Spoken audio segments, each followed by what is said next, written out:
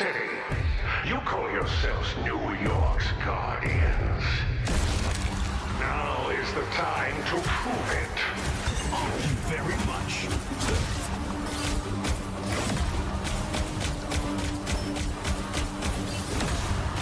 Slice and dice. Ancestral sword. Strike!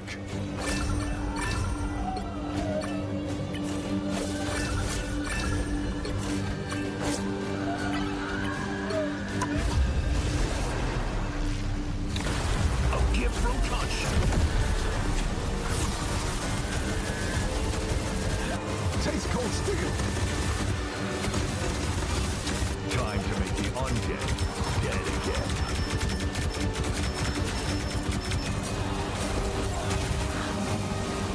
Curse thee, vile creature!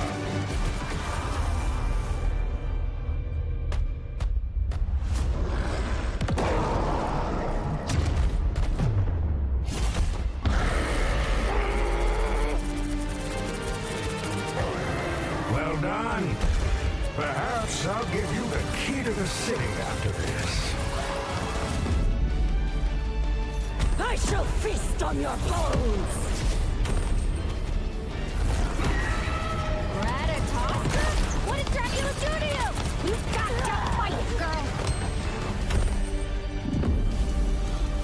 You truly believe yourself my equal? Pathetic.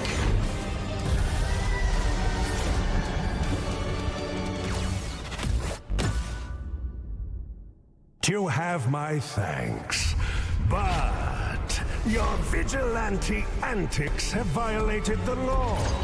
You're under arrest.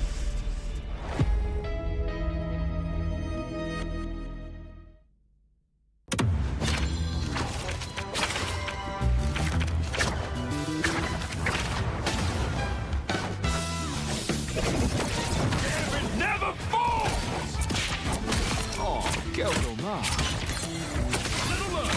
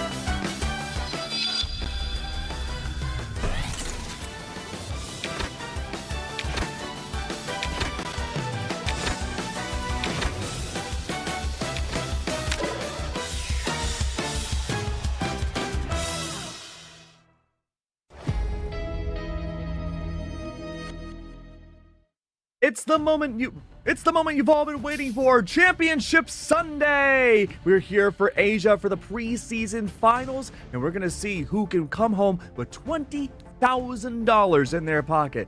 My name is Keg, and I'm joined by the one, the only, some say Doctor Strange himself, Mr. Dan over here. Are you excited, man?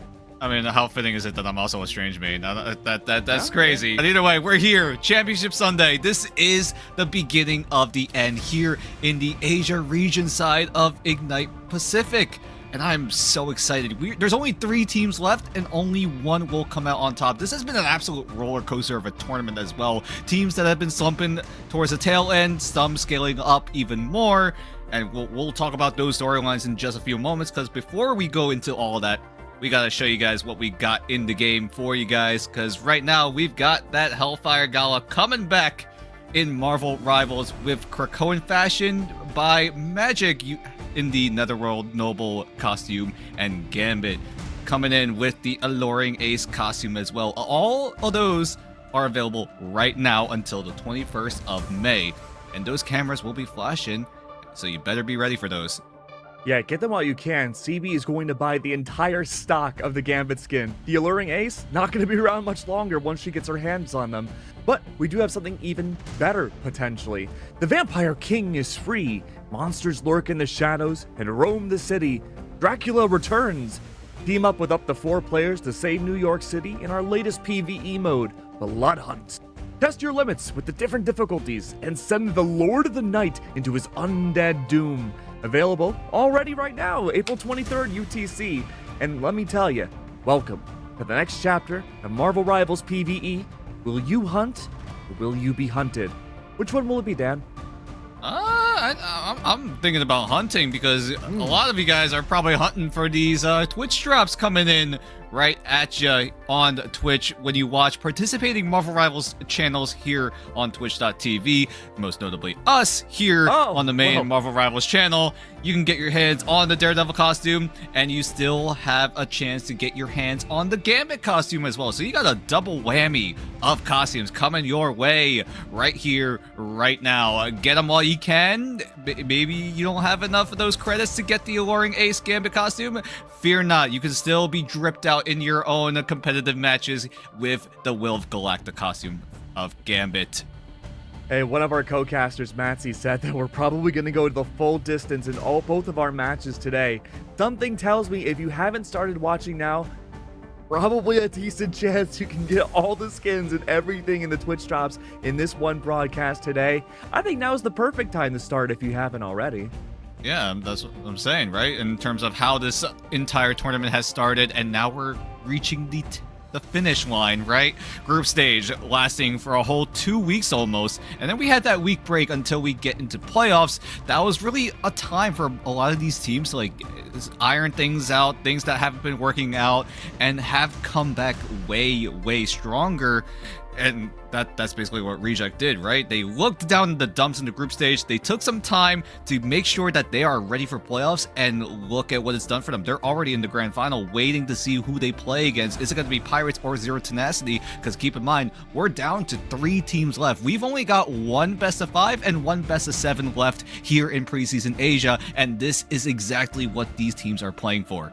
$50,000 on the line in total for all of these teams. 20,000 smackaroos for the winning championship winning team for all of them here, with the second place runner-up getting $10,000, third place getting $6,000, and it just crescendos down from there. I gotta say, if I had the choice, Dan, I would want the $20,000. Yeah, I'm sure Reject are thinking about the same. They've already guaranteed themselves $10,000 in the bank, but Pirates and Zero Tenacity are looking to gun for that top prize as well. But if you want to go for the prize, you got to make sure you're popping off in the current map pool of Marvel Rivals. Yes, Lower Manhattan is in the competitive map pool in the game currently, but that will not be available for these teams to be playing on until stage 1 of Ignite. So right now, this is what we're working with, and this is what we are going to stick with for Championship Sunday. Hey, look, I don't want to get too ahead of ourselves or give anything away, but given what we've seen from all the teams so far, we had one flawless team that made it through MRC, all of group stage, and most of playoffs up until the upper half of it, and the only map they've consistently lost to was the Museum of Contemplation. If we get to see that in our first matchup here today, I don't know, we could have a long distance again. We'll see about that, but right now, this is where Ignite really shows off. It's a little bit of a unique ban draft, right? We're not going very symmetrical. If you've watched MRC in the past, you know that if one team bans one hero, it's banned for everyone. But here, it's only one-sided. So both teams will have to commit one ban of their own if they want to completely neutralize the competition, right? If you want to ban Loki, you have to use the Loki. But if the enemy team wants to ban the Loki on your side, they're gonna have to ban the Loki as well. And the same goes for saves and so on and so forth. The best way to describe it is that your ranked games in MRC are universal bans, and then the Ignite bans are multiversal. So you could have a Loki on one side, not allowed for the other, and it really does diversify how a lot of these strategies play out early on. A lot of Gambit bans have come out as a mirror early on inside of Asia, if you're just tuning in. That first reserve for one of the teams has been one of the spiciest options we have seen so far. A lot of teams in playoffs have been opting to either go for an Elsa reserve, not as unusual, or a Mantis reserve at doing so. And this is our bracket. There's only 3 teams left, Dan, and we have Pirates somehow making it to the lower bracket after Reject have finally woken up, and the flawless team has to face one of the biggest wild cards we have seen in Marvel Rivals Ignite for a chance at revenge in the grand finals. I mean, Reject coming in not as the top seed. I know a lot of us had them first, topping the entire group of Preseason Asia, at least in the group stage, and with everyone's predictions going up into dust, perhaps Thanos snapped by Reject themselves, they come in and be like, hey, what if we ruined predictions again? And that's exactly what they did. They somehow woke up, they took their week off, and got some valuable practice in. They look way better as a team. I know my predictions are essentially ruined by Reject now twice in a row, but I'm just happy that Reject have gone on this redemption arc that they are going for, because right now they are sitting pretty at the grand final spot, waiting to see if they're playing against Pirates, the team that went on a 16 map win streak until they got sent to the lower bracket, or is it going to be Zero Tenacity, who have looked really good in its own right, running that international roster? I mean, you have your first top two teams in the group stage. They were Pirates and Triple AD. They looked fantastic heading into playoffs, but there was a lot of wild cards. We talked about Zero Tenacity already, but you, as the Prophet, predicted that XO could make a miraculous run. Unfortunately, they top out at 4th place. They nearly made it to today. Wasn't to be. But that being said, it goes to show that we truly cannot predict where any of these teams will end up. For all we know, this could be Pirates getting eliminated in the lower bracket finals and not even having a chance to face Reject again. Yeah, I mean, it's all question marks onto Pirates right now. They look so hot coming out of MRC and then coming into Preseason of Asia. But now it just feels like, did Pirates start to slump a little, or did the rest of the competition get better? That's really the big question right now coming into here, because the last time Pirates and Zero Tenacity played against each other, it was way back in the group stage, when both of these teams, if you recall, were undefeated at the time, both 3-0, but then they had to play each other, and Pirates just blew them out of the water. I think it's more of a half glass full approach. I think Pirates were probably the #1 watched team, probably by multiple different regions, just given how dominant they played. But especially in our scope of Asia and OCE, this is the team that you want to see how you can counter adapt and figure things out. Remember, the first half of group stage, Reject didn't have a coach, question mark. They looked really they looked muddled, but after they got their coach, and for week 2 they went on a flawless streak, and frankly it's still going, man. Yep, and they're trying to keep that going, and going is that momentum that they really want to go for, right? Pirates now loading into the lobby against Zero Tenacity. We're going to start things off here on Celestial Husk. Keep in mind, just a little reminder of how the map rotation works in Marvel Rivals Ignite. First map, always going to be Domination. It's going to be randomized between all of those Domination maps available, and then as we progress further and further, if you remember, if you watch the group stage, the losing team can choose either Convoy or the Convergence. Map 3 will be the final game mode left over, and then if we need to go to Map 4, every single map that has not been played yet will be available. We're just about ready for map number 1. The top 2 teams facing up against each other from the group stage results. I had mentioned AAAD was that second place team earlier, and while I was mostly right about that assumption, they held that spot until the very last day of group stage, where it did go to Zero Tenacity in a surprising upset. They stole that second place slot, had that one game advantage into the upper bracket semifinals for the playoff stage.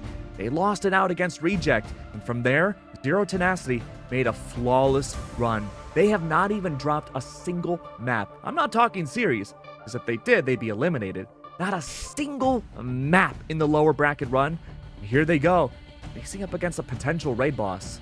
I mean, this is the group stage rematch that we've been waiting for this whole time. We wanted to see this matchup in playoffs, and we get it no less on Championship Sunday. This is set up to be an absolute banger. I know the last time in the group stage, people thought it would be a close matchup. It wasn't close at all. Pirates, again, just kind of steamrolled through Zero Tenacity.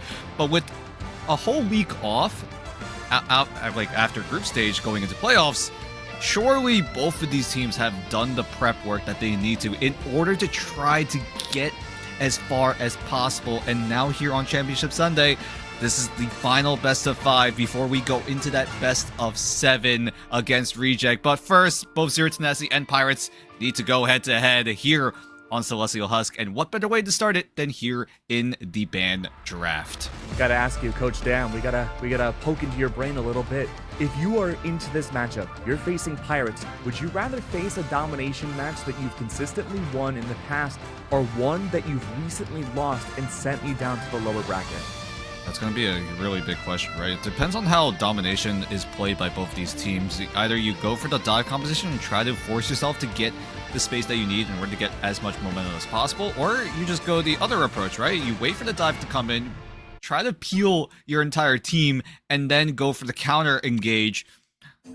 But that's really going to be the big question mark. How do both these teams want to run their compositions? Because we've seen them play dive. Both these teams can play dive. Both of these teams can play brawl. So these teams are very, very flexible in terms of what they can utilize to their utmost advantage. It is the big question, Dan, because that's exactly where Zero Tenacity is right now. They lost Celestial Husk 2-0 against Reject, sent down to the lower bracket, barely winning out at all in that series. Only Museum of Contemplation was their winning factor. Well, we're getting ahead of ourselves. We'll have to wait and see what is picked for game number 2 when we get there. Mantis, the reserve. Elsa, the reserve for Pirate's side.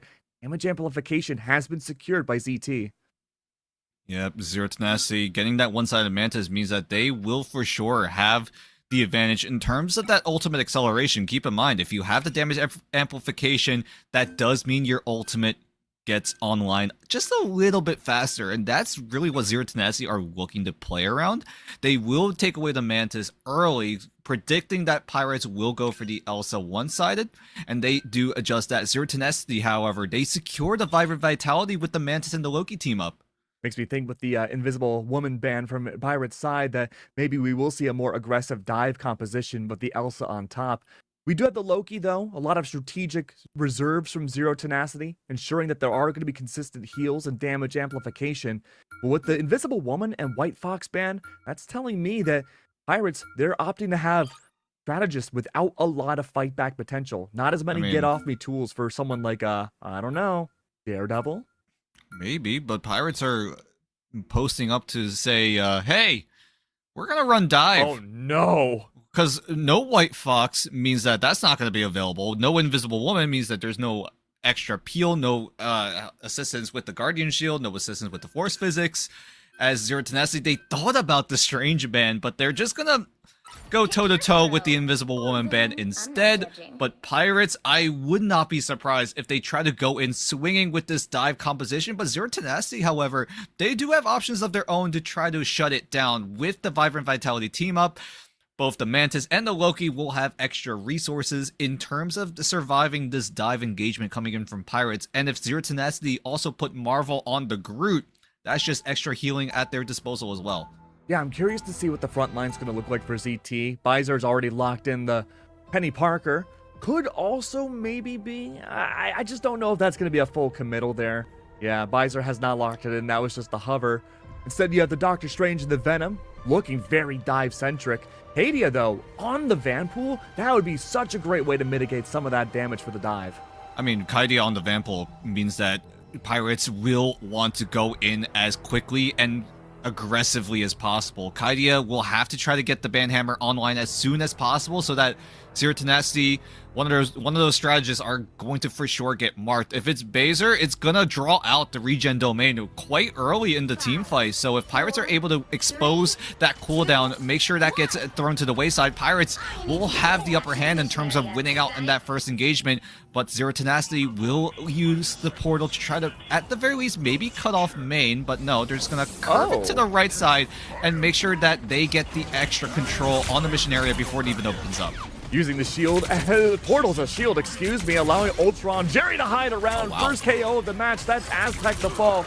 You have the Luna Snow to help with some of that hit scan to be anti-Jerry. But Jerry's an unstoppable force. The stalk in between used his environmental cover. Jerry and Soko showing already that Zero Tenacity are here to fight. I'm a little surprised Pirates aren't running the dive composition. They really wanted to do that, but Zero Tenacity, they thought a little bit ahead. They shut down Return's Daredevil in the band draft, so he's going to have to find a different approach in terms of how they want to go for this next engagement. Aztec, however, on the Jeff still has the team up with the Symbiote Shenanigans, with the Venom, Kaidia with the Jeff toy as well, but Return has to go for the next best option. We'll go for the Wolverine. We'll help out Vital in terms of that team up potential, so Return could do a little bit of extra damage here. Yeah, Marvel's got to watch out. Wolverine has been a menace inside the playoffs against group players, and so a lot of that walls that you can build up will get destroyed.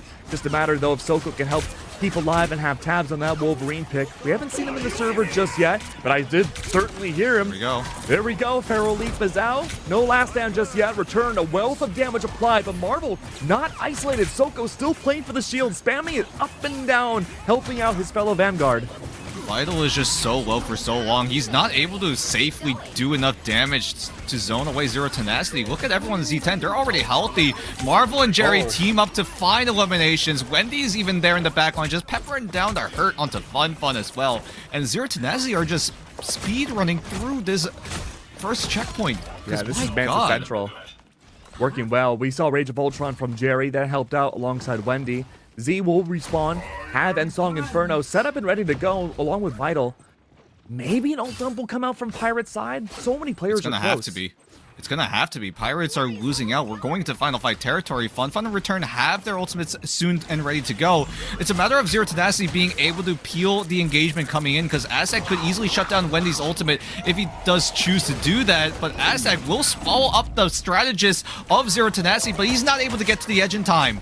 Oh, unlucky there. Unfortunate. Displacing these strategists momentarily. Soul Resurgence out though. Wendy finding some impact early on. Double Ensong Inferno. Plenty of flames and fire to go around, but no direct impact. In fact, Vital falls from it. Z's there for the Return though. Return sent back to the sender. Unlucky. And a double KO to boot. This is a fantastic start for Zero Tenacity. And the portal needs to be opened up for Pirates. Is it going to come out in time? It's going to be up to Fun if he's able to stall in time. As overtime still ticking down. Kaidia gets sniped down by Wendy. There's a chance for Pirates to maybe get a foothold onto the site. Portal does come in, so they have a second chance. Second chance. You have to make it count. Return now onto the Strange portal on the way. It's out. It's there.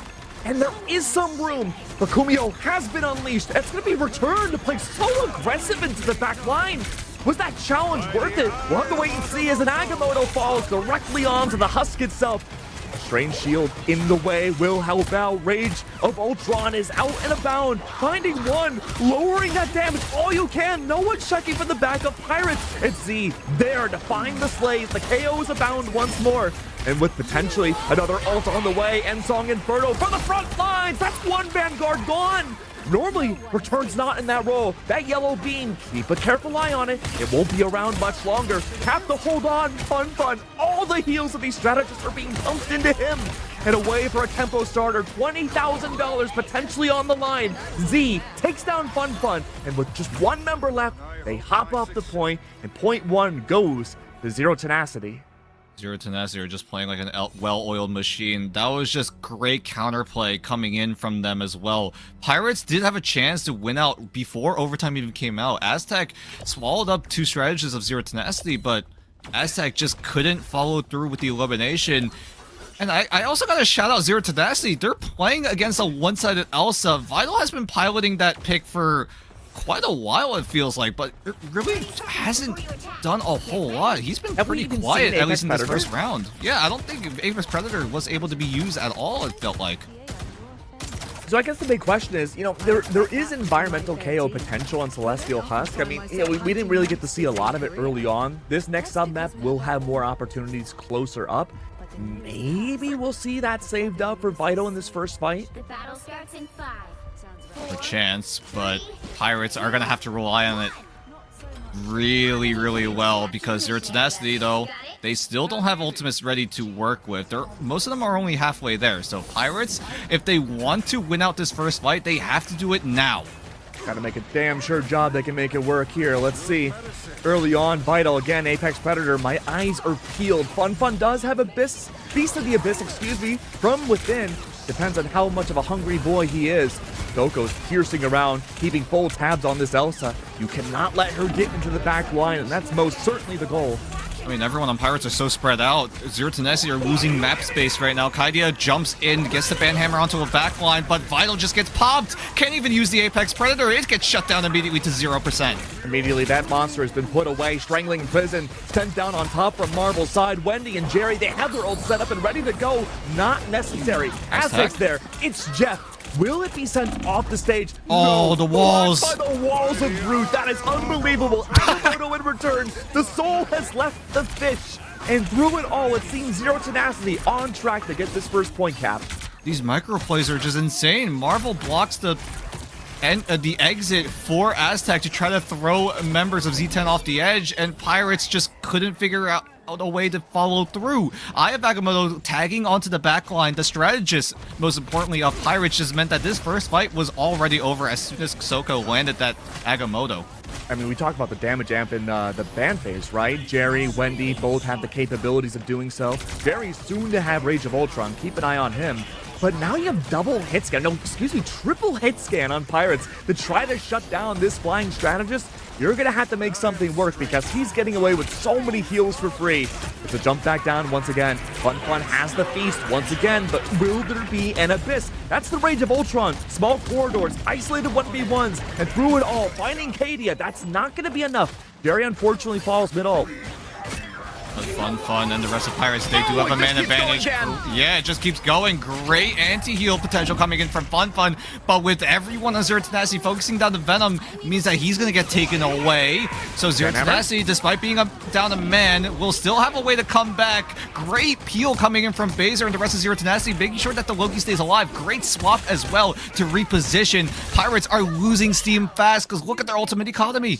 Yeah, but they have to rely on sales and win to make it work. We'll have to see if Pirates can regather their thoughts and bring it back, but I don't know. Maybe a portal? 68%? Is that too early? Might be a little early. I think Pirates do have time to walk on forward, look for some sort of fight, win, but with Zero Tenacity being bunkered up, look how they're posted up in that little room at that part of the map. Pirates, if they want to go for the dive, they're going to have to invade that little area, and if you know anything about dive compositions, you cannot run it very well if you're going to get stuck into that small room. Strangling Peasant's Fun brought out now. Double KO from the hands of Zero Tenacity. Vital, we were set up and waiting. We thought Ensong Inferno would come out, but instead, trapped by Roots, made things incredibly tough to have impact when you're not alive. Overtime once again, though. Pirates have been staggering massively in this first map. They have not been finding any value. Eaten once again. That's going to be Wendy gone. Aztec, a chance for survival, but playing for Jeff Denial inside that small house nullifies any chance of using that ult. And Song Inferno brought out. Where does it land? I'm not entirely sure, but doesn't find a KO. Soul Resurgence is out, Zoko is gone, and Pirates are off point. That's a clean 2-0, at least for the first map for ZT. That was a double shutout, 200-0 in favor of Zero Tenacity.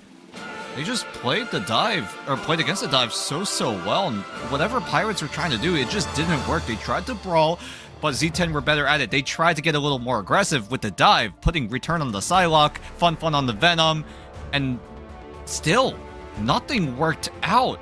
Everyone on Zero Tenacity knew what they were putting themselves into. The Elsa went quiet. Pirates' dive composition also going quiet, because Zero Tenacity, they knew what they had to do. Just take over the small room, just bunker down, use the Loki and the Mantis team up to keep your team alive, and with Marvel as well, helping out, because Mantis is secured one-sided for Z10, meant that Zero Tenacity, they just would not go down.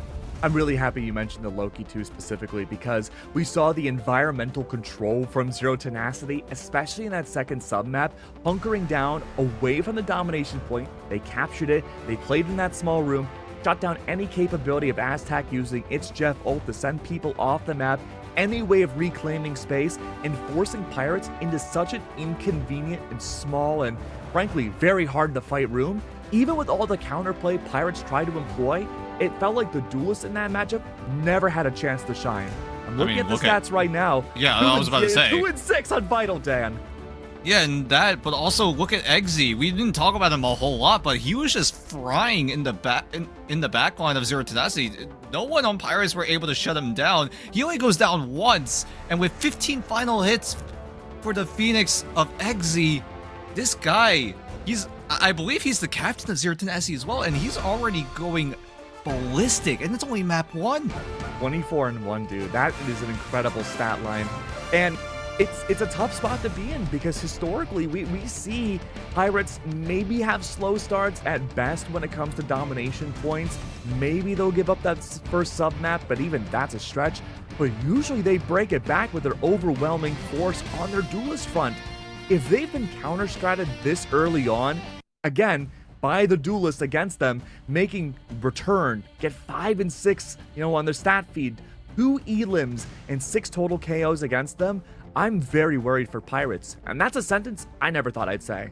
Yeah, I mean, Pirates looking to slump a little bit, it feels like, because whatever Pirates tried to do, it just didn't work out, because back in the group stage, just felt like whatever they do no wrong, because of the sheer amount of mechanics that Pirates have at their disposal, because this is a team full of crazy levels of mechanical talent, most notably Vital, Hoodie. Both of those players, being on Crazy Raccoon and Genji respectively, have shined on those rosters in the past, and now joining together on this Pirates roster, you would assume that some of that talent would shine through, but it feels like the rest of the competition here in playoffs have done their homework, have watched a lot of tape on what Pirates have been doing, and have just countered it and shut it down perfectly, because if you remember the band draft, Zero Tenacity, they know that Pirates really love putting Return on that Daredevil, and if that Daredevil was available, Pirates probably could have popped off with the dive composition, but Zero Tenacity, they thought 2 steps ahead.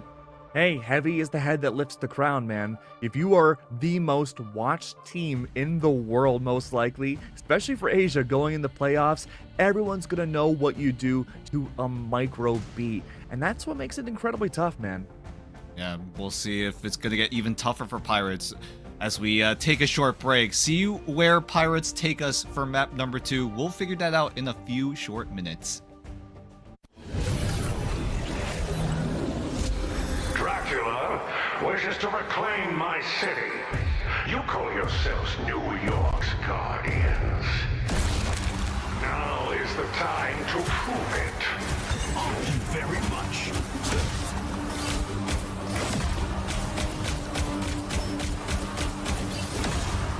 Slice and dice. Ancestral sword. Strike!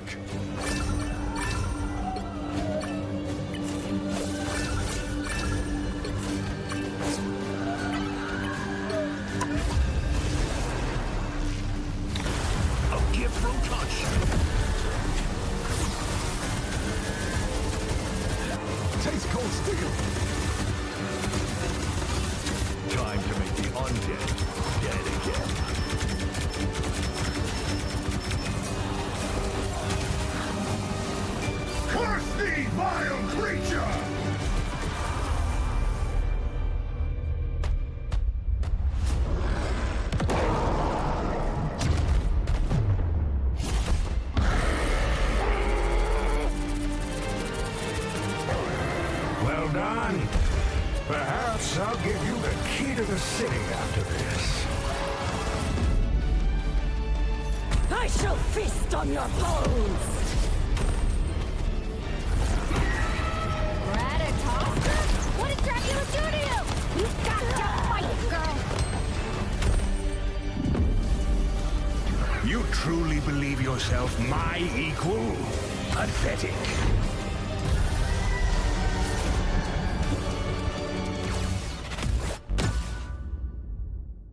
You have my thanks, but your vigilante antics have violated the law.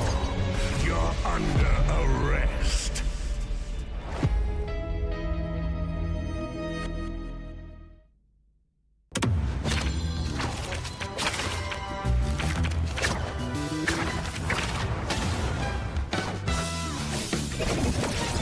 It never falls!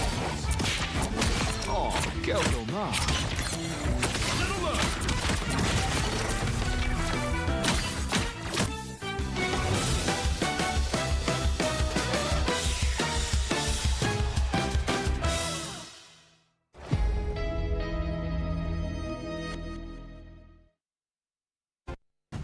Things have already started up very interesting when it comes to the finals, or we're getting close to the finals, I should say. The lower finals of Asia playoffs here. My name is Keg, and I'm joined by Dan once again. Zero Tenacity coming out strong, shutting down the duelists of Pirates that have dominated and shown definition so far for 2026. Now they're on the back heel. I mean, we've seen them in the back end before, right? Losing out to a clean sweep by Reject, who have looked so strong, but more on Reject later down the grand final. We're going to talk about Zero Tenacity against Pirates. Zero Tenacity coming out with a huge win against Pirates is already insane because Pirates, you could argue they either got figured out, they were, well, how do I say it?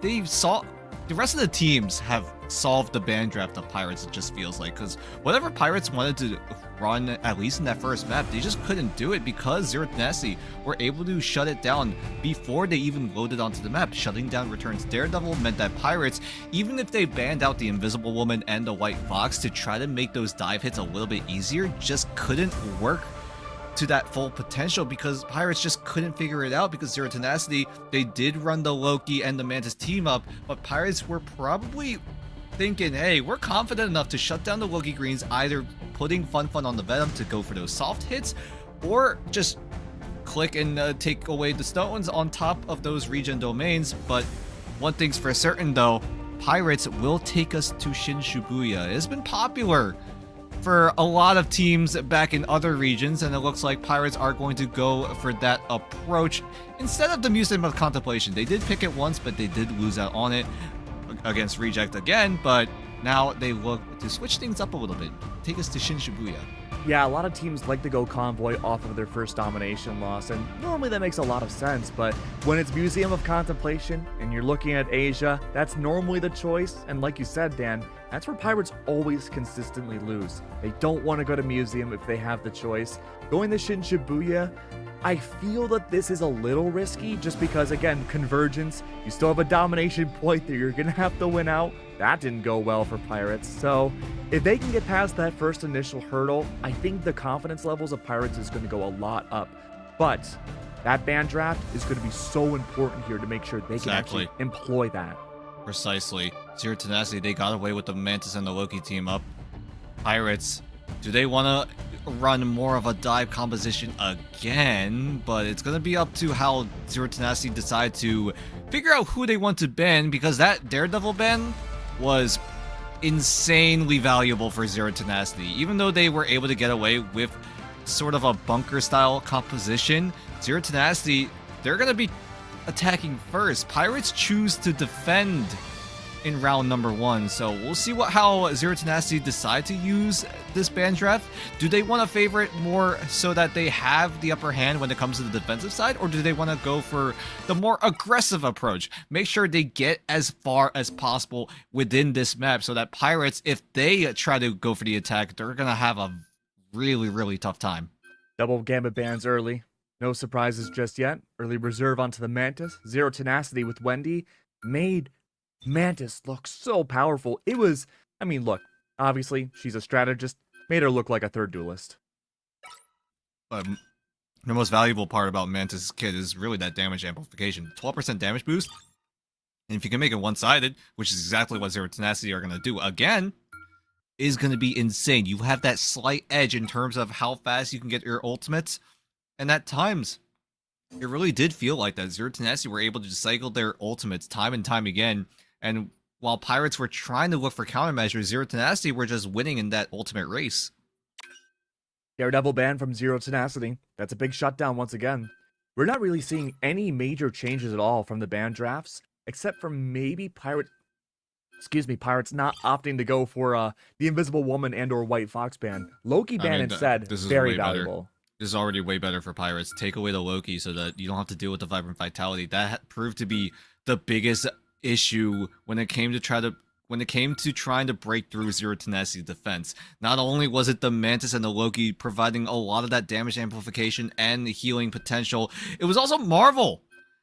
The Mantis and the Groot, that is still a very strong team up. Even if you don't have access to the Loki, you're still giving your team a lot more sustain when you compare it to the side of Pirates, because they don't have the Mantis to work with, so they're not going to be able to match that sustain. And with Zero Tenacity finalizing their ban draft, Pirates look to do the same. They're going to actually save the Vanguard Deadpool. That has been falling off a little bit as we head towards the tail end of preseason.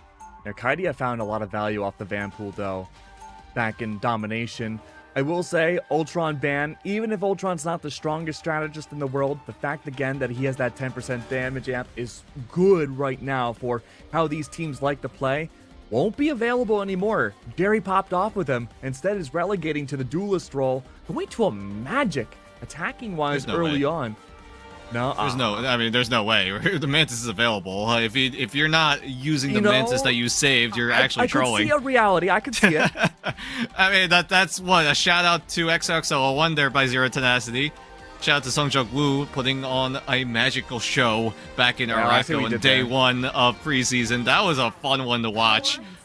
I'm glad you and I were able to watch that, but yeah, we're gonna see how Zero Tenacity roll out. Soko could channel TP, and he will do just that, making sure he goes up high so that if Pirates do something cheeky, they're not gonna be able to take the Doctor Strange off the map. Soko deciding where he wants to set up this teleport. Sometimes it's up in the high ground, sometimes it's down the low ground, and Soko looks to just let the rest of Zero Tenacity bunker up down here. Bunkered up small building, that's the ZT way. Hiding inside any sort of building that you can, not be out in the open for as little as possible. Problem though is that you're gonna have to be out in the open for this early cap. Pirates playing for the defense have a lot of verticality to work off of. Soko, who did not lose a single life, 0 KOs at all against him in game number 1, has to find a way to help keep his Groot alive, who has no shields, placing down those walls and making sure the verticality for Pirates is null and void. I mean, Pirates are running dive again, right? Psylocke on return. Hoodie taking down Baser is already a great start for Pirates. Playing around this bunker-style playstyle that Zero Tenacity are running right now. Because Pirates, they want to run this dive. Return looking to find some sort of cheeky eliminations. Fun going in, trying to get some sort of line-of-sight manipulation. But with Zero Tenacity bunkered up, it's going to be a little bit difficult, but with Zero Tenacity starting to spread out a little bit, this is where Pirates' Psylocke can shine for just a little bit. Yeah, a lot more flexibility for Return this time around, not forced into a pigeonhole of environmental control that Dominations like to have. Return again can play around the entirety of Shin Shibuya. Soko falls. Now it's XC2. Big, massive stagger for ZT. Yeah, I'm not sure why Zero Tenacity decided to spread out there. They were fine running in the bunker. They were doing pretty well. But with Hoodie taking that 1v1 win against Baser just meant that Zero Tenacity, they probably got a little bit flustered. They're like, hey, we need to actually do something. We're down a person already in this first engagement, and we need to figure out something fast. So they try to spread out, try to get as much map space as possible, I'd assume, but they just could not make it work. Return goes in with the Dance of the Butterfly, zoning away Zero Tenacity because that time is already halfway done. I know, but I'm looking at the ult stacking from ZT right now. Initiation tool, that's going to be the Strangling in Prison, sending everybody away. But in return, Aztec, sacrificial play, question mark? It's going to be Baser and Soko, everybody in ZT fighting the nuclear option. Invisible boundary is down, sending everyone back to the spawn room. Vital does have Apex Predator set up and ready to go, but Hoodie, same with the Kumio Unleashed. Will it be used here as a denial tool? Seemingly no chance. Maybe Kumio's gonna be playing number one. Nagamoto in return. It is a mess directly onto the point early on, and I don't blame them. Pirates have to shut this down before that final tick goes by, and they fail to do so. We're in Convoy Town. Yeah, fun switching over to the Loki so that they can use the regeneration domain to try to get themselves through the portal safely. But Zero Tenacity just shut it down quick as you like it. Great wombo combo coming in from Marvel and Eggsy with the Ensong Inferno into the Strangling Prison. Was very well used. And now Zero Tenacity, they get the first checkpoint. They want to go for the second. Pirates do have Vital with Glartrox ready to go. Still holding on to Vital, yeah, Vital has been pretty quiet so far. Map number 1 hasn't been the best for him. Now he's looking to get a redemption arc here in map number 2. Can he find some sort of clutch potential with this Elsa Bloodstone? Is he just waiting for a massive funnel from ZT? It has to be conditioning where this attacking team wants to play. They're playing in these small buildings that are essentially Glartrox proof. Oh, never mind. Trying, but there it is. Will it work? Somewhat. It's Strangling Prison directly on top. A mess of colors everywhere. Kumio in return. Baser is there to ensure at least a few more hints of damage to deny the capabilities of the Glartrox. Didn't see a lot from it. Yeah, Marvel is stunning up a few members of Pirates, and then Baser just goes into the Kumio Unleash and just slams down with the AoE damage. And with that, Zero Tenacity are just putting down the ultimate combos so well. Pirates, they're looking staggered. They don't know what to do, it feels like, because no one on Pirates have some sort of combo of an ultimate available. Yeah, you could argue Fun and Aztec have their ultimates, but they don't really do so well together. No, Aztec has been a lot more of an emergency tool, using it as a displacement against ZT, especially when that combo gets close to a point, and it most certainly is. Easton Divas starts first, that's the Venom out inside of a building. Hoodie there for return, does take down Jerry. Strong start, visible boundary out now, massive heals, but won't last forever. Doko could return after it dissipates for maybe an Agamotto. Dancing the butterfly up and above, turning away into the back line. That's one, make that 3 gone now, double KO for return. Alright, Pirates will stabilize for the time being. Great ultimate coming in from return. Zero Tenacity tried to counter it by stacking on top of each other so that those slashes from the Cutterfly don't get the eliminations, but unfortunately it just was not enough. Zero Tenacity didn't have a strategist ultimate to go off of because Jerry got eliminated at around 84%. He couldn't get his ultimate down in time, so Zero Tenacity gonna have to hit the reset button. Pirates have a chance to get a lot of space here. Soul Resurgence will be huge here for Jerry. On top of a bunch of other ults, Marvel's close to Strangling Prison once again. That would be a massive wave turning this back around. Kadia maybe could bring out Banhammer momentarily, but there's plenty of other ults that we need to keep our eyes on first. Ensong Inferno, Xy's way, all through the wild though. Could there be a chance now for It's Jeff? Absolutely, my friend. Waiting for that ult to come through. Fun, not long for this world. Soul Resurgence in return is gonna help break this convoy apart, nearly back in CT's claim. And through it all, more and more individual KOs remove Pirates from the equation. You're staggered again, Dan. I mean, Pirates had a good start to that fight, putting Eggsy at low HP to force him to use the Ensong Inferno, but here comes the counter. Whoa! Oh my goodness, the Vanguards of Zero Tenacity coming up huge with all the CC, all of the damage. Maelstrom into the Strangling Prison is absolutely sublime. Zero Tenacity coming in with a bang on the second checkpoint. Gotta give it to Hoodie though. Forcing out Kumio Unleashed and making Agamotto and the Strangling Prison used at once. That's 2 critical pieces of the arsenal ZT won't have for this next fight. And now Pirates, look at their ultimate economy. It's so low. Fun does have the feast, but there's really not much follow-up on the side of Pirates to work off of. Fun is only going to have to use it to maybe try to find an elimination to the likes of Baser or Wendy, who do have strategist ultimates coming up very soon. And with Pirates lagging so far behind in this ultimate economy, Zero Tenacity do have so many options to work with, and there's already one of them used. Ensong Inferno directly into the heart of the invisible boundary. Very unlucky that no impact was found. Just an initiation tool to give free space to Wendy and co. There it is though, Banhammer early on. No chance of a Strangling Prison just yet. Kumio has most certainly been unleashed. directly on top of the convoy, creating even more space for Zero Tenacity to be anti-pirates. And that's exactly what they do, right? They use their ultimates, try to get themselves through into this third checkpoint. Aztec gets a random frag onto XZ. So that's already a good start for Pirates if they want to stabilize yet again. 15 seconds left. We're going to final fight territory. Surely Aztec is going to keep this for overtime. No, never mind. Not going to use it for anti-convoy and instantly gets assassinated for the attempt. Not what you want to see. Zero Tenacity, though, they're not out of the woods just yet. They claim back the convoy, but they have a small meter to go before they can claim that third point. Trying to imprison Beasts of the Abyss. Every single monstrous ult brought down at once. And through it all, I'm keeping a very careful eye on Hoodie. Kumio will be unleashed. Vital will be there for Dance of the Butterfly to help create that space once again. Surely now for Zero Tenacity, Dan, they should not be able to get this third.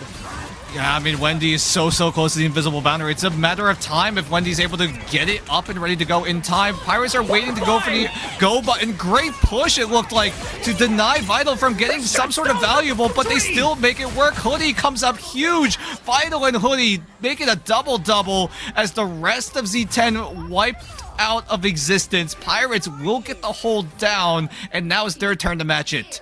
Wonderful work from Pirates, finally getting their act together when it mattered most at the very end of that convoy. 2 points now, no chance for overtime. Zero Tenacity, even if they're a game up, Dan, they still have work cut out for them. It's a matter of what Pirates decide to go for. This time around, the Psylocke is proving to be valuable. They go away from the Elsa Bloodstone. They realize, hey, this isn't working too well. Vital is looking to use it again, at the very least for this first engagement on the attack side here in round number 2. Zero Tenacity got up to 2 points, but now it's their turn on the defensive side. How does Zero Tenacity decide to go for this? Maybe they just run the exact same composition. I don't hate this Don't fix idea. what's not broken, man. Yeah, exactly. But now what do Pirates decide to go for? That's the big question here, because Pirates for the Cloak and Dagger. Yeah, they're going for the Cloak and Dagger instead of the White Fox.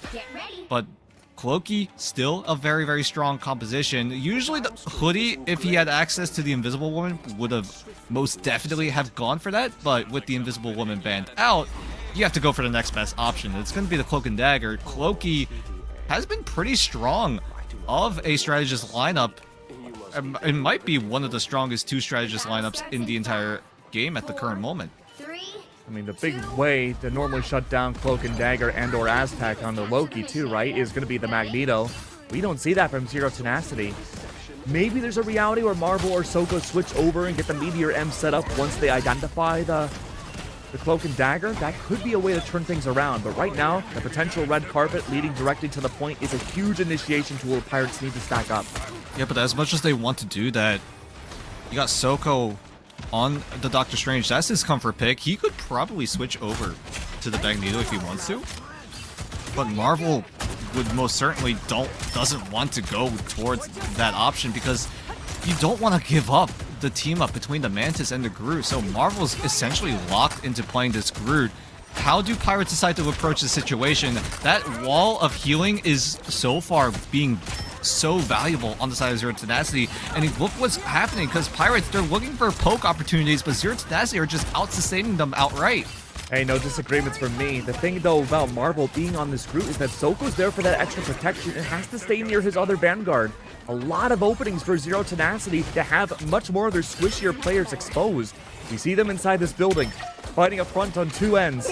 Could they find value here? Maybe. Banhammer starts off early on. There is damage amplification on the members of ZT from the hands of Jerry. Marvel does have Strangling Prison ready. That's one. It's the opposite Groot. Tree versus tree, and one falls. That's fun gone. And though top of the building return, playing Sniper is good for chipping that damage away. Finally gets the End Song Inferno on top of the Claw Trucks. Hello! Did not see you coming right there. Soko removes Vital from the equation. On top of that, though, Eternal Bond early on, directly onto the point. This is a way to add that pressure on the ZT once again. But Pirates are losing bodies. They've lost the Vanpool. They're soon to lose, possibly return as well. I don't see them getting healed up. A portal is out all of a sudden, and an assassination from above. Return never saw it coming. And Pirates just cannot get a single percentage point. That fight lasted so long. Soko even committing the portal very safely, in fact, and not even using it on the point, just using it behind it instead, because he had faith in Zero Tenacity. He knew that they are able to out-sustain Pirates. Pirates are going to have to go back to the drawing board. They're going to look to maybe spread out and try to go for more dive attempts, more of that assassination potential, but Zero Tenacity are just looked to be locked in. There is nothing Pirates can really do right now because they're trying everything and nothing is working until Return looks to eat my words. Dan, you were harping up on that Loki Clo composition. They swapped back to the Jeff and White Fox. That cannot be good for them. I mean, if you're gonna try to look for different options, the first step is to maybe adjust the team composition. Aztec with the Jeff has access to the Deadpool and the Venom team up, so this two strategist backline is able to be functioned. But Hoodie needs to come up huge with this White Fox. Baser is gonna kick things off with the Kumiho Unleashed, but it's only gonna be a momentary abatement for Zero Tenacity because Pirates are going to, at the very least, hit the goal button very soon. That's right. Look at those ults building up now. Pirates want to push the nuclear button. That's going to be Baser for 2. A double KO early on. Hoodie, who made a huge statement with the early release of White Fox, showing off what she could do so early on to our preseason group stage. It's Baser there now. Not even getting the torch passed. Stealing it away from Hoodie, it seems. I mean, Pirates, they were starting to get themselves ready to go for some sort of engagement. And then they were like, all right, are we all ready? Oh, wait, hold on. They used the Strangling Prison. There goes all the team, and they just can't get it to go. They're counting down, and as soon as they hit the go button, Marvel's there to shut it all down. And now with Final Fight territory coming in, this is their final chance to, at the very least, try to cap this first checkpoint. There it is. Yellow Beam, watch it down. Don't want it to go underway if you're a fan of Pirates, but it has no choice. So many ultimates available. Endsong Inferno, Dance of the Butterfly, destroy the innards of a building. Aztec brings out its Jeff. Yum. Where does it go? I don't see the ultimate on my screen, but it's directly onto the point. Did it steal anybody away? The answer seems to be yes. That's Zero Tenacity gone. A third tick achieved. We go to Convoy. Vital came up huge in that team fight. Dance of the Butterfly finds Jerry. Jerry had the Soul Resurgence ready to go, but didn't want to use it because Wendy already popped the invisible boundary. But Wendy was safe. Jerry wasn't. And with Jerry not able to be there to extend that team fight means that Pirates get the first checkpoint. They get 2.5 minutes into the bank, and then Soko aggressively portals in to try to cut off Aztec, it looks like. Look, you've already lost the convoy at the domination point at the very end of that. You almost had it in your grasp, Zero Tenacity. Now's a chance to go for the early stop. Plenty of time on the clock, even if we're not ignoring the one up above. If you can hold the distance and fight for OT, point 1, that's the way to go. D from behind, looking for the assassination. Psylocke nearly got away, but no. A quick headshot at the end sends Vital back to the spawn room. Marvel set up and ready for that Strangling Prison. Gets the majority of the players are Pirates. What is that, a quad? A double? Make that a triple for the Groots. 3 get caught up by the Strangling Prison from downtown. Eggsy even going to the back line, using that off angle to catch Vital off guard. He tried to dash away, but Eggsy just flicks him down. The mechanics on this guy is absolutely insane. We've seen him pop off in past titles. He's popping off here in Marvel Rivals. And Zero Tenacity, they're looking to pick up what they lost because Pirates, they get the first checkpoint, but it looks like Zero Tenacity are just going to keep them away from the second. And the scary thing about Pirates right now is that their most consistent factor has been ult dumps. 57 seconds left on the clock, 2 ults ready, soon to be Vitals and Aztecs. Are you going to use it all here, or do you have to wait for OT and just push the convoy as much as well? Answer's already been found. Endsong Inferno's out, Banhammer underway. Vital close to getting that Dance of the Butterflies. You are just unleashing everything one by one, forcing out ults from Zero Tenacity's side. That's Kumio, that's Endsong. Neither one of them finding KOs or displacement. Pirates do not care. They are directly onto the point. Invisible boundary is down, and Hoodie's there to remove Z from the equation. And we've talked about how powerful he's been. Having him gone should allow Pirates to get more distance on this convoy, but I don't see him moving too much. Nope, Soko is threatening with the Eye of Agamotto. Marvel and Soko could come up huge yet again. Here we go. The stun is only onto Fun. Marvel could follow things up with the Strangling Prison. because a lot of eyes have been focused onto Soko, maybe even a few cooldowns being invested. So here goes Marvel with the Strangling Prison, does lock up Fun, so he's going to be taken down, and with 2 down with overtime coming up is already bad news. Vital's going to channel the TP. What's going to happen with Pirates now? They don't have too many ults set up and ready just yet. They're going to have to fight neutral directly on the convoy before it sets up. That's the Kumio's job. It's been unleashed. Soul Resurgence in return. Jerry wants everything. Damage amp only into Soko. Has Exy there on top as well. Return has fallen. One big power player for damage for Pirates no longer available. Hides behind the enemy portal. Uses it to their advantage. Waits for the It's Jeff. Where is Aztec going to go? He's going to swallow up somebody. Don't see where it went, but the heals are down, and that's going to help for the convoy. It's the Kumio once more. The White Fox has been unleashed directly onto the convoy. They're targeting Fun. The Venom must escape. Play for his own life. The End Song Inferno comes through, and that doesn't find much, but still, that yellow team. Someone's got to stay onto the convoy. Who's playing for the displacement? It's one player. Recap from ZT. They take map 2. That was an intense overtime sequence. Both sides just dumped ultimates as soon as it came online and ready to go. I got a little bit concerned for Zero Tenacity. They lost Eggsy, who was really close to the End Song Inferno, couldn't get it off in time, and then Pirates just couldn't find the extra sustain, and the rest of Zero Tenacity off of some great placement on their offensive ultimates put them over the line and are putting themselves one map closer to get themselves a date against Reject. Something we didn't think we'd be saying going into this tournament. Elimination point now against Pirates. Not even in grand finals. We're in the lower bracket finals. Pirates had to fight tooth and nail to get to where they're at now, and so did Zero Tenacity. They've been the true wild card of this region. I mean, shout out to Marvel going absolutely ballistic on the group. 15 final hits, 36 eliminations. These numbers make it look like he was the duelist of the team, but no, that's Groot. That's Groot, my friend. That's a really hard-hitting tree.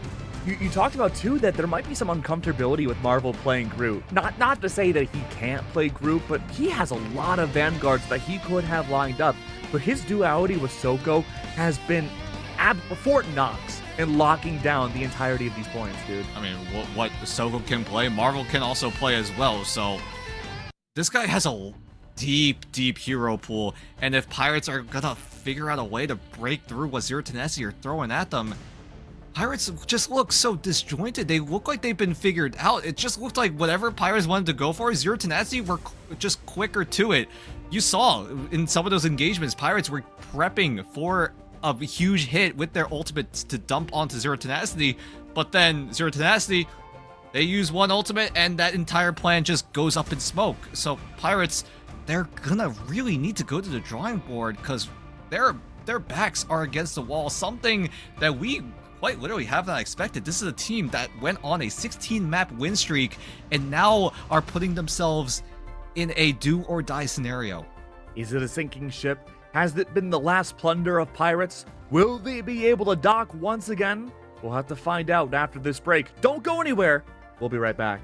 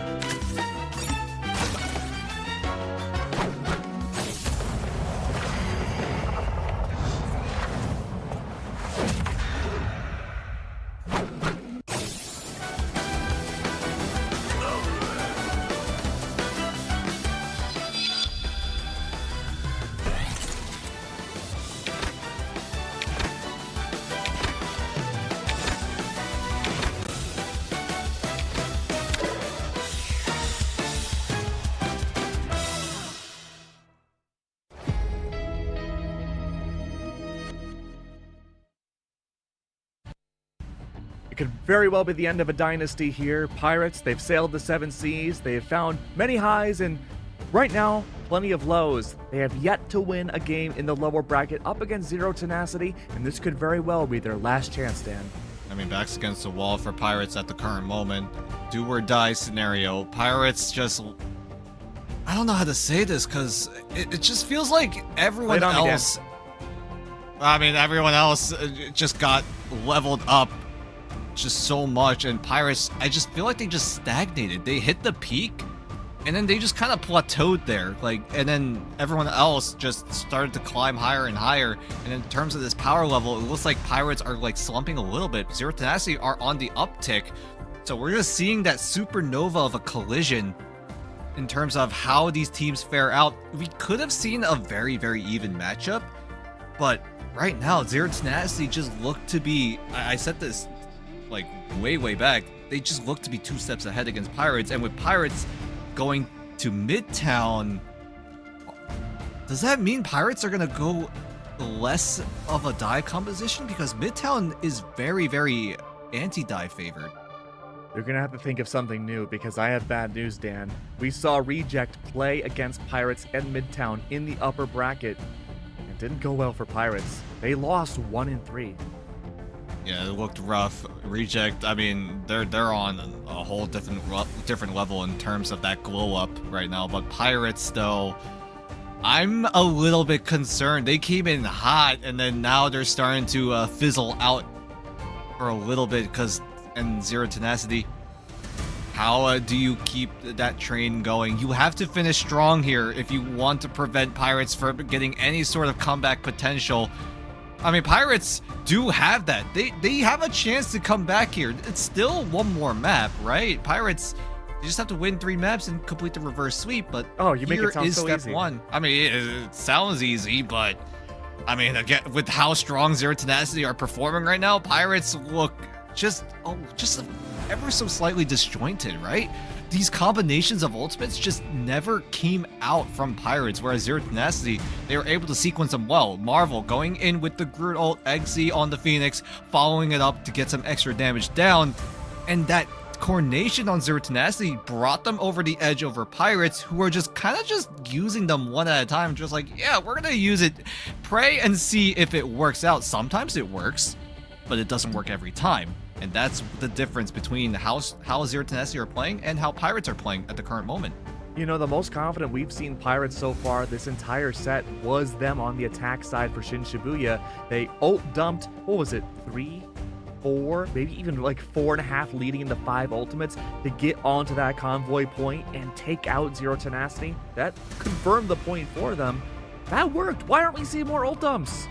I mean, it's just inconsistent, right? You go for the ult dumps, but sometimes it works, sometimes it doesn't. We've seen it happen for Pirates. They go for the ultimate dumps, Zero Tenacity counter it well, and then Pirates are just like, all right, we that was our plan. We tried to overwhelm them with all the resources we had, and we got nothing out of it. So now what? You have nothing to rebound on. Zero Tenacity still have a beefy ultimate economy because, quite frankly, they only use 1 or 2 to shut down what you guys did when you tried to invest 3 or 4 of those ultimates. So you say it's the consistency, it's the lack of ult synergy. I mean, on the individual level, I feel like each of the players have done pretty well. I know maybe the Jeff is a bit of a point of concern, but we saw Wendy start rocking the Jeff towards the very end too. But Aztec on its Jeff hasn't been finding a lot of value. I mean, it feels like most of these ults have been read really well, and then just get destroyed mid-thunkenness when it goes in the ground. Yeah, I mean, Pirates... I mean, Aztec is a good Jeff. Don't get me wrong. This guy is really, really good on that hero. But I just... this series... he doesn't look like himself right now. He goes for those It's Jeff ultimates, like you said, and he gets eliminated instantly. And Zero Tenacity, either they're reading Pirates very, very well, or Pirates themselves are starting to slump a little bit, because this is not the Aztec that we are used to. This guy is a really good Jeff. This guy's a really good Loki, but I'm not entirely sure, because something had to have gone wrong in terms of their prep going into playoffs, because one, you're the team to beat coming out of groups, everyone is figuring out how to solve your ban draft, how to solve that playstyle that you guys have been doing so well. And I feel like if you want to pop off in the Pirates camp, you're gonna have to come out huge with either some clutch plays or just better team cohesion. So let me ask you, do you think Jeff wholesale is the answer here for Aztec? I mean, Pirates, they really love the Jeff, right? They really love They had putting Cloaky available. They do, but I mean, Aztec having the option to go for the Deadpool team up, having options to go for the Venom team up, that just provides so much flexibility in terms of how Aztec wants to pilot the Jeff. Either you will stay far back and just heal the entire team, or you go up close and personal with the dive composition that Pirates have been really trying to force.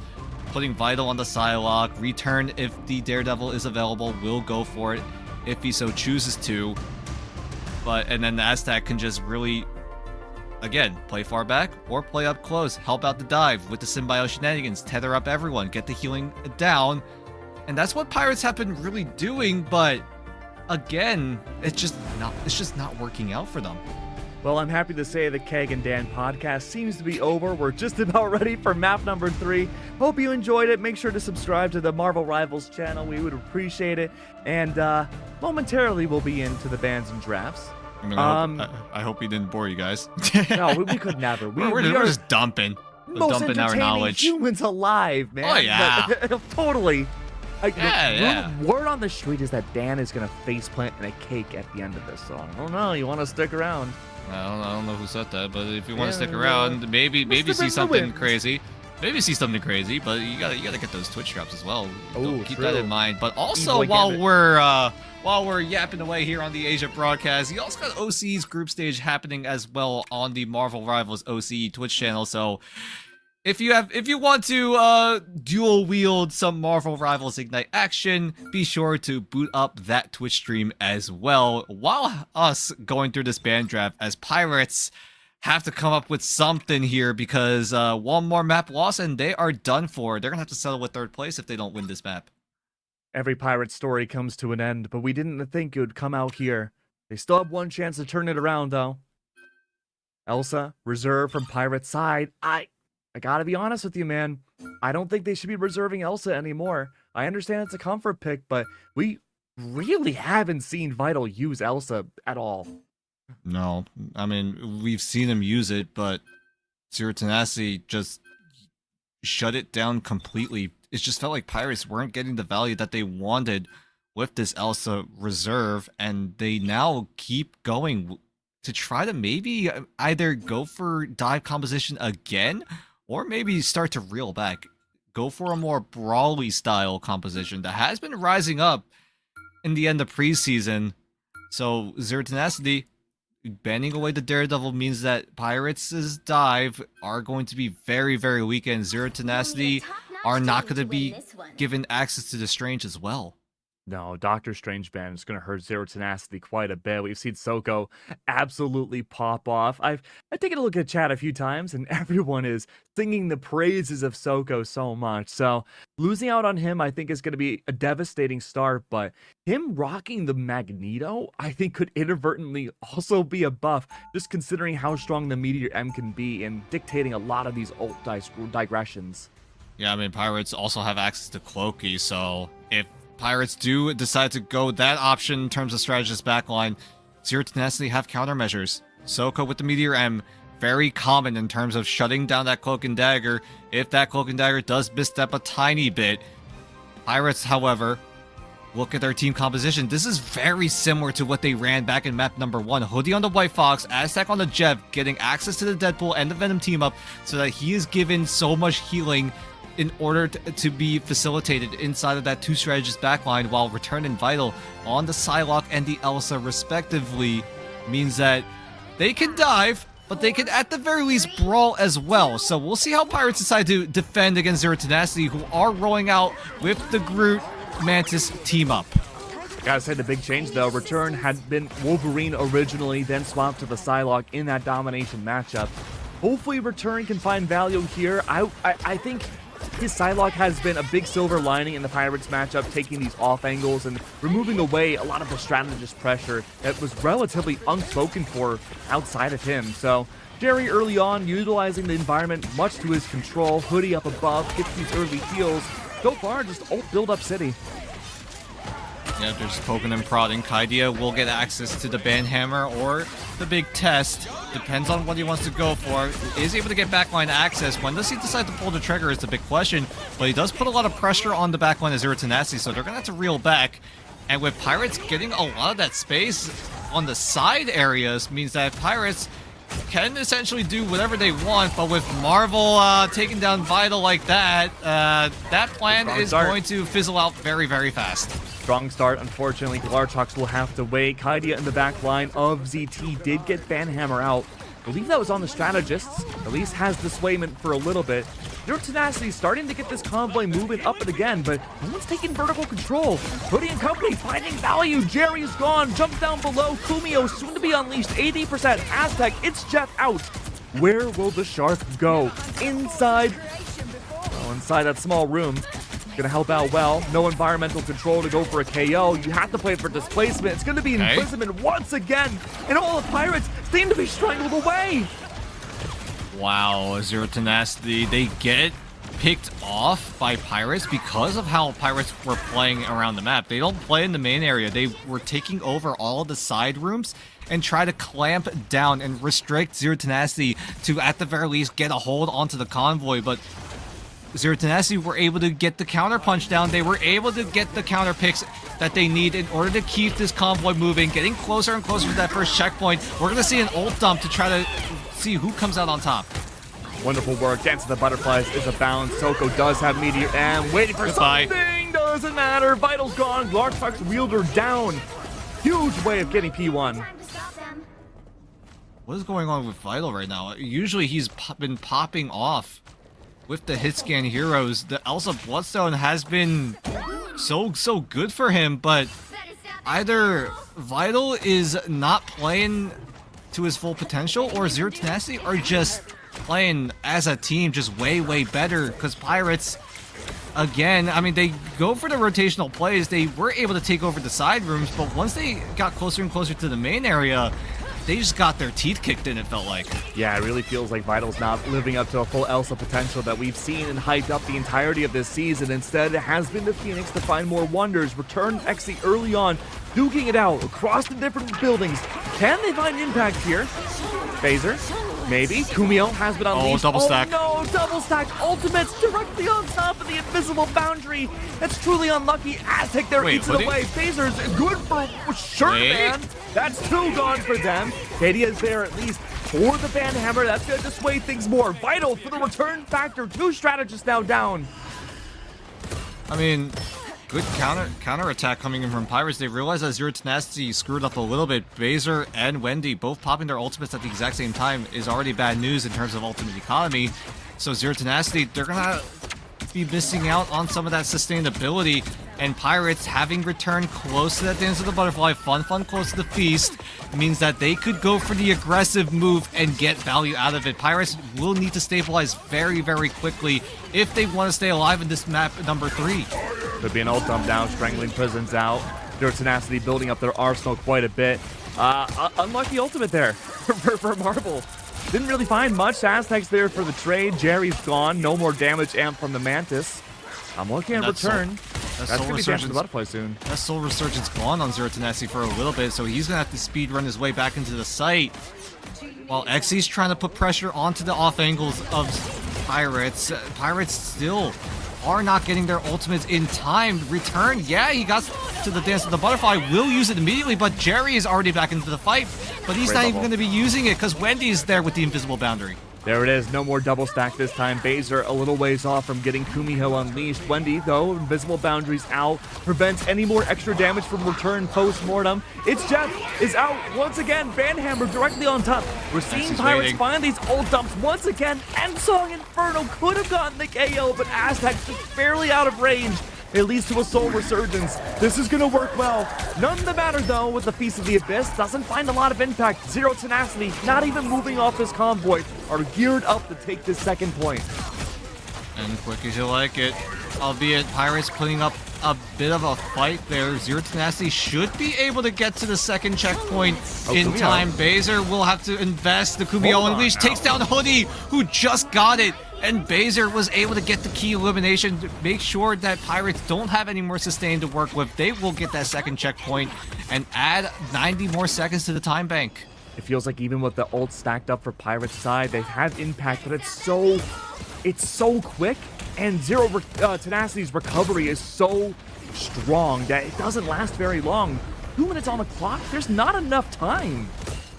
They should know Pirates have the Kumio Unleash. Zero Tenacity, without any ultimates besides Marvel on the Strangling Prison, they're gonna have to find a way to either bait out Hoodie to use the Kumio Unleash, or just wait for Kumio Unleash to come out and then go for their moves. There's the Strangling Prison onto 2, but there's great peels coming in from Hoodie, and he's able to extend this fight with some extra AoE damage.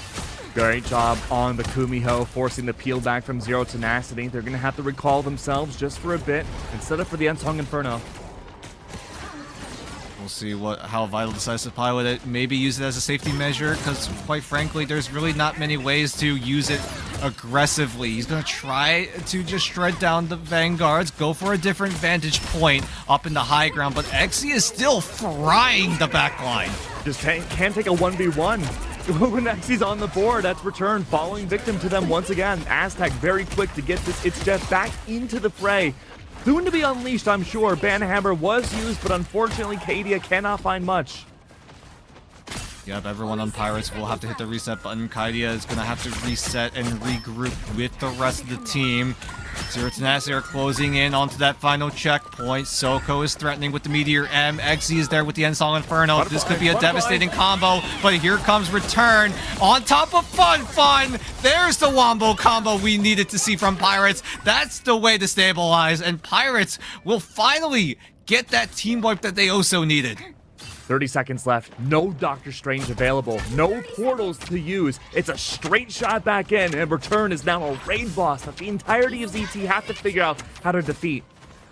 I mean, Soko, Exy have the Ensong Return. Meteor Wombo combo. Return is there with a quick elimination. Wendy's gone. That's one gone. Return wants to stack it up again. 25%. No chance for Butterfly anytime soon. From behind, no one's watching out for Psylocke. A triple for Return. Could this be a quad? It very well could be. But from behind, 2 seconds left. The journey ends here. Zero Tenacity on the attack. Overtime is out. Marvel, the only one directly onto the convoy. No Dr. It's Strange. Cat back. No Strange. No portal. No problem, says Pirates. They have found their form again, at least for this defense. Oh, better late than never, right? Pirates finally find a way to stabilize with the Venom Psylocke Wombo combo. Feast of the Abyss to provide the anti-heal, get that percent health damage as well, and then Return goes in, slashes everyone down so that even if Zero Tenacity tried to stack together to try to even out the damage of the Dance of the Butterfly, you're just putting yourself into a situation where Fun could get a multi-man bite with the Venom ultimate, and then Return just finishes them off, cleans them up, quick as you like it, and that was where Zero Tenacity will have to finish with. They're gonna get 2 points, but Pirates, again, they're gonna have to match it, and that was the only first time we saw some sort of team cohesion in terms of ultimate synergy. I agree, but I will add the caveat that Pirates on their defense for Shin Shibuya before they got that final tick, they looked pretty decent too against Zero Tenacity. But again, Yeah. close quarters, 30 old seconds dumps, before you really attack. the same Get thread of the ready. story that they relied on to get that impact. I don't know if they can find the same, well, I guess impact when it comes to their attack. I mean, yeah, you say that the ult dumps were good for Pirates, but it just felt like it was happening one after the other. Like, after one player uses an ultimate, then the next player goes. They don't really use it at the exact same time. Because there were times where Return back in Shin Shibuya did find some key eliminations to shut down certain strategists' ultimates. But that's really where it ends. Pirates need to keep this going if they want to, at the very least, put up a fight in this best of 5 series. Vitals back on Elsa. Have not been a fan of it this series. Damn. Exy showing, yeah, Return, gone. Like the wind. Huge work early on, full control of these upper buildings. I expect a very quick Phoenix swap. I mean, we'll see if Zero Tenacity decide to opt for that. But for now, Vital sticking to the Elsa Bloodstone. The hero is strong, but Vital piloting the Elsa has been very, very quiet. Pirates are going to have to make all the space that they need. Return, going for a reposition. Having Hoodie at his side means that he can go and challenge those off angles, but Xe is doing just that, making sure Return doesn't get any more ground, but he's going to go for the more aggressive approach here. Convoy slowly moves, 3 minutes left. Marvel on Captain America, no longer the group, probably expecting some sort of hard counter to the walls that he would bring. Banhammer's out though, that's against Jerry. He's going to force the dial back and play for these heals. That's going to relegate a lot of heals away from ZT's front line. They need as much as they can get here.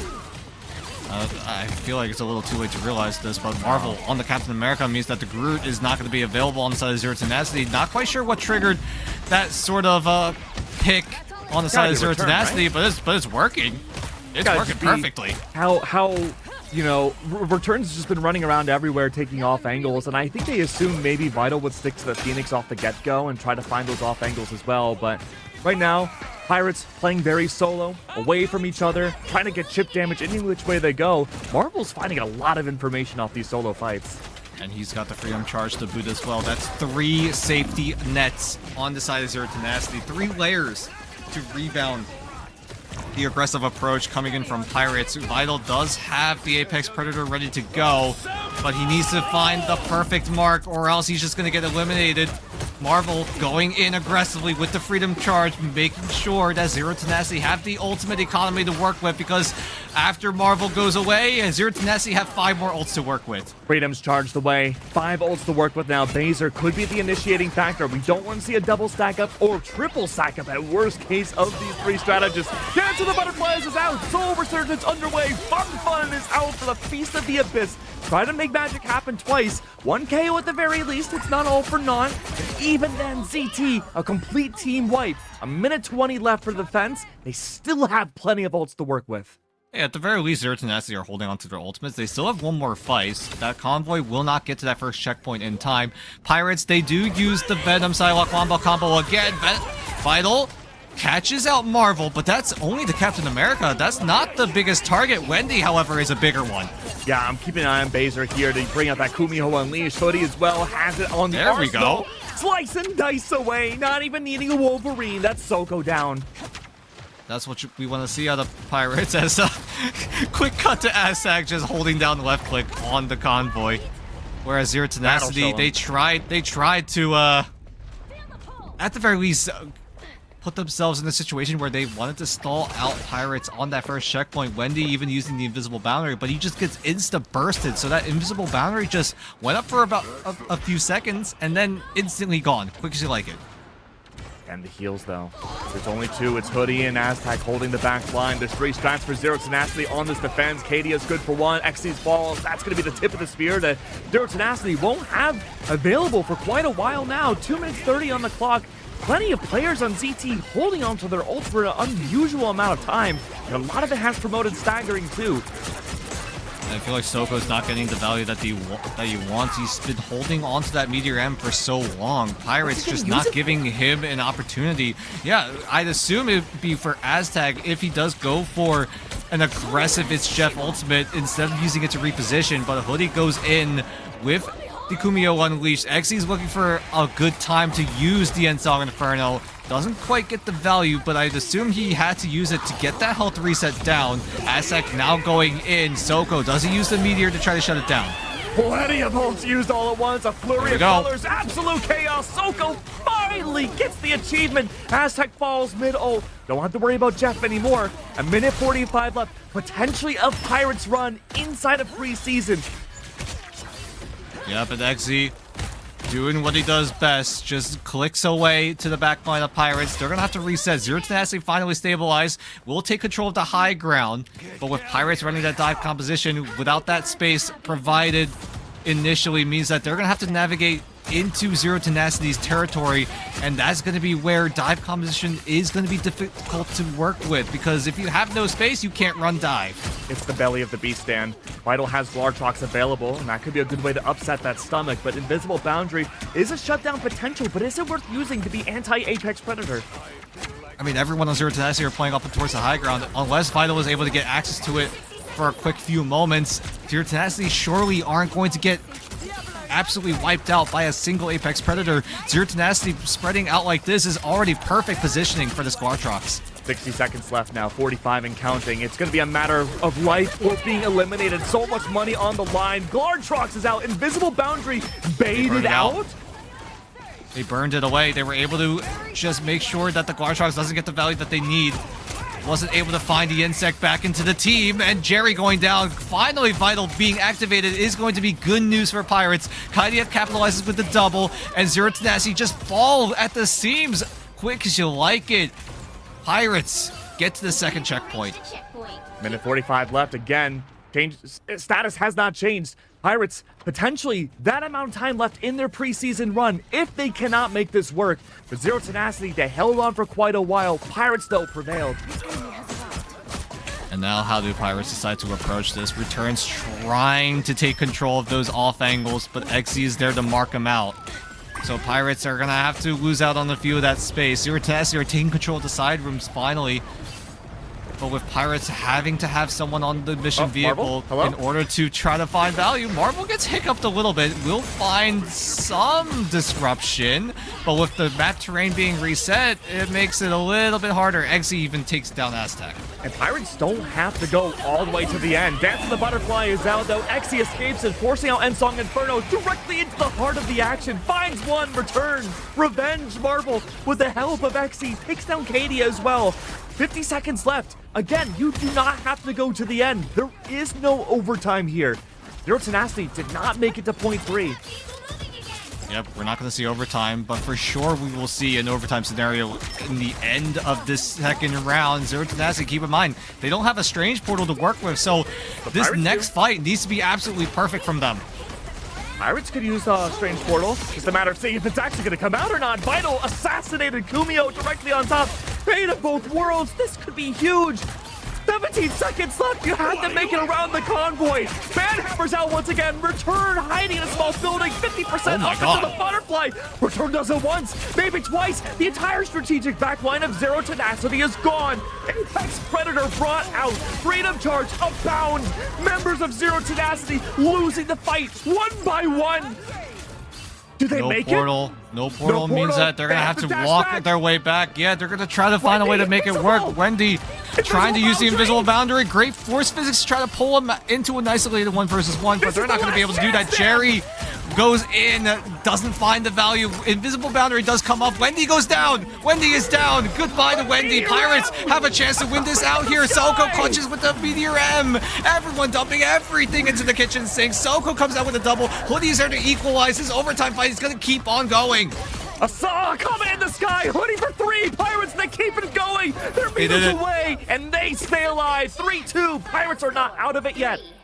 Oh my god, Zero Tenacity, they had a chance to come back. Soko nearly clutched out in that final fight, but unfortunately it just was not meant to be. Pirates instantly shut down Jerry that was trying to stall on the Daredevil. Wendy even getting bursted out. That's crucial seconds taken away from the invisible boundary as well. And Pirates, it just seems like they just woke up, a switch flicked inside of their heads, and they just went, hey, we got one more map left before we're out. Let's just lock the hell in. Yeah, and that's exactly what Pirates did. Great ultimate usage as well, because that's what we were missing in those past 2 maps. Pirates finally coming up huge here in map 3. Yeah, I mean, Aztec and Vital, Hoodie, all in those final fights, saving their ultimates, playing for just maximum amounts of disposition, forcing uncomfortable angles from Zero Tenacity. That was the name of their own game for the longest time. MVP going to Kaidia. Wonderful work going 34-4. Love seeing again him and I would say OCE's Haluk. Some of the best, most aggressive ban pools we've seen thus far. But truly, honestly to me, I think Return needs to get that MVP slot. Return has popped off time and time again for Pirates. He has been one of those big question marks when we saw him come into the Pirates roster before preseason even started. He is a pure rookie. He has not played professionally in other titles, so he's coming in surrounded by a team full of that past title experience. and he has looked to be slotted in so well. He has at times been the main carry. Sometimes it's vital, but sometimes it's return popping off. And sometimes you gotta think, right? How do Pirates need to adjust the ban draft right now? Because Return's Daredevil is so strong, but they're still using that first save onto the Elsa Bloodstone. Do you use it on that Daredevil, or do you go for like the Mantis or something like that? Because right now, Pirates, either they need to edit the ban draft a little bit, or they just need to essentially play better. I mean, it's a tough question. Are you banning the cause or the symptom if you get rid of the Psylocke in the ban draft? Is it worth bringing that out? The Daredevil can be super strong no matter what, but I mean, you get rid of a Psylocke, Return can play anything, man. You're still gonna have a strong player. And we'll see if the strength of this team is able to come up huge here. Pirates a third away from a reverse sweep. Can they follow through? We'll see as we head into map number 4. Dracula wishes to reclaim my city. You call yourselves New York's guardians. Now is the time to prove it. Thank you very much.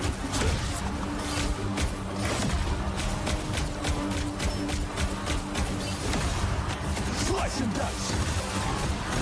Ancestral sword. Strike!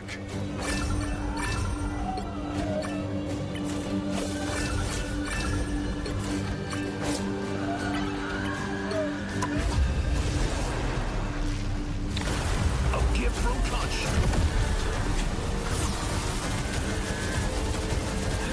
Taste cold steel. Time to make the undead dead again.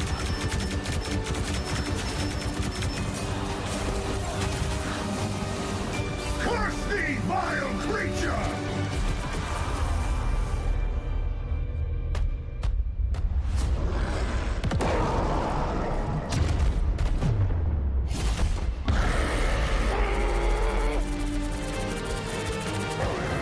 Well done. Perhaps I'll give you the key to the city after this. I shall feast on your bones! Ratatoster? What did Dracula do to you?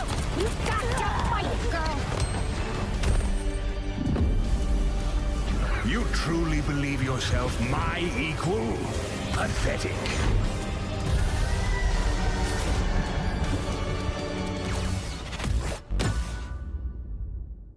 You have my thanks, but your vigilante antics have violated the law. You're under arrest.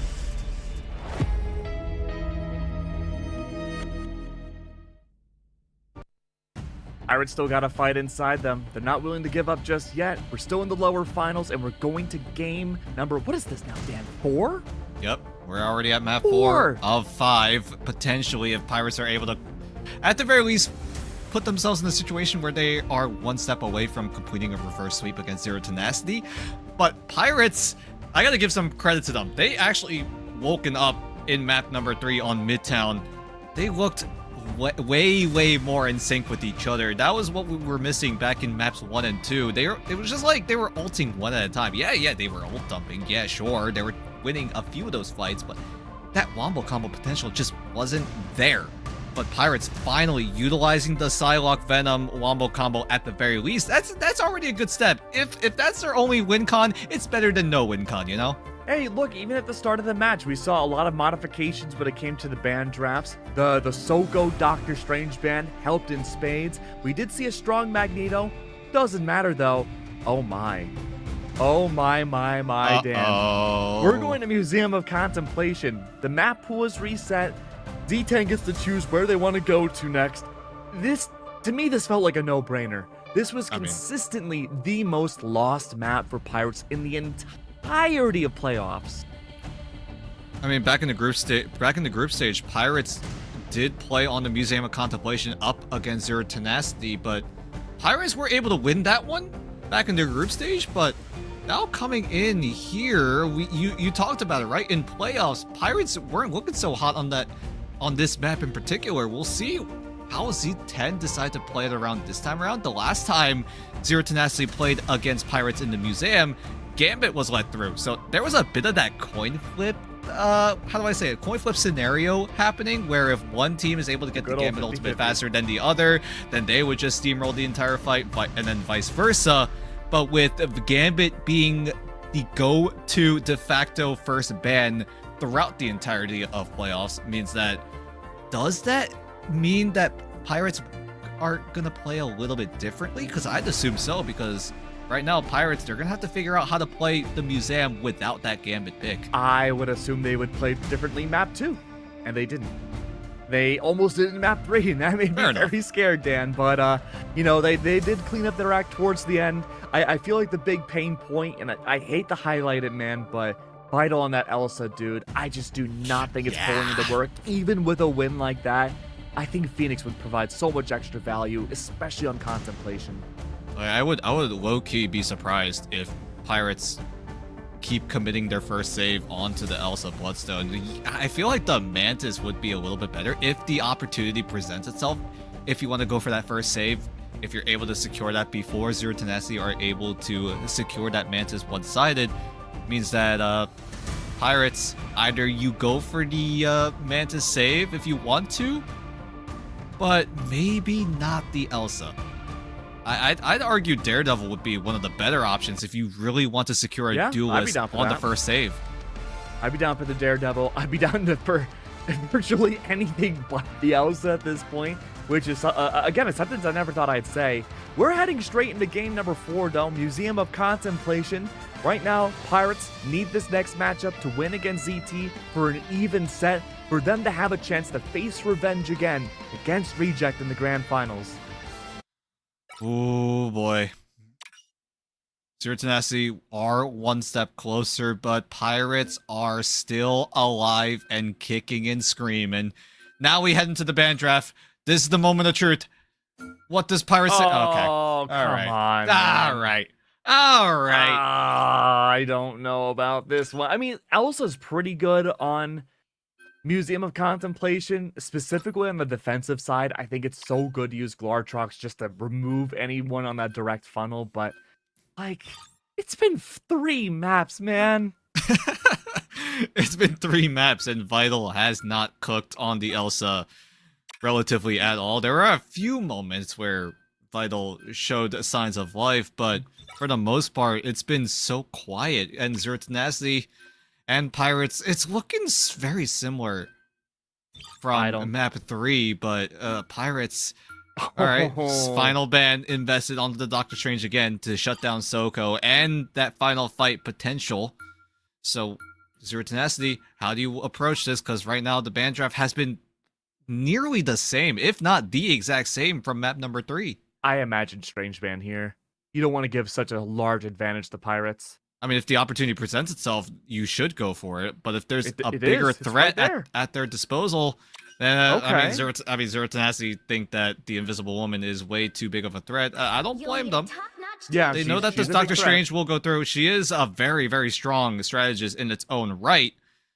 But man, Pirates take away the Doctor Strange. We'll see if that proves to be valuable again, because my God, it was back in Midtown. Absolutely. No portals towards the end. A mad dash forwards. Had we seen Soko on Strange, that could have been a very different ending for that final fight. So we head into this 4th map. It looks like Pirates do choose to attack first. That has been the common choice if you do choose the Museum of Contemplation. Very few times teams have decided to go for the defensive side. Let's take a look at what Zero Tenacity are cooking up here. Baser on the White Fox. Jerry and Marvel teaming up with that Vibrant Vitality team up. Marvel able to provide that extra sustain with the wall to provide that healing. Jerry is there as well to provide that anchor and that one-sided damage boost that they have been using quite well, honestly. In the likes of Pirates' aggressive approach, just putting up those walls, putting up the damage boost, putting up that extra healing potential. Even Baser on the White Fox to provide that extra peel to help out Zero Tenacity if they do get jumped on. But Pirates, they're going to have to facilitate this perfectly. It's going to be up to Fun to, at the very least, bait out these key cooldowns on Zero Tenacity. Absolutely. Return should be the highlight of the show when it comes to Pirates. Great at off-angling, finding impact early on. Needs to rack up Dance of the Butterfly. Not a lot of places to go for this opening choke, but Return can make it work, playing on the front line alongside Fun. These two have worked in tandem so much throughout this entire set and throughout this entire season. Right now, working out in spades, 21%, racking up that ult. Kadia will be the first to get that banhammer down. Everybody else just playing for the ult charge. Well, Kaidia is going to be there to provide that extra pressure potentially. Pirates need space, and space as soon as possible, really. Kaidia would be that first step to try to pressure the backline and force Zero Tenacity to, at the very least, peel and make sure that none of those strategists get eliminated, right? Pirates are going to take control of those side areas. Vital up on the left in the high ground to make sure that Zero Tenacity, if they want to go for cheeky off angles, they're not going to be able to do so. As that goes in with the Chef, it could be huge here. Oh! It catches up 3. There goes the boundary wielder. That's going to be 3 vital players gone. Aztec, a worthy sacrifice. Wendy, Jerry, and Soko all gone. That's the majority. That's your entire defense gone. Does that guarantee P1? No strange. No strange, no portals. That should be a straight shot to P1. I mean, I think Zero Tenacity still have time to walk on forward. Marvel even Like switching over to the Captain America to, at the very least, stall out on the point to make sure Zero Tenacity walk on forward, but they're so close to getting there. They're not able to get it. Oh, unfortunate. Oh, it's because of Glartrox. There it is. Beautiful work. Finally, Vital coming to life. Kadia, everybody shows up in the KO feed. Pirates reborn. Wow. Pirates. Nice ultimate usage. Aztec finally getting value on the Chef. It only took him 3 maps, but, you know, again, better late than never. Vital also That's coming true. up huge with the Glartrox, preventing Marvel from stepping foot onto the site. So, finally, these micro clutch plays from Pirates starting to work out in their favor. Zero Tenacity, however, they have the team cohesion. They are able to play together, but with Pirates' X Factor, Zero Tenacity need to match that. Hey, look, if you've been watching Asia anytime this season, you know this second point on Contemplation has been a live or die moment for the majority of these teams. Vital for the opening pick. Marvel's gone. There goes the group. Kumio unleashed and Hoodie is there for the return. It's great, though. More and more damage has been applied. Meteor M nearly taking down Hoodie's life, but it's not enough to get the final deal. Xe has Ensong Inferno, a great defensive tool, but it won't be enough to wipe out the entirety of Pirates. They're making the lead charge in. Feast of the Abyss is out. Return is there. Huge work with Dance of the Butterfly, and Marvel finally gets one. Somehow Zero Tenacity were able to survive the Wamo combo. The win condition that Pirates have been using time and time again. The Dance of the Butterfly into the Feast of the Abyss. But that time around, Zero Tenacity were able to survive that barrage with minimal ultimates. I don't think they used a single one to survive that. Xe had to use the Ensong Inferno. But that was about it. Zero Tenacity are fine with surviving this. That is a huge fight win coming in from Zero Tenacity. Absolutely. Now, Wendy and Bazer, they do have their ults available. The strategist ones, Vital is same. Could be. Glartrox available again. It's been so good about driving people out of these small little territories. It's Jeff is there. Yum, yum, yum. That's a swallow. It does. No, it doesn't work. Soko gets assassinates Aztec. We're back to what we saw Silly in City. past maps, but yeah, it got a little silly, but still a 1-for-1 trade overall. But it's going to be in favor of Zero Tenacity here. They're the ones with the closer spawn room right now, so Zero Tenacity will have reinforcements coming in way faster when you compare it to Pirates' spawn room. Bazer's even there with the Kumio Unleashed to try to zone away Pirates for the time being, but at the very least, Marvel is there with the Freedom Charge if he so needs to use it. But he's probably going to wait until Pirates make that first move. Marvel has a great info tool, just with the survivability of Captain America. Freedom Charge 2 to terrorize the back line and make sure Aztec cannot get any value out of his ults. Soul Resurgence is the starting point. Still Freedom Charge is available. Wendy and Co. inside a small building. Kaidia falls. That's such a great start. Great start for Zero Tenacity. At the very least, to stabilize for a little bit. It got a little bit dicey, but Zero Tenacity are holding very well. Minute 40 left on the timer for Pirates as they look to poke and prod, wait for their ultimates to come online and ready to go. We're looking at Return on the Dance of the Butterfly to see if he's able to get the value. Xy's going to have the Endsong Inferno to try to dodge it away, so at the very least, he should be able to stay alive. Marvel goes in with the Freedom Charge as Hoodie does pop the Kumio Unleash, but Fun going down means that Pirates are going to have to hit that reset button. There we go. Kumiho is out. Soko, Meteor M ready. Endsong Inferno, great initiation tool. Xe could use at any moment. But where are Pirates? They've been staggered out. Haiti again has to force back away. Xe could have found the moment to use Endsong, but wants to hold on as long as humanly possible. There's a minute left. Return. He's looking for an angle to use the dance. Maybe he finds it, but Wendy is also there to maybe, if he finds Return dashing in, able to use the force physics to force him away. Return, going deep. Still waiting, potentially looking for that opportunity, but everyone on Zero Tenacity, they're okay with this. They're able to get their ultimates online, most notably Wendy on the invisible boundary. Hey, look, Dan, if they want to prove you wrong, Large Rocks and Dance of the Butterflies and great force physics. Well, instead, though, it's going to be force physics pushing Return away. Dance of the Butterfly finds no value. Fun, Feast of the Abyss. Almost putting it work. Pepper is out. Kaidia again terrorizing the scratch in the backline. It forces the entire arsenal from Zero Tenacity to be unleashed. And Song Inferno, fantastic fight with no impact at all. Soul Resurgence is down. That's the contingency plan. Holding the line, ensuring that Pirates cannot get a second. We're back to overtime again. Holding it down. No ults available for anybody on the board. The closest is Baser. They could be the ones to alleviate this pressure. Assassination! Return removes the Psylocke out. And now, with a Kumio Unleashed, you might as well use it. Displays them away. A portal is out, but it's too late. I'm not sure where Fun was. I think it was just a few pixels out of the convoy. But Zero Tenacity, great holds coming in, able to survive the aggressive moves coming in from Pirates, especially with the Dance of the Butterfly and the Feast of the Abyss wombo combo. It just didn't work out, and then Return tried to go for the finishing KO onto the backline of Zero Tenacity, but a great force physics from Wendy was just the difference there to keep the strategist alive on Zero Tenacity. Yeah, literally saved the day. And now Pirates, you're gonna have a decent hold. At least you didn't get full held by Zero Tenacity. So at the very least, you have some leverage to work with. So you don't have to resort to things like the Atom Warlock to make sure that everyone is there as long as possible. So Zero Tenacity, though, great hold coming in. Can they match that push to push them into the grand final? Pirates forced on the defense. It was attacked back on Midtown. Now Return, not going to be on the Psylocke and Ultron instead, putting all of their stock on that offensive presence in their defense on Vital. There's been a lot of controversy with Vital in this series. If there's a chance to shut the haters up and prove them wrong, it's got to be right now.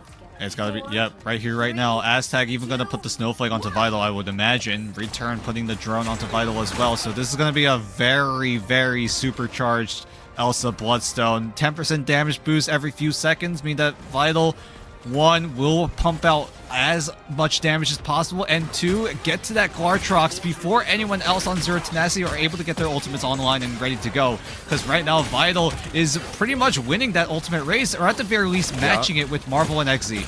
Yeah, I gotta say, Return is doing a fantastic job racking it up as well. Rage of Ultron could be the initiation tool necessary to break this line. Marvel, though, is bouncing around everywhere. It is America versus America. One's a werewolf, one is a football player. And let me tell you, I could not tell who's going to win this one out. Marvel's creating more space at the very least, preventing off-angle potential. That's what you want to see with Fun and company on this defense directly on top of the convoy. He is terrorizing these strategists. I mean, Fun is just checking off all the things, right? Marking the side angles and then disrupting the back line with those soft hits. Marvel and Fun are making this look like a moment from Avengers Endgame. Captain America versus Captain America. They're still fist fighting each other. That's no elevator, Dan. But let's see, though. Oh, no. Rage of Ultron. The Glartrox are out now. This could be a big moment, a game changer. Freedom charge underway. Marvel in return immediately. Rage of Ultron on top. The Glartrox wielder gets assassinated. Even with all the amplification in the world, it doesn't make a difference. Saved at the very last moment, frozen in time. Believe me, Cap knows a thing or two about that. Oh, Resurgence is out now. Damage amplification should be everywhere, and the heals are most certainly abound. It's gonna be Fate of Both Worlds in return. Once again, Marvel torturing this back line doesn't make a difference. Endsong Inferno also found a little bit of value, but even then, Aztec gets one. Return in return. That's gonna be XT Falls. Invisible Boundary, all these ults so early on. No one's holding on for the nuclear arsenal. It's one by one. Banhammer again. Everybody's going for everything at once. Did you know that there was a Banhammer or a Kumio Unleashed? I sure didn't. But through it all, it was everything unleashed at once. And with a minute 40 left, Dan, there's still a lot of room for ZT to get this convoy. And now we reset back to the neutral. Pirates are able to get the hold down. Minute and a half left for Zero Tenacity. Means that they're going to have to navigate towards those ultimates at the very least in order to look for a second attempt at capturing the first checkpoint. Because if they don't, we're going to be tied to a piece, and Pirates will be one more map win away from a reverse sweep as Baser and Xe look to shut down that momentum. It's a flurry of colors, my friend, and Kaidia again forced to run away. Is that a strategist? No, it's Vital, all alone, still ever squishy, and Jerry eliminates them. Mantis v. Elsa, a fitting description of this series. 3 meters left, 56 seconds to go, and still that convoy being held. A portal! Jerry, you are not a duelist! Does it again! This Mantis has been incredible! And could there be a Kumio soon? Might not matter, because we see the Strangling Imprisonment on top of an Invisible Boundary that needs to come out right now. No, it's not necessary, Dan. Even with the portal, all the Pirates have sunken ship. Keep up the momentum. I mean, either you wait for your ultimates to come out, or you just win them out in the neutral, and that's exactly what Zero Tenacity did. They beat down the Pirates. They take away 2 without using a single ultimate, and with that momentum, Zero Tenacity just don't look back. They keep on moving forward. Pirates try to stabilize with some ultimates, most notably the Rage of Ultron. It just wasn't enough. Zero Tenacity, off of those picks, just keep the train moving, and now we get closer and closer. Zero Tenacity have a chance to shut down Pirates right here, right now. And look at that distance, 2.5 minutes on the clock still, and there's plenty of ults for ZT to control the entirety of Pirates and how they can dictate the rest of this match, potentially this series. Potentially. Batmobile's rounding the corner. Zero Tenacity have a lot of ultimates at their disposal. Kaidia, thankfully, has the Deadpool ultimates. Aztec could go for the Jeff E, but that's really a more safe option, it feels like, because Aztec hasn't really found much value with that Shark. He's just going to use it to reposition. It finds nothing! Meteor M in return! Salt in the wound, Vital falls, and Aztec's confidence unfortunately may be waned. That's going to be an assassination. No, Soko only takes half of that HP off of Aztec down. Kumio has been unleashed. It's a box battle!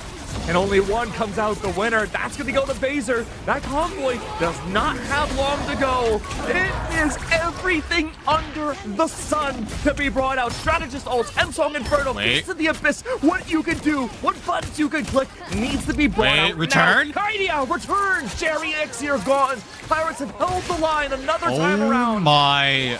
They had to rise up now, and Pirates do just that. Return coming up huge, clicking down 3, and now the ultimate economy swings into Pirates' favor. There is a world where Pirates get the hold down, and we go to map number 5. Vital needs to come up insane with this Glartrox, or else Zero Tenacity could just win it outright.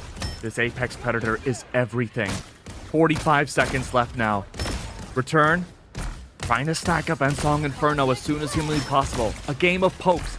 Get the flashes set up and ready. Aztec is on the way with its Jeff, and that could be great for the convoy at the very end of OT. 30 seconds left. Wait, might not seem like a lot of time. You're right. You're not. What can they do? Instead, Banhammer's out instead. Soko far away. No one's challenging this Phoenix whatsoever. Glartrox is out. And now suddenly it's a flurry of ultimates once again. Kaidia through the Banhammer. Remove They're doing Visor. it. Oh my god, they did it. Light is gone. Oh my. Is there even time? No portal? No portal. Strange is banned. Everyone on Zero Tenacity have to make a mad dash onto the point. There's no time. 3 seconds left. It's going to go down to 0. Jerry's going to try to touch, but he's going to get taken out. We're going to map number 5. I just cannot believe it, Dan. We are going the full distance, and it's lower bracket finals. We still have grand finals after this, and that is looking like it'll go the distance too. Wonderful work. A beautiful Glartrox to come out from Vital. He is proving the haters wrong, man. These last 2 maps have been so good for him.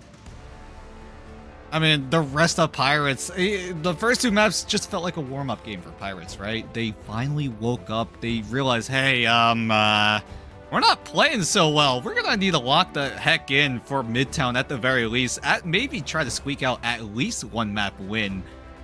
And now they get 2. They just need 1 more, and they complete the reverse sweep. Zero Tenacity. You're gonna have to start sweating a little bit because you're getting flashbacks to group stage where Pirates just ran right through you guys. So Zero Tenacity need to figure out something in terms of this ban draft as well. Do you want to commit a save onto the Doctor Strange before Pirates make the move onto it?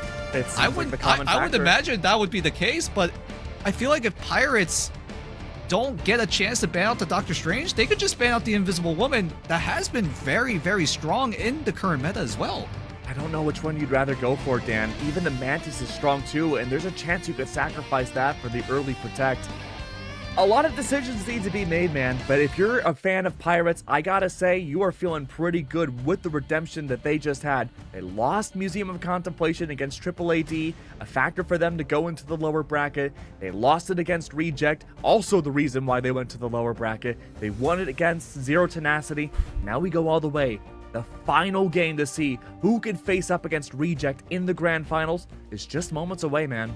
I mean, I'm so excited. Both of these teams showing that this collision course of a banger of a matchup has ring true. I wanted this to go the absolute distance, and we got just that. I mean, Zero Tenacity coming up in swinging at the start, putting a little holes into Pirates' ship, but Pirates are able to stabilize, get the buckets, and get all the water out of the ship, rebuild that boat, and then look to sail away into the sunset to get themselves onto the matchup in the grand finals. But we need 1 more map to separate these 2. And what better way than to do it with a short break as we come back and see how these teams turn out after map 5.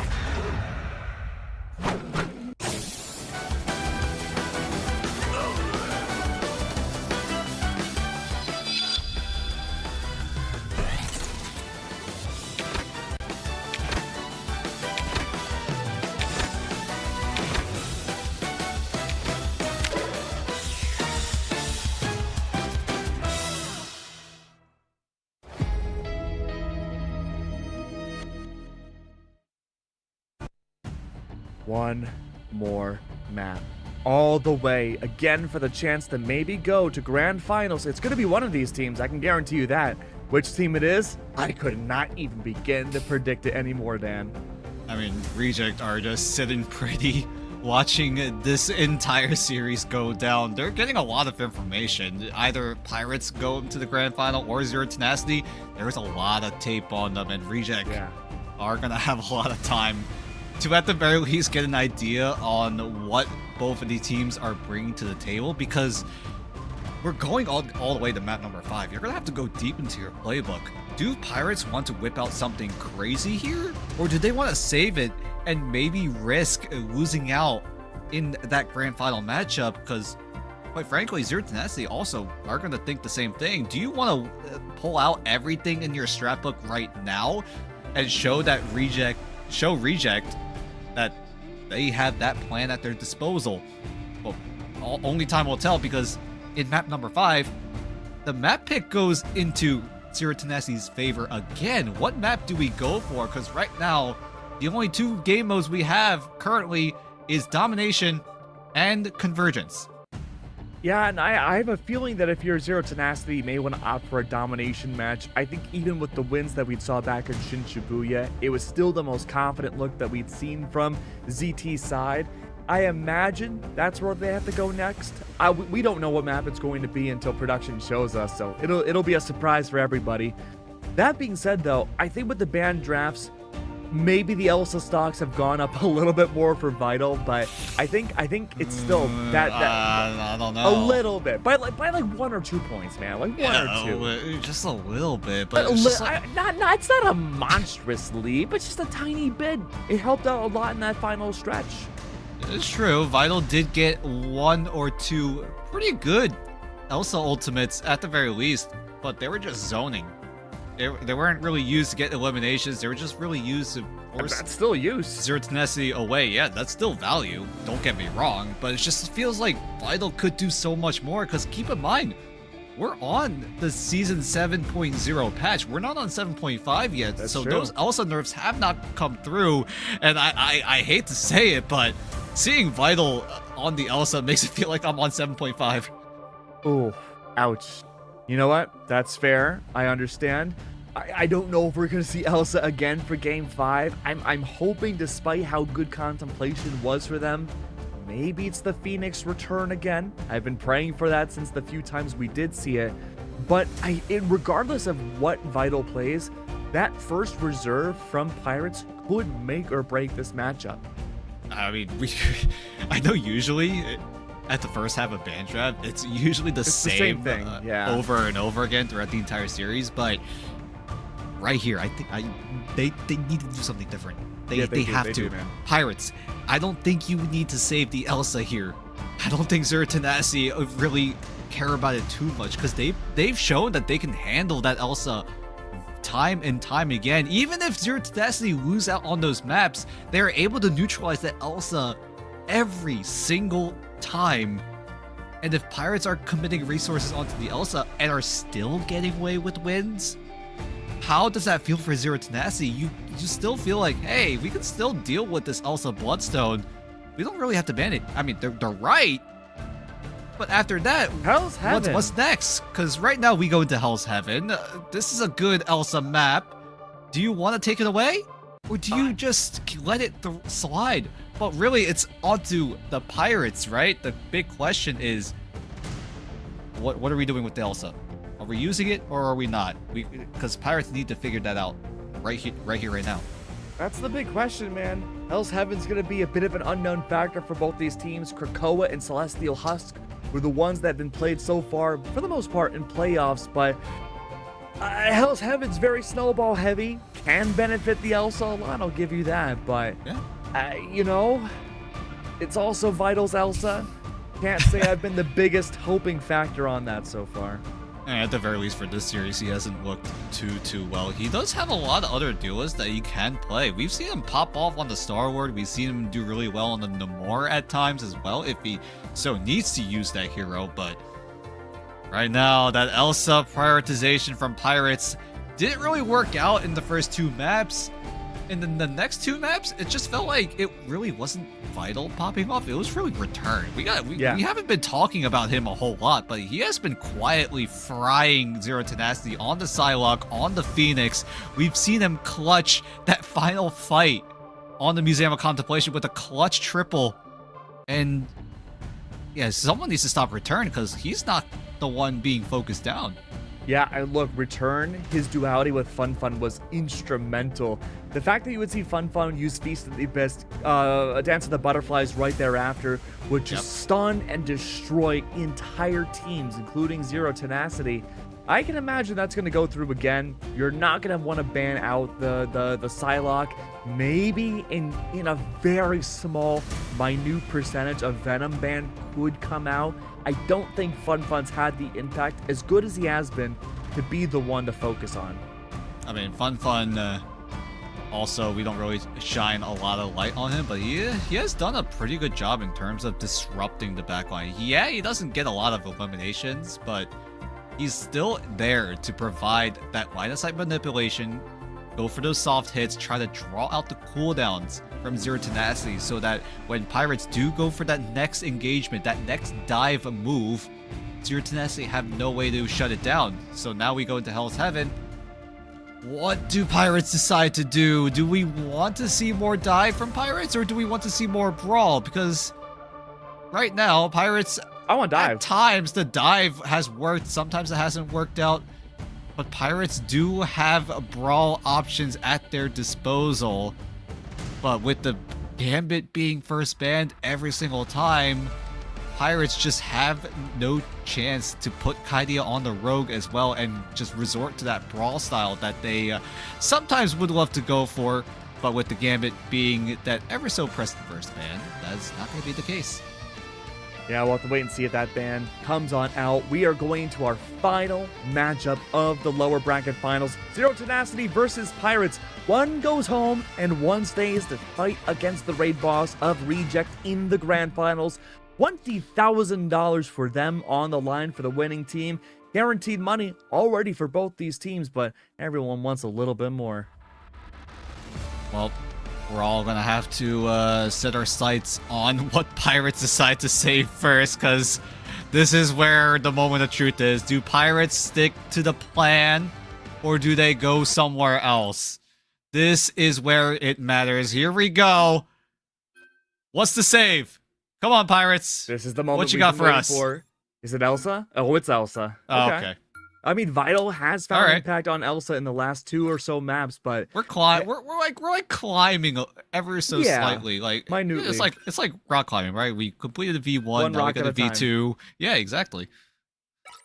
But now it looks like the ban draft, for the most part, is going to be the same for the first half at the very least. Zero Tenacity will get that one-sided Mantis once again. Pirates, on the other hand, will secure Elsa one-sided. And from what we've been seeing, Zero Tenacity have been completely okay with it for the most part. yeah, nothing too crazy thus far. Loki bans out from Pirates' side. Daredevil once again. Zero Tenacity ensures that Pirates will not be able to use it. Invisible Woman save will be good, but this does enable Pirates for a chance to go for another Doctor Strange ban. There you go. As soon as you said it, it comes into existence. This, I believe it's pretty much the exact same ban draft. Yeah, this is looking like yeah, that we're fine with that ban draft. Let's run it back. Zero Tenacity are looking to take a different approach at the very White least. Fox. We'll use the final ban to shut down Hoodie on the White Fox. I'm not judging. If you remember way back at the beginning of preseason, we did see Hoodie pop off and get nearly I think almost a penta on White Fox on Hell's Heaven. So Yeah. maybe they're thinking glimpses of that maybe, but even then, since then, Hoodie's mechanical has just gotten so much stronger on this hero. But we won't see it. Hoodie is so good mechanically. I remember seeing him back when he subbed in on the Genji roster, at least in stage 2 of Ignite Asia. And my god, I still remember his Adam Warlock performance on Arako. Yeah, they lost out on that map, but my goodness. The aim on this guy and the awareness to go for those off-angle hits was just absolutely insane to see. And Hoodie gonna go for the Invisible Woman, doesn't have access to the White Fox. I would assume that he would have wanted to go for that over the Invisible Woman, but Invisible Woman at the very least is available. I believe Zero Tenacity did ban that hero out in the last map, so they're gonna make a minor adjustments to the ban draft. But Pirates so far, ever since taking away Soko's Doctor Strange, Pirates have been getting the upper hand, at least in the late game. They have been. Fun's gonna go for early portal. Very snowball heavy map. You need to get as many advantages getting the displacement as you possibly can. But to your point though, Soko no longer on the Magnetos, opting to go for the Van Pool instead. We saw Soko game 1 on the last domination get 0 KOs against him, 0 deaths, and that helped out so much for the team. Pirates are looking to spread out now, fanning away. They use the Doctor Strange portal to put themselves in an advantageous angle, forcing themselves into Zero Tenacity's territory, but Wendy is able to kick them right back out with a pick onto Kaidia. Very strong start here, Marvel. Close to being lost out on that early KO. Not quite the case though. Soko much more active in the server this time around. Double KO to begin things off. That's what you want to see. And it could have been possibly a third. Jerry wipes out more of Pirates. Perfect bubble coming in from Soko to cut off the healing from the backline of Pirates. Hoodie was outside of that bubble, so he was not able to patty cake Aztec and return, so they both go down, and that is a convincing first fight win for Zero Tenacity. And that was the portal investment too. Fun and company, they got early onto the site, and even then, isolated out by the hands of Soko specifically was so strong. I mean, at the very least, the portal will come back in time if they need it in an overtime touch scenario. As Fun moves on forward, Soko overextends a little bit. But at the very least, Zero Tenacity could try to zone away Pirates with a good Rage of Ultron, as Pirates are closing in on their own ultimates. Xy's close to getting Dance of the Butterfly as well. They want to take a page out of the Return book. Return, though, not on Psylocke. Instead, also on Ultron. Damage amps pumping in directly into Cadia and Vital is going to help out a lot. Barry does bring out that Rage of Ultron. Does not find the impact necessary, but does hold back Pirates from pushing up. I mean, that's exactly what Zero Tenacity wanted. Force Pirates away from making any aggressive moves so that Zero Tenacity can stack up their ultimates on their end. And look what it's done for them. Exy now having the Dance of the Butterfly. Baser and Wendy have strategist ultimates. Marvel even there as that third safety net available for Zero Tenacity. And they should be able to, at the very least, survive the initial barrage of ultimates that Pirates are setting up. Let's see, though. Invisible Boundary is out, and that'll be the beginning. Fun. Agamotto on the wayside return as well, but the Banhammer will come out first, and Invisible Boundary, all you have to do is wait that out now if you're Pirates, and you have a barrage. So many missiles of ultimates that you could use at your disposal. But that's Return gone. No Rage of Ultron for just a few moments. Lartrox and Fate of both worlds. More damage amp that we could see. But a Soul Resurgence in Return should nullify anything that Vital has to offer with that giant monster. Dance of the Butterflies. It's Hoodie once again, and still retaining control. We're in overtime with Return using Rage of Ultron to try to clear some kind of space. It's not looking likely. Yeah, we're gonna have to see if Fun does have access to the portal. No, he's staying on the site, so him going down means that Pirates have to pick up the pieces, but they're not able to get themselves in. Zero Tenacity off a great ultimate barrage are able to force Pirates off the site and are able to hold them at bay. Zero Tenacity will complete the shutout in round 1. I mean, it's a complete guess from my book, but it feels like a lot of Zero Tenacity's comms are macro-wide, figuring out how they're going to coordinate their ultimates, and it's making a big difference. The fact, again, that you highlighted, Barry would bring out Rage of Ultron early, dissipate a lot of Pirates from pushing in, allow the rest of ZT to rack up their ultimates, and have a barrage like Baser and Exy getting Dance of the Butterflies proved pivotal in that final fight to prevent Pirates from ever even getting a single cap. But can Zero Tenacity do it again? They need the one last more chance. round before they punch their ticket into the grand final. Whereas Pirates, they had their chance, but unfortunately, their ult dump just did not prove to be valuable. Zero Tenacity just played that to absolute perfection, using ultimates to stall out Pirates' moves, their plans at the very least, to give Zero Tenacity the room that they need in order to get those ultimates online and ready to go. But right now, as we head into this first fight, it's going to be pretty much neutral until Marvel and Jerry changes things. Look at this reversal, though. Pirates have switched around their duelists. Return now on the Phoenix and Vitals on the Psylocke for extra momentum. This could be the turnaround necessary. Could be. Missionary opens up.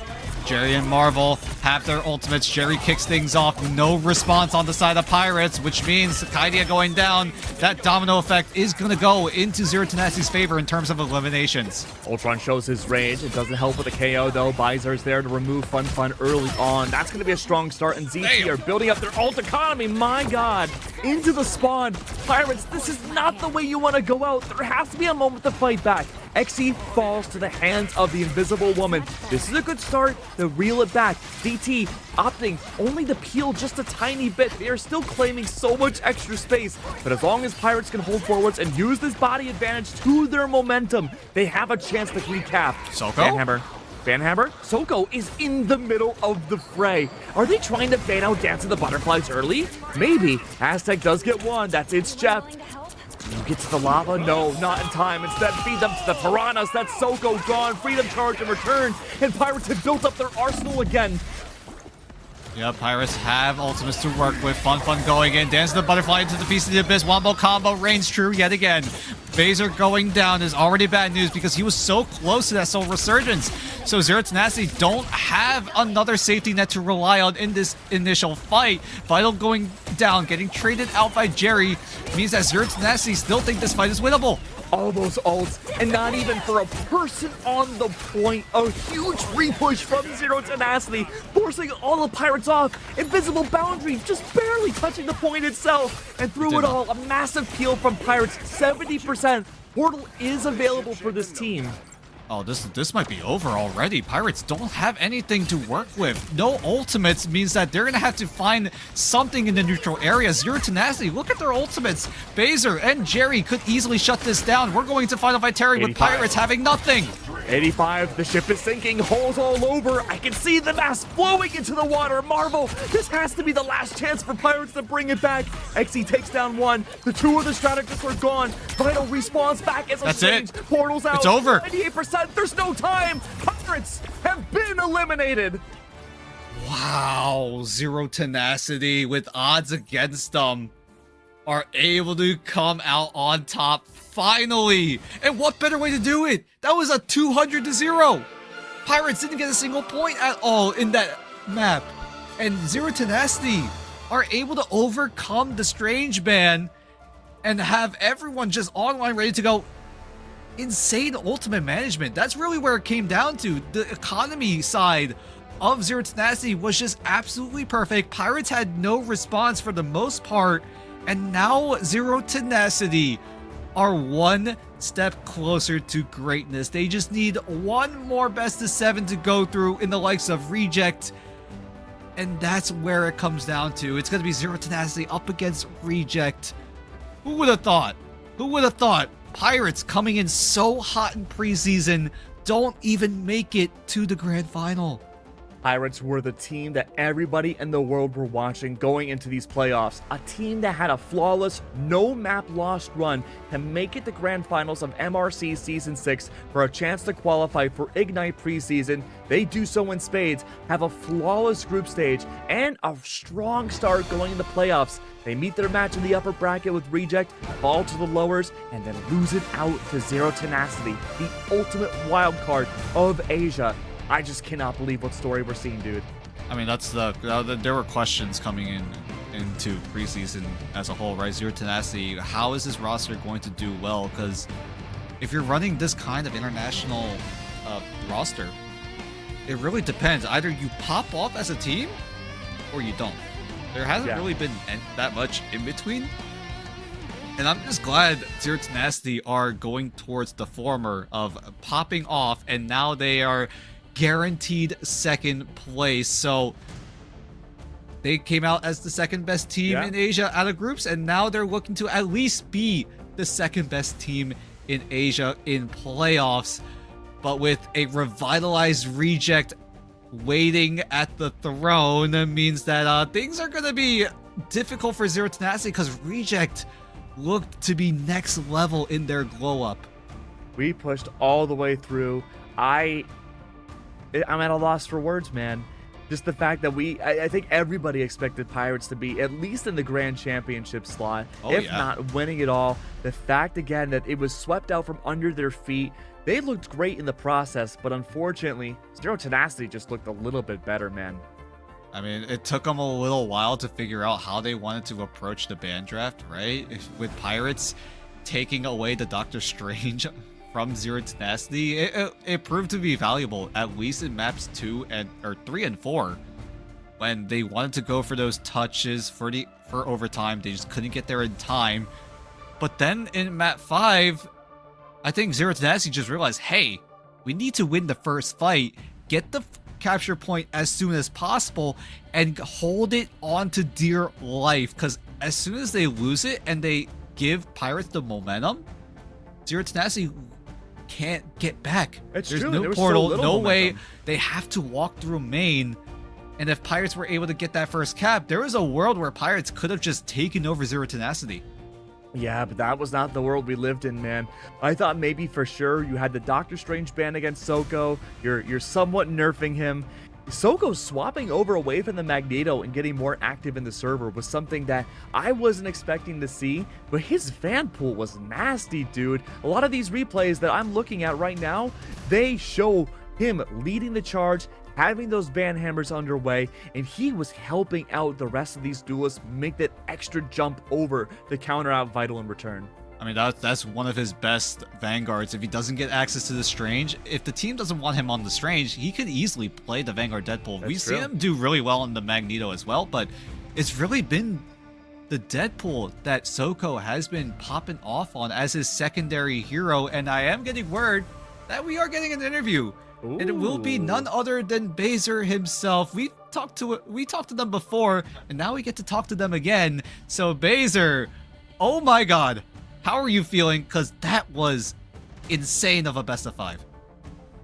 I'm feeling incredible right now. I mean, almost got reverse swept, so we were a little nervous, but I believed the whole entire time we had it. We came in with full confidence and just fully ready, so yeah. Well, talk to us about those nerves. What is that like when you're in such a high octane environment? It's a position that most people in this world will never be in.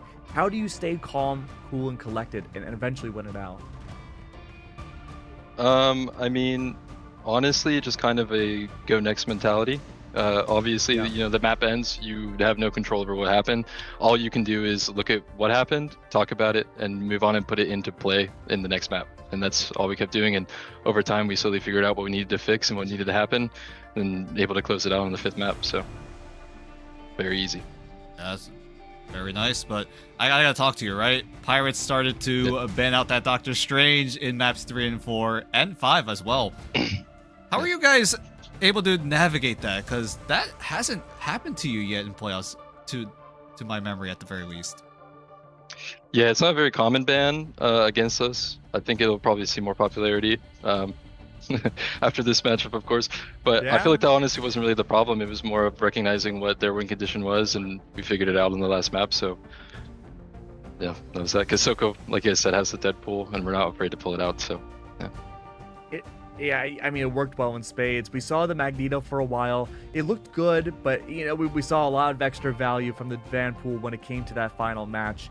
Talk to us about the comms, because we noticed that the ult synergy between you and Pirates was vastly different for the majority of this series.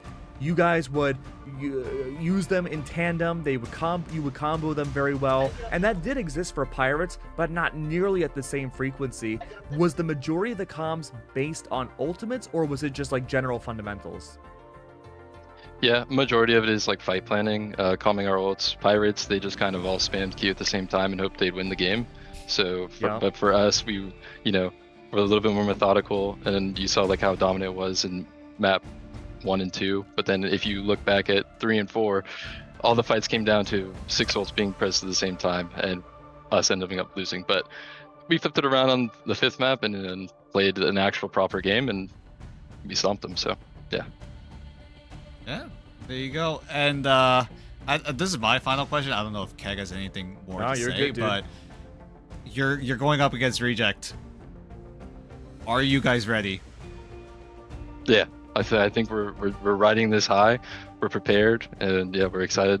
Gonna take first for sure. I'm feeling it. You guys gonna see me in another hour or two, whenever that is. Another hour or two. You know what? I'm excited for it. Who knows? This might be our second interview with you tonight, or we might have a second interview with you tonight, I should say.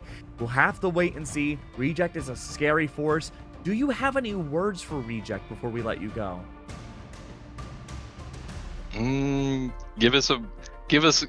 Let us go all the way. That's all I want. Just Okay. I want 7 maps. I want 7 maps. Yeah. I'm with it. Baser, thank you so much. It's a wonderful, as usual, to be here with you. Great to listen to your insights once again. And take a rest before you go and fight Reject, but we'll see you there. All right, thank you guys. Thank you, Baser. Man, can you believe this is only our first series tonight, man? We've only got 2. That's And one of them already went all the way. You know what? I've seen enough. Let's go all the way again. Grand Okay. finals. Let's go to map 7. we don't need to sleep. I mean, fun fact, right? Every single time Asia has had a grand finals, whether it be stage 1 or stage 2 back in 2025, we went all the way to map 7. Stage 1 went to map 8. Not a lot of people know that. It's not very commonly known. We in Asia we had a map 8 in the best of 7. This is I mean I've seen it happen since the very beginning. That was already insane. A tie on Symbiote Surface in 2 Spider Islands. Yeah, why not? Let's do it again. not? I mean, Matsy's been talking about it too, right? Screw it. We saw map 8. Yeah, I've seen enough. Let's go to map 9. Come on. We don't need to sleep Let's anymore. just go. Let's just go. Over We and are over again. riding that adrenaline. We are ready to go. We will have to take a small break momentarily. Don't go anywhere, because if you thought this was hype, we have an Omega banger lined up for you. I better see you there in chat. Don't go anywhere. We'll be back in a few.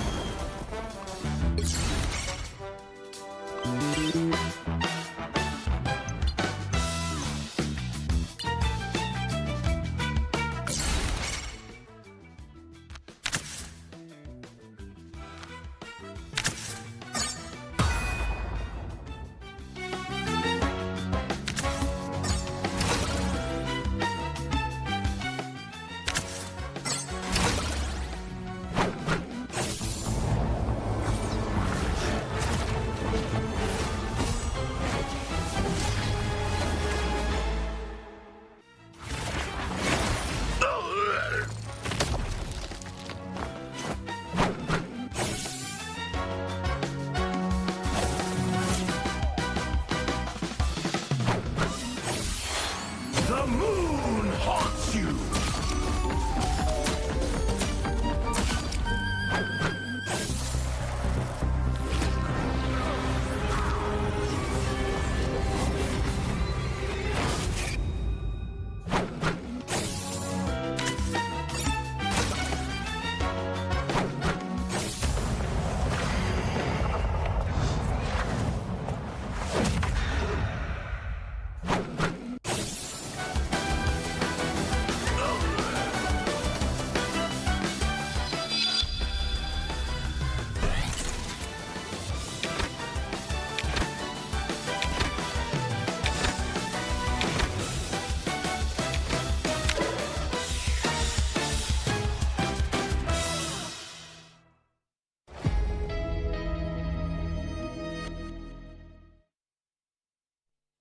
Ladies and gentlemen, it's the moment you've been waiting for. We are here for the grand finals of Preseason Asia for Marvel Rivals Ignite. We have Reject versus Zero Tenacity, and we get to see who gets the lion's share of $50,000 to their name. That's $20,000 in your bank account, Dan. Either you get 20K or you come out with 10, and what better way than to settle who gets more than the other with a best of 7. We've seen best of 3s, we've seen best of 5s, but now we get to see a best of 7. So first to 4 will secure that lion's share of 20,000 bones. So both Reject and Zero Tenacity, we saw Zero Tenacity pop off in a 5-map banger and now set themselves up against Reject, who in their own right have been popping off as of late. Yeah, I mean, look, Reject is the team we expected to have the highest hopes for heading into the preseason, and Pirates, Triple AD, Zero Tenacity, they took the world and the region by storm by showing near flawless runs all the way through playoffs. But into the second week of group stage, Reject came in, they got a new coach, they put their pedal to the metal, and they've used playoffs to anti-strat and develop themselves as a cohesive unit, and it seems to be paying off because I think through the entirety of playoffs, Stan, they've dropped only a single map. And you might be right in that aspect, but yeah, the only map that Reject lost in playoffs was against Zero Tenacity, the very opponent that they're playing against right now. Reject only dropped a singular map on the museum, so maybe Zero Tenacity decide to rebound that if they do lose out on these maps. But we have a lot of maps to go through, right? We're guaranteed 4 maps between these two teams, and now we start on Celestial Husk. Yep, Celestial Husk, this was a matchup that we had seen Zero Tenacity go up against with Reject not too long ago. Did not go in Zero Tenacity's favor, ended up losing 0-2. However, the changes we had seen from ZT from that last Celestial Husk to the lower finals against Pirates, a lot of changes were made. But capping point, playing off-site, using those small little caves, alcoves, the squishy environment that makes up this entire land, all very helpful to use Loki and force out very disadvantageous fights against Pirates. And we'll see how Zero Tenacity decided to play. We saw, like, you literally just put it in perfectly, right? How well Zero Tenacity play as a team. They figured out the win condition of the enemy team. I mean, Baser literally talked about it during that interview right after they won against Pirates, right? They knew what the game plan was. The win condition for Pirates, they were just going to ult dump, try to overpower everyone on Zero Tenacity and win that way. And Zero Tenacity, they knew that perfectly. They were able to rebound and come back better than ever. And now Zero Tenacity, can they use that same concept into practice once again against Reject? I don't know, because Reject have been looking pretty malleable, and as much as Pirates enjoyers we have been all throughout the group stage and now, I gotta say, their macro looked pretty linear all throughout that last set. So, as long as Reject can keep adaptability at the forefront, and they can continue to just switch things up and keep all of Zero Tenacity on their toes, I don't know if this is going to be an easy walk for either one of these teams, man. No, it will not be. This is set up for an absolute marathon of a series. First to 4, best of 7. Reject are coming in after watching Zero Tenacity and Pirates duke it out. Reject may need a little bit of a warm-up, but Zero Tenacity, after an intense best of 5, is there a little bit of fatigue, you would say, coming into Zero Tenacity, or do you think it's a morale boost? That's the big question. Which way do we go? Which version of Zero Tenacity will we see? You know, there's a reality too where I understand you have a full 5 map string that you just did, but the adrenaline is pumping in your veins, man. If you have to have that 30-minute break and then go into a best of 7, that could significantly cool down the adrenaline in your body. Oh, yeah. You might not have the reflexes, but we'll have to find out if that's going to affect Zero Tenacity heading into Game 1. We're going to Celestial Husk, my friend. Yep, and we started here at the beginning of this broadcast, and we're here again in the grand final. Zero Tenacity and Reject, these are two organizations that have a lot of history against each other, at least ever since back in Stage 2 of Asia in 2025. Reject came in as one of the powerhouses. Zero Tenacity were one of the newest orgs on the block at the time, and they're still playing around Eggsy. Eggsy has been with Zero Tenacity ever since Zero Tenacity entered Marvel Rivals, and Reject, they've been doing what they do best, right? Being that heavy-hitting organization, that heavy-hitting roster that has performed at the highest level throughout the entirety of 2025, and they're looking to keep that prestige in 2026. And now Reject, they've won Ignite before back in Stage 1 of 2025. They're looking to do it again here in Preseason of 2026. Zero Tenacity building their team around Exy makes a lot of sense. Homie has been a super soldier in that last set against Pirates, finding so much value off of sometimes being the solo duelist in the fray, knocking down some of the strongest players inside of Asia. Double Mantis Reserve to start things off. We have mirrored bans. Yep, full mirror so far. But this has been the common approach towards the tail end of Preseason. A lot of teams have been resorting towards that Mantis save. Provides your team a lot of different options in terms of how you want to pilot a composition that you think about going forward. And you also don't really reveal a whole lot. Mantis being saved means that you can go several different directions compared to saves like the Elsa. Yeah, it's this second half that gets a lot spicier. Loki ban reserve from DT's side goes to show again. Celestial Husk, probably going to be a case where Zero Tenacity wants to go for the pirate strat of just tapping point early and playing very far off site if they can.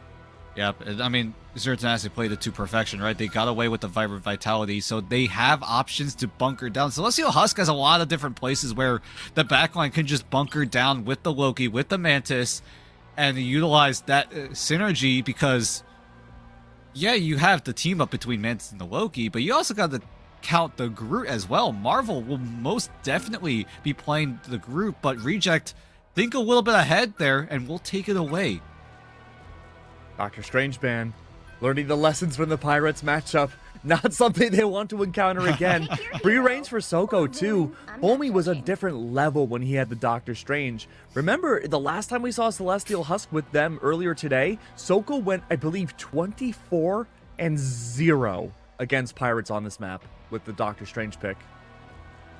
That shows how strong he is on that Doctor Strange. It got to a point where Pirates had to ban it out, and it worked for a few maps, but thankfully Zero to Nazi were able to rebound towards the end, because not only is Soko good on the Doctor Strange, his Deadpool is also just as strong. That was really surprising to me. Soko, of course, has been known to play very aggressively on the Doctor Strange, but the fact that his Vanpool slotted in so well and was a big, diverse matchup against Pirates, I think took that team off guard.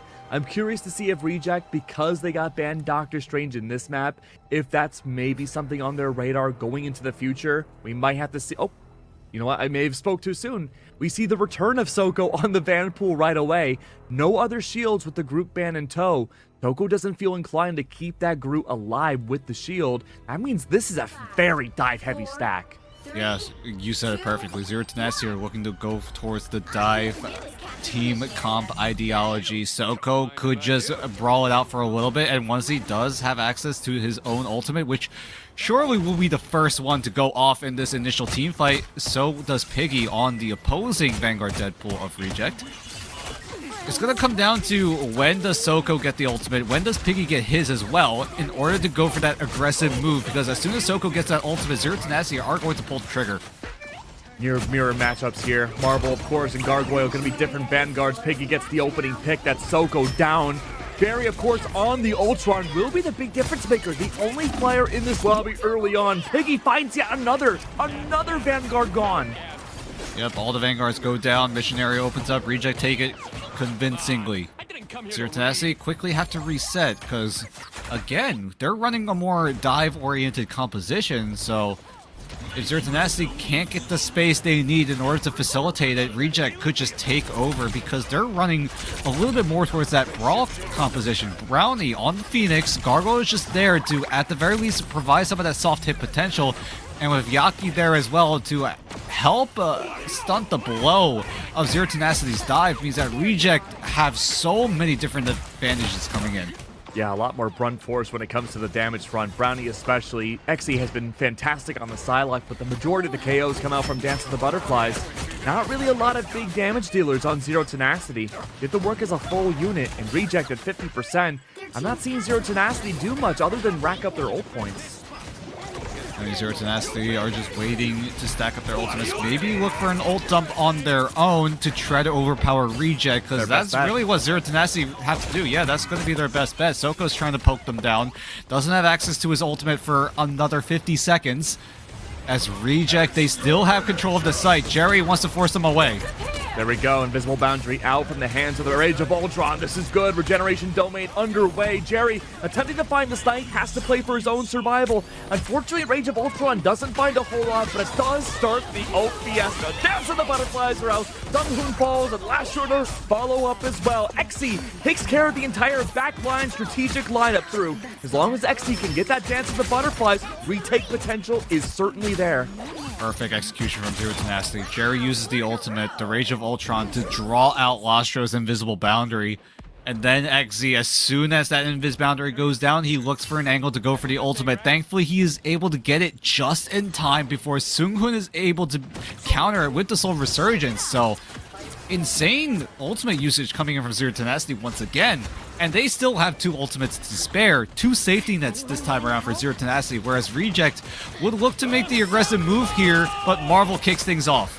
My big fear is that Zero Tenacity, because again, you just have the Psylocke as your main damage dealer. You really don't have a lot to fight up against when it's a big brute force fight. Yaki on the white box. You have Brownie, of course, on the Phoenix as well. A lot of those can do a lot of surprising amount of damage on an individual level. Freedom charges out. Marvel didn't find a whole lot. Phaser may be able to get some impact early, but with Xe falling, that's going to be a big deficit on the ult front later on.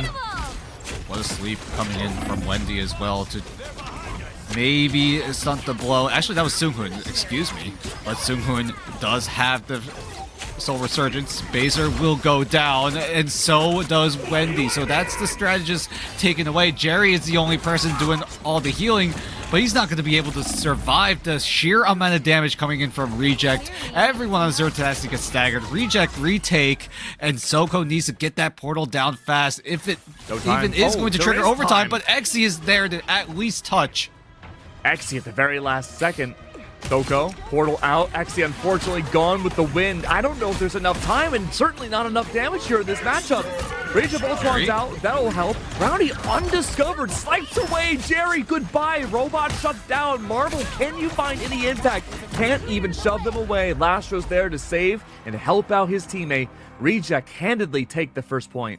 I can't lie, both teams are playing really, really well. I mean, if it looked really convincing on the side of Reject, but Zero Tenacity had their moments as well, utilizing their ultimate economy, knowing what they had at their disposal, and having a general idea of what Reject had as well. Because when Jerry used the Rage of Ultron, they knew that if that invisible boundary was available, they certainly would have used it to counter it. And that's when Exy was like, hey, I think all they have is that Invis ulti. Why don't I just try to go in, see if I can draw out anything else, and if it's not available in time, they just get the site flip for themselves, and that's exactly what they did. But then Reject get the counter moves down with their own ultimates, and we're just able to win out in that war of attrition as well. I mean, the big struggle for ZT in that first point was the fact that a lot of their initiation relies on ultimates. The fact that you start off 0 across the board doesn't help ZT whatsoever. They're almost guaranteeing that they need to play for that initial retake. 86% though on Exy. Keep a very careful eye on this ultimate. That's going to be the initiation tool to allow Zero Tenacity to go for first cap. Is it going to be initiation, or is it going to be just zoning? At the very least, maybe bait. Yeah, that's probably the main move, but they're not even going to have to do it because Lastro quite literally got sidelined. Soku is going to get traded out, but with the man advantage in favor of Zero Tenacity, they surely will be able to get the site flip with a pick onto Yaki. Wow, maybe not even needing an ult. That's a huge pick early on. Brownie is stuck. Really nowhere to go, and Sung Inferno. He used it for the health reset, but the fight was already over. But either way, deny the cap though. Man, they haven't fully capped because of that ult. That's ridiculous. That is true. I thought it was a bit of a waste. I was gonna say he was gonna use it for the health reset, but that was really about it. But he's able to stall out just in time. Piggy is there to help capitalize. 1-for-1 trade overall. Wendy goes down to the depths to try to zone away Reject, and they will do just that. Dance of the Butterflies was used up. I didn't see any marginal impact. Wendy there. It's Jeff. Yum, yum, yum. Sung-hoon reduced the bones inside the stomach of Jeff off screen. Still a cap though from ZT. Yep, ZT will get the cap and start climbing up. Reject on the other side don't have ultimates just yet to get some sort of retake attempt down. They are going to try to invade, but they're going to just bunker down in the small room, but Zero Tenacity are quickly invading. Big swap we haven't talked about just yet, though. Jerry swaps from the Ultron to the Daredevil to help out Exy get that extra damage down that was sorely lacking in point 1. Finally now, no longer on the Codex. This could work out well for Exy and company. Ults were used already. Sung-hoon, 92%. Where's this Soul Resurgence going to come in from? Is this going to be an initiation tool to get back in? We'll see about that. Sung-hoon now having access to the Soul Resurgence, but Exy's caught. He is taken away. Everyone else on Zero Tenacity, oh no, where is Jerry going? Everyone on Zero Tenacity's just going in one after the other. That is not what you want to do in this scenario. Soul Resurgence is out now. Plenty of ults getting stacked up from Reject's side. A lot of heals all over. Sung-hoon takes down Soko. That's one Vanguard gone. May force Wendy to bring out It's Jeff. Hasn't been used yet. But with the cap slowly but surely coming from Reject's side, that's going to be them taking it back over. They need 70% to match up with ZT. I mean, Zero Tenacity are okay with this. They got 70%. They finally have to give up the site. But Zero Tenacity, they still have retake advantages as well. Brownie could come up huge with the Dance of the Butterfly to try to draw out Wendy's ultimate. But we'll see how that turns out because Jerry's kicking it off. Wonderful work. That's the nuclear arsenal from Reject Use. Dance of the Butterflies, invisible boundary for the safety net, and Piggy's there for getting Banhammer out. It's going to help out well. A Dance is out once again. Invisibility from Brownie, though, tries to get away. Still sliced and diced. But through it all, Reject still maintains their prowess. They're still on the point and they're unwilling to give it up. Forcing Zero Tenacity into a bunker. Baser from the back has Hoodie to help out. But it's Jack. Yum, yum, yum. Who got caught? Who can be discovered? Doesn't matter because Wendy turned to sushi. Yeah, he's gonna get cut up to several different pieces. Gargoyle is even gonna feast on this opportunity. Needs to find even more because it's only a 2-for-2 trade overall, but with Reject having the site to themselves, this is a surefire win for Reject right now. There we go, 65%. Backing it forwards. Doctor Strange is available from ZT to use that portal forwards. No shields available for ZT either. It's all on the damage front. How does Reject navigate now? They need a way for Simhun's Soul Resurge to come up and be ready to go. Zero Tenacity. They're not looking so hot in Ultimate Economy either. Sunghun is able to get the Soul Resurgence down before anyone on Zero Tenacity are able to respond. Reject might just be able to get the second round win here as, okay, never mind. Don't even use ultis. They're just going to win it out here into neutral. Yeah, and look at the health bars too in that engagement. Almost no HP from Reject going down at all. Forcing Phaser off, body blocking with the hands of the Vanpool. Celestial Husk handedly going in Reject's favor for game one. I mean, this is the glow up we needed from Reject after a lackluster performance back in groups, coming in as the 4th seed when they, for a lot of people, should have been the 1st seed coming out of group stage. But now coming in to the grand finals, going on a generational run in the upper bracket here in playoffs, because that Reject have done their homework.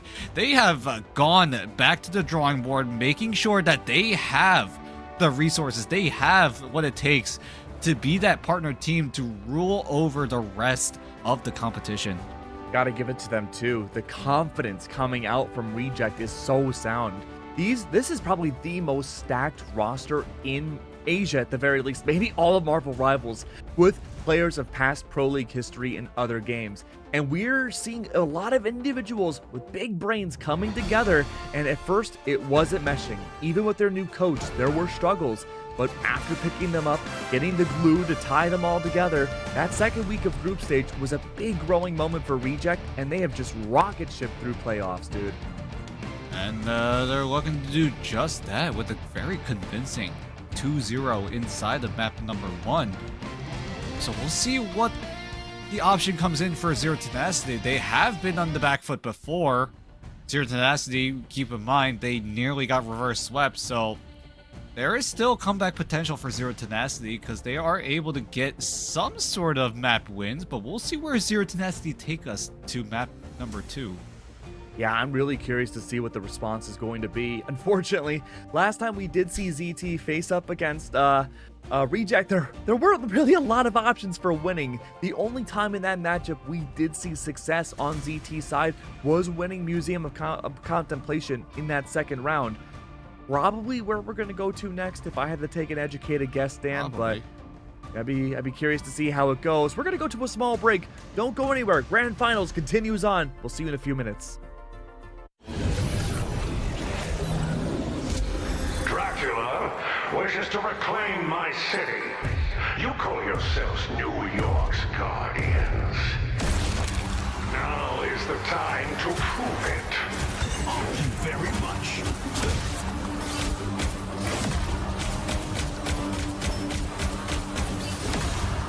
Slice and dice.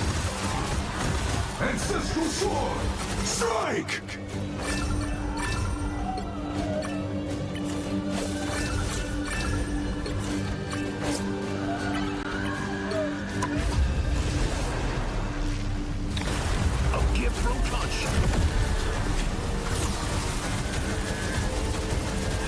Taste cold steel. Time to make the undead dead again.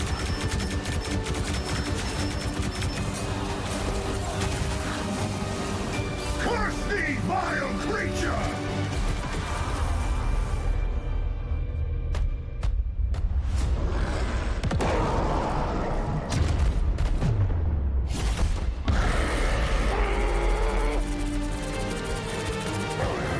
Well done.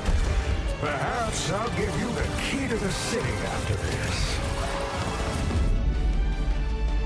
I shall feast on your bones!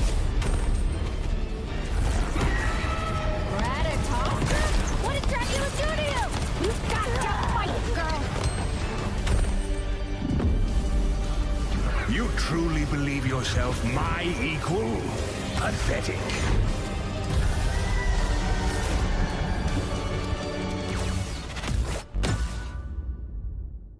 You have my thanks, but your vigilante antics have violated the law. You're under arrest.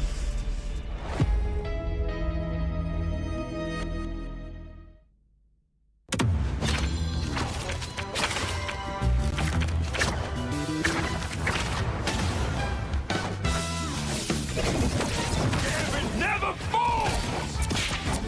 Oh, quel dommage. Little look!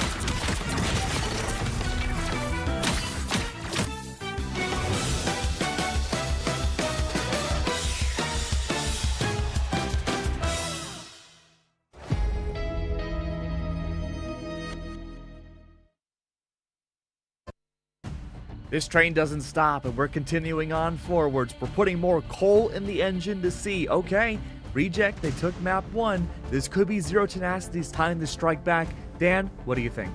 I mean, there's a world where Zero Tenacity come in with a bucket of water to shut down the engine quite quickly, right? There's a world that happens. We'll see, and it starts right here, because Zero Tenacity, now they have the map pick. Where do we go in terms of map number 2? You talked about it before we went to break. Maybe it'll be Museum of Contemplation. That is the only map that Reject lost out at. I think for sure we go to Museum. I don't have any information ahead of me. I don't have any insider info. But based on our past recollection, our note-taking, we have seen Museum of Contemplation, very big in this region, has worked well for ZT. For sure it's gotta be here, right? Unless Zero Tenacity have been cooking up something just for this very moment. Do they throw some sort of curveball, or are we going to see something a little bit more on the predictable side? Museum of Contemplation, like you said, has been very, very popular throughout the entirety of the group stage here in the Asia region. And that's been a very, very common battleground for a lot of these teams when they miss out on map number 1. I think, you know, I don't have the stats in front of me, but I would be willing to bet too that Museum of Contemplation's probably also the fastest map on average for everywhere in Asia, just because most teams get stuck on that first spawn hold, or they make it past P1 and they get stuck on the bottom dip at P2. I mean, that map in general is just Yeah. pretty defender-sided. It is very difficult if the defending side gets all the momentum that they need in order to keep the attacking side at bay. I mean, we saw it several times, right? The losing team picking Museum and then picking attack first, and they literally can't get through the spawn doors. Like we've been seeing brutal museums, but there are times where we see a full push into another full push, and we go into overtime on Museum. I believe that's only happened once, and here we go. Yep. What do you know? We're just prophets at this point. I mean, if we saw this way too many times, it's gonna be the most likely outcome. You know, I love probability. You know, the XL prediction, man, we can't forget about that. But you know, I think for this Hey, instance, whoa, we whoa, are whoa. prophets. That's all I'm saying. No, I mean, could have been good, could have been bad. I mean, I wouldn't have expected ZT to make it into Grands. I'll tell you that. That threw everybody in for a loop. I mean, it very well could have been Pirates. Yeah. That map 5 pretty much went down to the wire. Yeah, Zero Tenacity did shut them out both times, but Pirates did have opportunities to take over and just run away with Hell's Heaven, but unfortunately, that's not the reality we are in. It's going to be Zero Tenacity instead, challenging Reject for the preseason throne as we go to the Museum of Contemplation. We know this map very well. Everyone here in the Asian region knows this map way too well. Just thinking about it really quick, ZT, they banned out Doctor Strange. We're heading into map number 2 in the bans and drafts shortly. Banned out Doctor Strange last. If I'm Reject, I'm probably thinking I might want to match that up a lot quicker, but what do I give up to do that? mean, Reject were okay with the ban draft, right? They realized, hey, we gave them the Mantis and the Loki. We gotta ban the Groot at the very least to prevent the extra sustain on Zero Tenacity. Because I feel like that's one of the reasons why Zero Tenacity were able to use map number 1 to their utmost advantage way back when they played against Pirates earlier today. Because, yeah, Mantis Loki is very strong as a team up together, but then if you add Groot into the mix, the sustain potential on that team up is just so valuable. And Reject, gotta give props to them for realizing that, hey, we saw that Zero Tenacity really like to use the Groot if they're able to get the Mantis, if they're able to get the Loki as well. And Reject they were just able to navigate that ban draft to near perfection. Hey, I think you bring up a great point. The Groot was gone. It was a struggle for ZT. I think the idea for the ban drafts for Reject now is that you go for the meta first half, and then you remove the power players of the macro strat in the second half. Strange was gone from ZT's side. That looked good. If Reject want to get rid of Groot again for contemplation, I wouldn't be against that. First save Invis for Reject. So a little bit of a stray away from map number 1. Instead of going for the Mantis, they want to get, at the very least, a stable strategist that they can always rely on. And what better way to do it for the Invisible Woman? Reject, however, will have to deal with a Mantis lock on the side of Zero Tenacity. Do Zero Tenacity force it one-sided? I wouldn't doubt it. Wondering now if the idea for Reject will be to force out the Elsa ban. We saw that hovered for a small second. Realistically, the world is Reject's oyster. They could go for a lot of power bans here. They do so with the Elsa. Next reserve for Zero Tenacity, likely going to be it can't be Invis, maybe White Fox? No, the Loki. For sure. Loki. For sure. Viper Vitality, way too strong. Reject surely respond with the Groot ban. We saw them do it last time, and it worked very well. And Reject, if it ain't broke, don't fix it. So I wouldn't be surprised if Reject decide to follow through on the Groot ban, unless they think of a different threat. No, it's got to be the Groot. And then I think Zero Tenacity and Pine will respond with a Doctor Strange ban. Yep, Doctor Strange ban looking all but likely, but Reject are thinking very ahead. Oh, okay. That's the biggest brain move I've seen. All right. I don't know what ZT's going to do now. I mean, you can just ban other options, right? I mean, Wolverine a ban could be decent. Groot as a response, because Reject, keep in mind, they still have access to the Loki, but I mean, the Groot is good, but You'll need a then again, I feel like the Loki might have been a better option, but then again, this is what Zero Tenacity are cooking. They feel like the Groot is way bigger of a problem when you compare it to the Loki, because Zero Tenacity, they're thinking about running the Cloak and Dagger Loki Adam Warlock composition, so it's gonna be both the Cloaky and the how do I combine Ladum. Okay. Anyway, let us cook.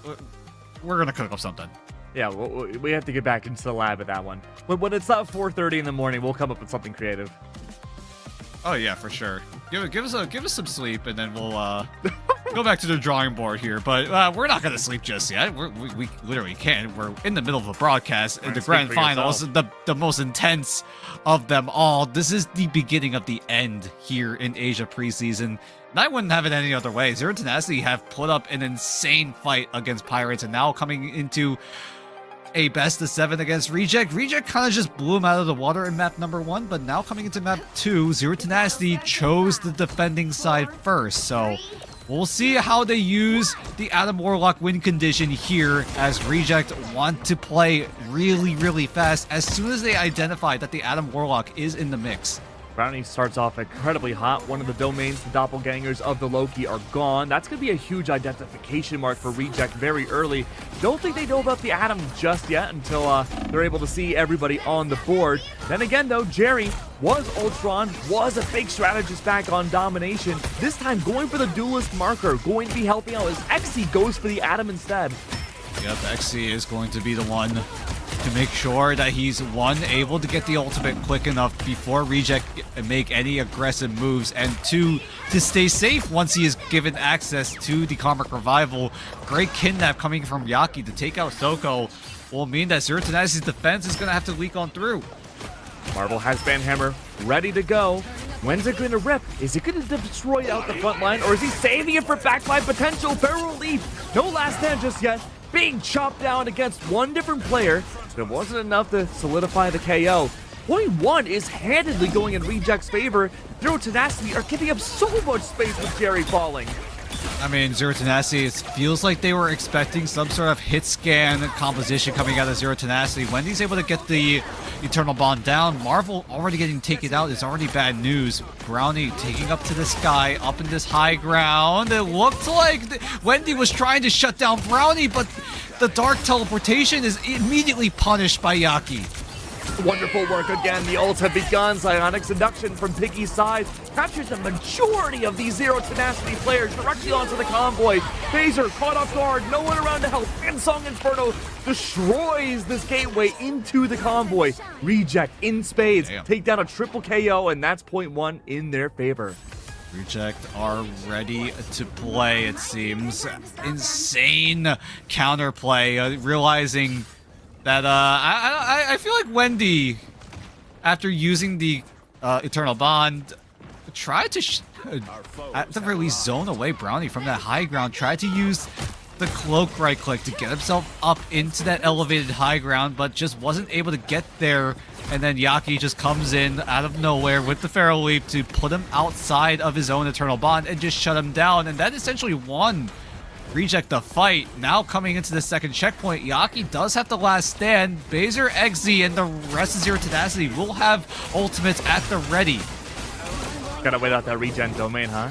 Gargoyle with the Eye of Agamotto and Yaki with that last stand, as you mentioned, Dan, would be a great combo multiplier put together. Marvel's on the thing now. Clobbering time could be helpful. Unfortunately, we're not going to be seeing that ultimate just yet. Revive comes through, absolutely necessary. All of Zero Tenacity come back into the fray. It's needed for this secondary fight. 3 ults available, 4, soon to be 5. Phaser's going to start it up. I believe they may have selected either double revive or it's going to be Eternal Bond. Yeah, okay. Eternal It's going to Bond. be a second Eternal Bond, but Baser needs to be careful. He needs to be away from Yaki. Yaki can easily displace Baser out of the Eternal Good Bond with the position. last stand or the Feral Leap. Baser, knowing this, is able to, at the very least, put himself in a very passive angle. No Magneto means that Baser can provide a little bit of leeway, but with Yaki threatening that Feral Leap or last stand means that Baser still needs to be extra careful. And so does Wendy, who does have Eternal Bond as well.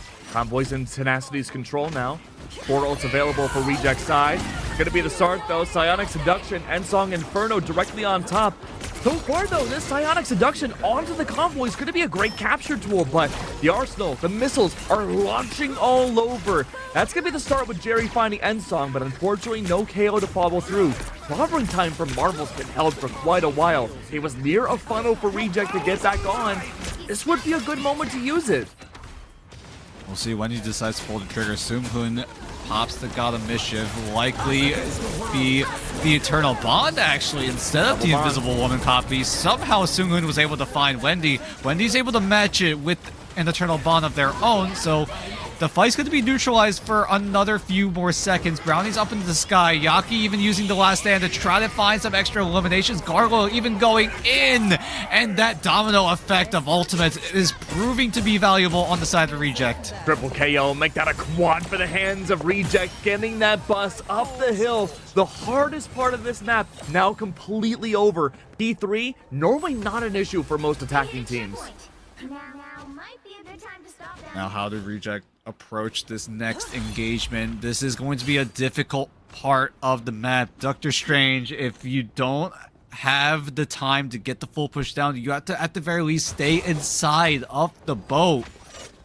And that's been pretty difficult to, at the very least, get used to. That's been the weirdest gimmick, I feel like, on this entire map. Yeah, I can see But that. how does Reject decide to navigate this? How does Zero Tenacity navigate this? Because I right wanna now see- they are slowly losing ground. I want to see where Yaki's going to play this out, because you have a lot of verticality for Wolverine to play around with. Usually the Psylocke will take that mantle. Not going to be making an appearance, at least just yet. Yaki doesn't have a reason to swap back around. Off the hands, though, of utilizing the Psionic Seduction from the hands of Piggy to help through. Makes a funnel for Yaki to again go into this building, get a triple KO, and show them who's boss. Zero Tenacity are still running. Now they're running double shield Vanguards. But is that going to be enough? Xe even trying to match what Yaki is doing on the Wolverine, because Reject are also running double shield. So if it's double shield, you just run as much melee heroes as possible. Wolverine is going to be the best option right here, especially if you want to keep the Phoenix at the ready as well, because quite frankly, they have a team up together as well. That's a near mirror comp now. The only difference now, Lastro on the Invisible Woman. You have the Loki. Actually, you have Loki on both sides. The Invisible Woman's going to be the difference maker. Will this be helpful, though? Xe, how do you enable him? This Wolverine needs to find the same impact that Yaki has been in spades. Speak of the devil, though, you're being chased. Xe's not long for this world. Down to the hands of the Invisible Woman. There is going to be Iron Diamond Form. A smackdown ensues, and thankfully, that strategist won't be alive much longer to see the rest of the fight. Eternal Bond's out once again. That's going to be from Sung Hoon's side. Reject have a full carpet directly leading to the conflict yet again. Barrel leap into the last stand. That's Xe taking down Sung Hoon. That's going to be the end of the Eternal Bond very early. Yeah, at the very least, Zero Tenacity are looking to stabilize. Marvel's able to find Gargoyle in the tail end, so Zero Tenacity, again, being able to stabilize is already great news as we head into Final Fight territory, because right now there's only 37 seconds and counting. Gargoyle respawns, but does he decide to commit to the portal yet? Or does he wait until a later moment? 30 seconds, that's a hard choice to make. Can you solidify your ground enough for OT to justify not bringing out a portal? Do you have enough time to get to a portal once OT starts? These are the questions you need to ask at this level of play. Every moment counts. Jerry removes Lastro from the equation. You're down a strategist. Yeah, I'd probably portal too. We see that from Gargoyle now. 3 ults available. Brownie with the end song Inferno. Gotta be careful. That will remove you from the OT equation. But the Agamotto into a last stand? That could be huge for Yaki to utilize. Let's see how it plays out though. Jerry up and above and around. Gargoyle did his job, but unfortunately he falls. Agamotto doesn't find much. Marvel for the Meteor M. There's a Psionic Seduction leading the charge directly to the convoy. That yellow beam is not going to be around much longer. That's Reject for a solid 2 points. Yeah, tough push for Reject. I mean, trying to push on that part of Museum of Contemplation is already difficult in its own right, and having overtime coming up makes it even more difficult. Zero Tenacity, thankfully, are able to stop the train of Reject pushing through, and now they at the very least deny overtime from happening inside of map number 2. So now with Zero Tenacity on the attacking side, how does Reject decide to set up for their defensive? I mean, the mirrored core that Zero Tenacity had employed towards the end of P3, I thought was really smart. Xe on the Wolverine was slow at first, but did find its footing after a while. The double Psionic Seduction from the hands of Piggy and Soko allowed, again, big initiation tool for both Wolverines to get value. Yeah, and that's the reason why this Wolverine is so good. It's also because, quite frankly, the double shield Vanguards being so present. Surprising that both Piggy and Soko are running the Emma Frost a lot in this second map. And if shields can block projectiles, they can't block melees. And Xe and Yaki are trying to get as much value as possible, but so far it's been Yaki that immediately rolled out on the Wolverine and has already been so valuable, because Reject got up to 2 points, and Zero Tenacity, now it's their turn to try and at the very least match it. I think the big question is, yeah, we do have the double Emma. Would you say Vanpool could be a better option? I wouldn't doubt it as well. Yeah, Vanguard Deadpool is definitely a decent pick for both of these sides, but it seems like the Emma Frost, due to how well she is able to provide the space for their respective teams, means that they can do whatever they want if they're able to get the Psionic Seduction. Bro's turning into a lunatic. He's just slashing away at everybody. Yaki the same, though. Jerry nearly got the opening KO, but That could have gone sideways very, very quickly. Brownie and Jerry have had this alternative side quest where they're just sniping each other from across the map. Opening KOs are going in Reject's favor. This is the Asia special. If you're just tuning in for the first time, what's looking like from Zero Tenacity, unfortunately, at this level of play, could be a spawn hold. I mean, it's only a whole minute expended on the side of Zero Tenacity. How many times have we said that, Dan? I mean, okay. Yeah, I mean, these are heavy hitting teams. These are very experienced in its own right. Zero Tenacity, they are making some heads up plays. They're going to try to play around, see what sticks. Xe will go for the minor change from the Wolverine onto the Psylocke, see if that helps them out at any given moment. Baser is there with the God of Mischief. Xe already getting value by getting a pick onto Brownie. Yeah, it just seems like Xe is a lot less comfortable in the Wolverine than Yaki is. This Psylocke already 2 seconds into switching over is looking so much more confident. Really enjoying this. Baser, of course, brings out the ult, has a big leeway, allowing that convoy to move forwards. Invisible Boundary, though, fairly early on, not directly on top of the objective, does allow initiation to maybe have Piggy, once this ult drops, get Psionic Seduction and just drive everyone back to spawn. That's one. Laser Beam gets rid of Xe, and this overheat from Piggy's working in spades. Okay, Bubble from the mag helps out quite a bit. But now on the peel and into the repush, I'm expecting all 4 of these ults to come out. More changes coming in for Zero Tenacity. Xe going off of Psylocke now onto the Mantis, so Vibrant Vitality will be online, ready to go for Zero Tenacity. Reject, they are looking good in this hold already. A minute 40 left for Zero Tenacity to make something happen. Wendy needs to come in with the Eternal Bond to give Z10 the space that they need to push on forward, but Jerry's already a good step forward. Gargoyle has Meteor Am. He's waiting for Wendy to bring out that Eternal Bond. It's a trap in the making. Psionic Seduction. Can you capture this Magneto? He's far away. The snipe. Oh, it lands, but not on the right player. That's Xe, the fall, and the Eternal Bond survives. Oh my. Broly brought out 3K for Reject into a 4th. All right, Reject. They get the counterplay down. Wendy tries to give space with the Eternal Bond. Soko even helping them out with the Psionic Seduction. Reject, however, were just able to quickly respond with the Psionic Seduction of their own. Sunghoon and Yaki were able to match the ultimate barrage coming in from Zero Tenacity. Zero Tenacity, thankfully, still have a second waves. Xe does have the Soul Resurgence, and as soon as that ultimate's expended, Baser will have his online ready to go. Wendy even switching over to the White Fox to try to help stun the blow of the dive potential coming in from Reject. Brownie going up into the skies with that Insong Inferno, maybe to try to shut down Xe. We're not too sure, but Lostro does have that invisible boundary in case things get hairy. Need to start thinking about the Strange Portal. Piece of the Abyss, Ensong Inferno. Baser brings out what I believe is going to be a Soul Resurgence instead. No chance, no more Cloak and Dagger. Plenty of slicing and dicing all through. Yaki's looking for a way to just keep all of Zero Tenacity away from this point. And there it is. Portal from Brownie. Anything you can do to ensure that this first point does not happen. Reject has taken control. It goes back to Zero Tenacity. As I say that, shield in play, holding the line. What can this Venom do? Jerry goes for the Daredevil at the last second. Switch it up, bring the devil out, slice and dice. Yaki does it again. Soko falls, and on top of the school bus, he reigns supreme. Sunghoon easily ends this fight with a God of Mischief, and no one on Z10 are able to respond. Reject push through and are able to full hold Zero Tenacity, and that puts Reject 2-0 in the set score here. And my goodness, the ultimate management coming in from Reject is perfect there. We said that Z10 are able to do it well in their own matchup against Pirates, but Reject are looking to do even better, especially when Reject were able to shut down some of those strategist ultimates that Zero Tenacity were trying to use for their own benefit. It really feels like confidence is soaring for Reject. They are looking like a well-oiled machine.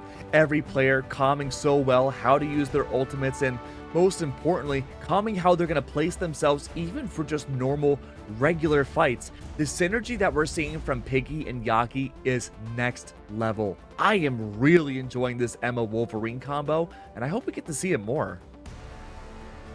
And something worth mentioning as well on Reject's side, if you I mean, we're looking at the scoreboard. I know I feel like the audience right now isn't getting a great look at the scoreboard just yet, but Well, they're look looking at at the replays. look at the numbers on the side of Reject. Everyone is at similar numbers between 17 to 23. That just signals how much of this team is so good at playing together and making sure that whenever they go for a fight, they are always on that same page.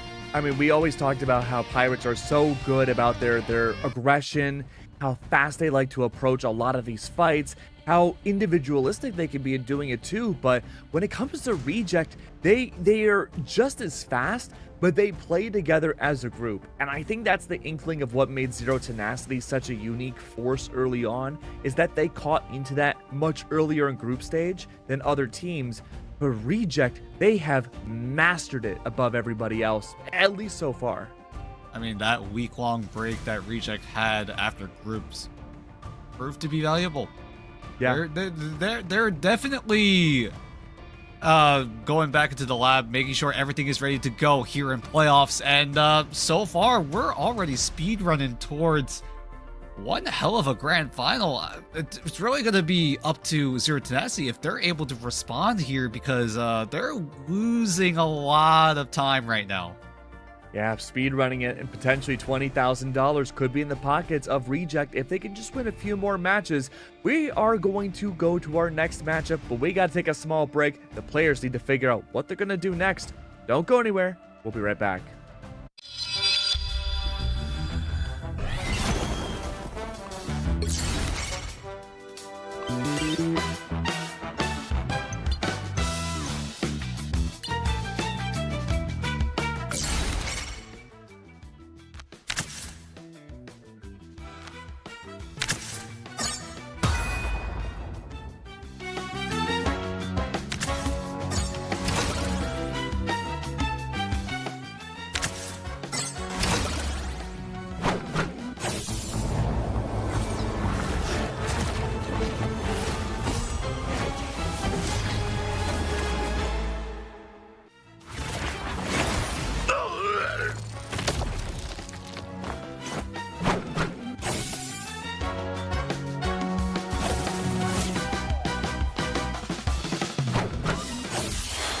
The moon haunts you!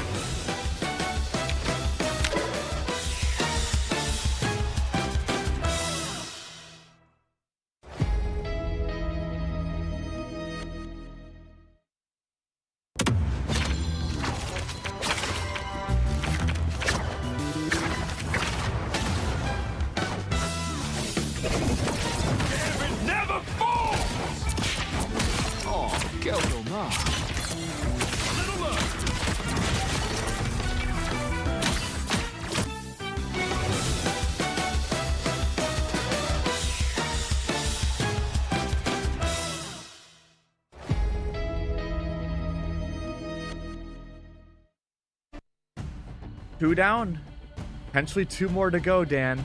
Reject Yep. are looking like an unstoppable force, and I don't know what Zero Tenacity can do to bring it back. We need to talk to Coach Dan and figure out what is the next step. I mean, step one, figure out what map to go on. Step two, Yeah. maybe make adjustments to the band draft.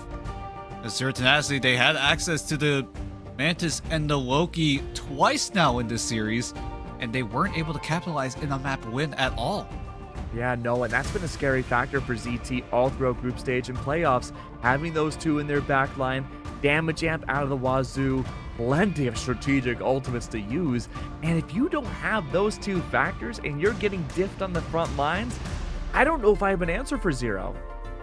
I mean, there's a lot of question marks in terms of how Zero Tenacity wants to go for. Maybe it's a little bit of fatigue coming in after a banger of a 5-map between them and Pirates, but here in the grand finals, it just feels like Reject are just in a whole different level. It just feels like when you compare it to Zero Tenacity, at least in playoffs.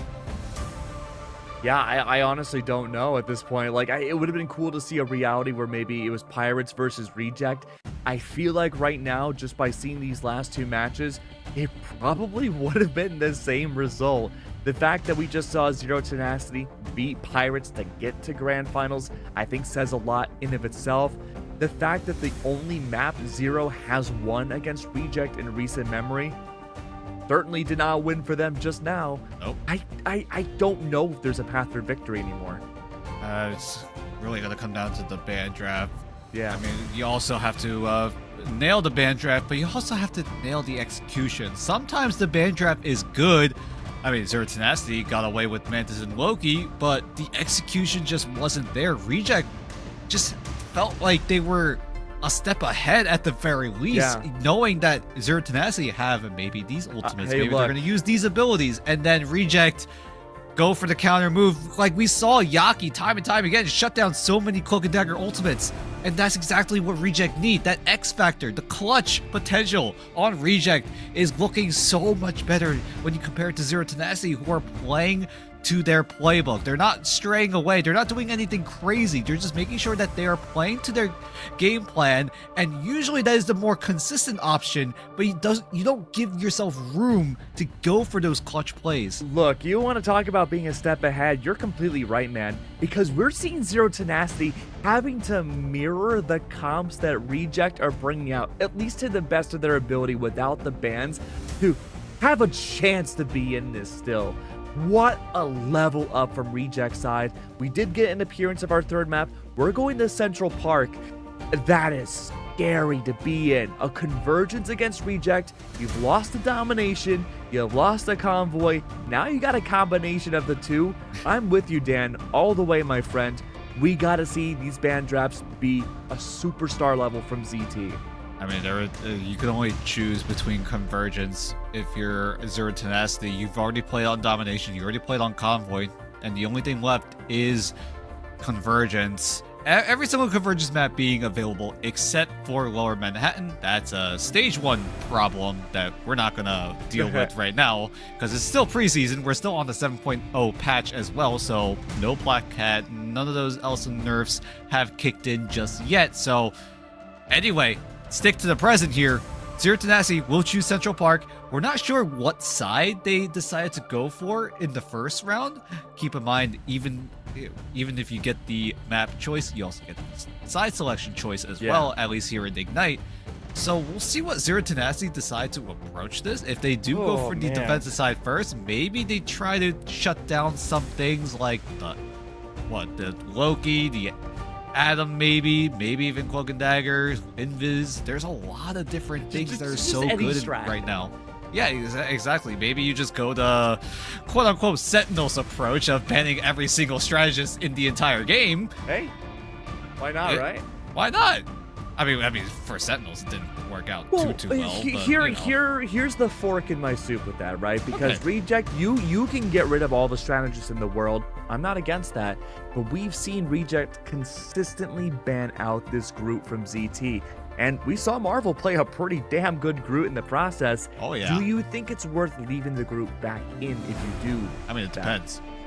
I'm asking, what does it depend on? It depends on the Mantis and the Loki. The Mantis and the Loki went through for Zero Tenacity. Reject had to ban out the Groot because of that extra sustainability that Zero Tenacity could potentially have at their disposal. But it's gonna be where Zero Tenacity decide to go. We saw the Mantis and the Loki not work out, but it's too strong of a team up to give up on. So what does Zero Tenacity do? Reject are just gonna keep banning the Groot, while Zero Tenacity, if they go for the save onto the Mantis and the Loki, they're gonna be happy. But if it doesn't work out inside the map itself, it's like, I want to swap out of this team up, but it's too good.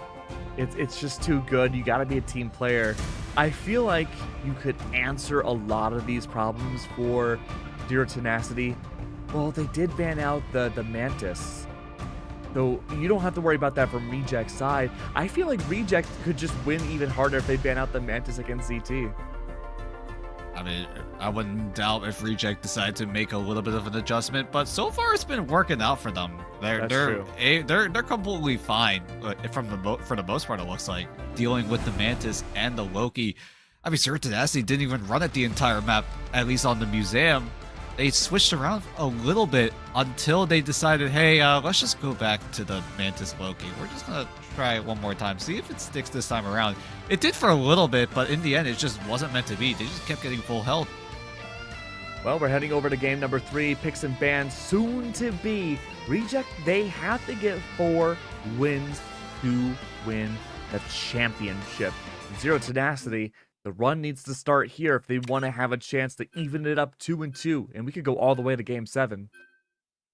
We very well could, but the ban draft is where it all comes down to. Zero Tenacity did in fact choose to defend first, so they want to see where Reject are in terms of how well they're able to push. Reject will do the first save onto the Invisible Woman once again.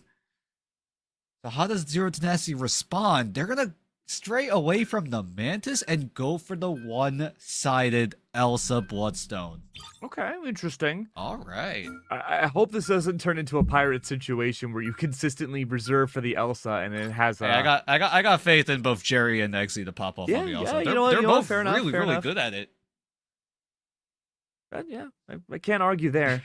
Invisible Woman, I almost did. I was like, okay, we've already bashed on that player enough, but Invisible Woman banned out. Mantis is soon to follow from both sides. This next reserve, very curious what that's going to be. Could be the Loki. Could be something else on Zero Tenacity. Could it be the Doctor Strange? Reject very well could invest a ban onto it, but no, it's looking to be the White Fox. I don't hate it.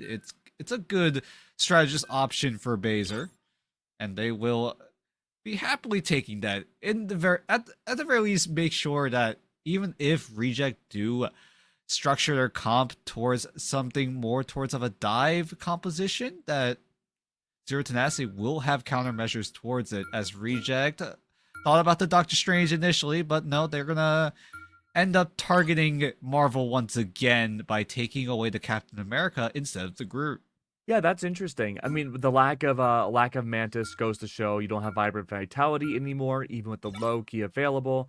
The Groot has value, but because of how vertical this map can be, I imagine Reject are likely going to be placing their duelists probably in an elevated position where Groot doesn't have much effect anyways. Curious to see what this last ban will be. It looks like Ultron will be locked in. Lack of damage amp for Reject won't be great, but it's also not a death sentence for them either. I'm definitely looking at this White Fox reserve from Baser. It has to pop off. It really needs to. You invested a whole save. That's half of your save bank invested to make sure that Baser will get access to the White Fox. It looks like Z10 are going to look to go for the Luna Snow White Fox team up. So there's some extra crowd control and healing potential coming out from these two strategists. And we'll see what Zero Tenacity decide to roll out here on the defensive side. Marvel will get access to the Groot finally. Soko looking to roll out on the Magneto. Jerry on the Daredevil, but he's the only person going for dives. Nope, Marvel will switch. Soko will switch as well. They're just going to switch up the entire Vanguard lineup as soon as I talk about them. Yeah, tons of swaps. We've seen the Vanpool Venom work incredibly well for ZT's side before when the Doctor Strange wasn't available. But Soko, I think this is a lot better. I'm hopeful about this. I think the Strange might be a little too, not slow, but I think just a little too linear for what needs to be employed by ZT right now. You have to be on the hunt to be anti-Yaki here early on. Yeah, I mean, if things don't go well with the White Fox, Luna Snow backline, Wendy or Baser could easily switch over to the Jeff as well. Keep in mind, the Jeff will have access to the Deadpool and the Venom team up for Zero Tenacity at the very least. Reject, however, are looking to get some sort of isolated pick, it seems like, with Yaki on the Wolverine. Likely has the rocket super jump as well. So we'll see if Reject are able to find that isolated pick, but with Zero Tenacity being all spread out, it's going to be a little bit difficult for Reject to pinpoint someone isolated, but Exy will just hand an elimination over to them. Deal to the sky early on, whip to the face, Visor falls. That's a strong start. Exy, and you have one of your strategists gone early on for Zero Tenacity, losing ground incredibly quick. There is a Doctor Strange that they could use for a very early portal, but one tick down, soon to be a second. I don't see a way this doesn't turn to Convoy. Nope, this is almost likely going to be the first checkpoint secured for Reject. Ratatosker will be released and will move on forward. Zero Tenacity are just... It's just... They just can't get a grip of what's going on right now. Reject go in guns blazing. Finding that isolated pick onto Exy meant that Reject are just going to overpower Zero Tenacity in terms of damage, and with only now ultimates coming up online, Zero Tenacity need to make room for themselves.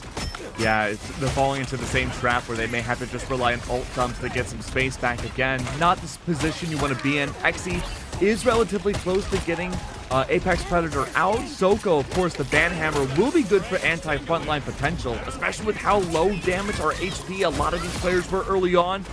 Not even the Devil has been out so far, and Jerry's finding impact into the back line. Again, the idea is to break apart Reject, a team that bands together so well. You want to ensure that these strategists cannot keep pumping into the front line.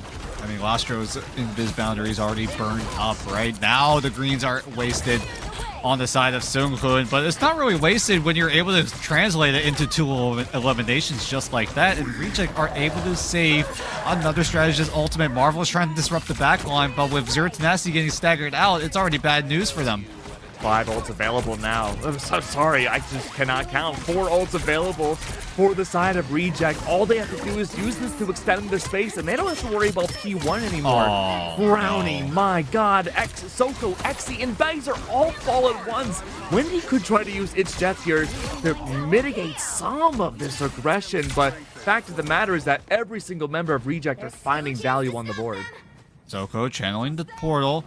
Surely it'll go in time, is going to put it down, and everyone on Zero Tenacity will move on forward. There's a lot of ultimates on Zero Tenacity's side. I wouldn't be surprised if it's an ult dump fight here. There has to be. Double Kumiho is out now. It's certainly been unleashed. Gargoyle through the process. Can't allow Jerry to go for the Devil being loose.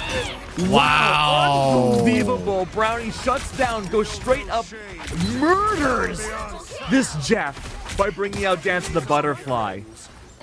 And This that's feels going like- to key one-handedly. This feels like Pirates when they were playing back in MRC Season 6. Nobody is able to stop Reject right now. They are on an absolute tear. Shout out to Brownie there as well with the heads-up play, knowing that Wendy is going to try to counter out the Psylocke, but Brownie was already a step ahead, and that's been the story throughout this entire series. Reject just feel like they're playing a whole step ahead, and that's already a huge advantage, but Jerry is able to, at the very least, stabilize by getting one pick, even drawing out the regen domain on the side of Reject, but Jerry needs to get himself out to safety, and he will do so. Yeah, Jerry going in deep like that was nearly a self-sacrifice. He wanted to bring out the Devil, but unfortunately, Regen Domain made that plan impossible. Invisibility Boundary now is going to help out now. The Devil's finally loose for the front to back line. Agamotto in return, though, attempts to shut it down. Portal's in the way, shut down immediately. Through the convoy, has to go up the stairs. Reject are in such a healthy spot. They've got 3.5 minutes left on the clock. Another Agamotto into a cleanse, melting down the entirety of Reject. Exy and Jerry have wiped the board. Hey, if Zero Tenacity are starting to fall apart, you know Soko's got your back. Huge 3-man Eye of Agamotto from Soko. We've seen him pop off with these strange ultis, and is not afraid to do it again.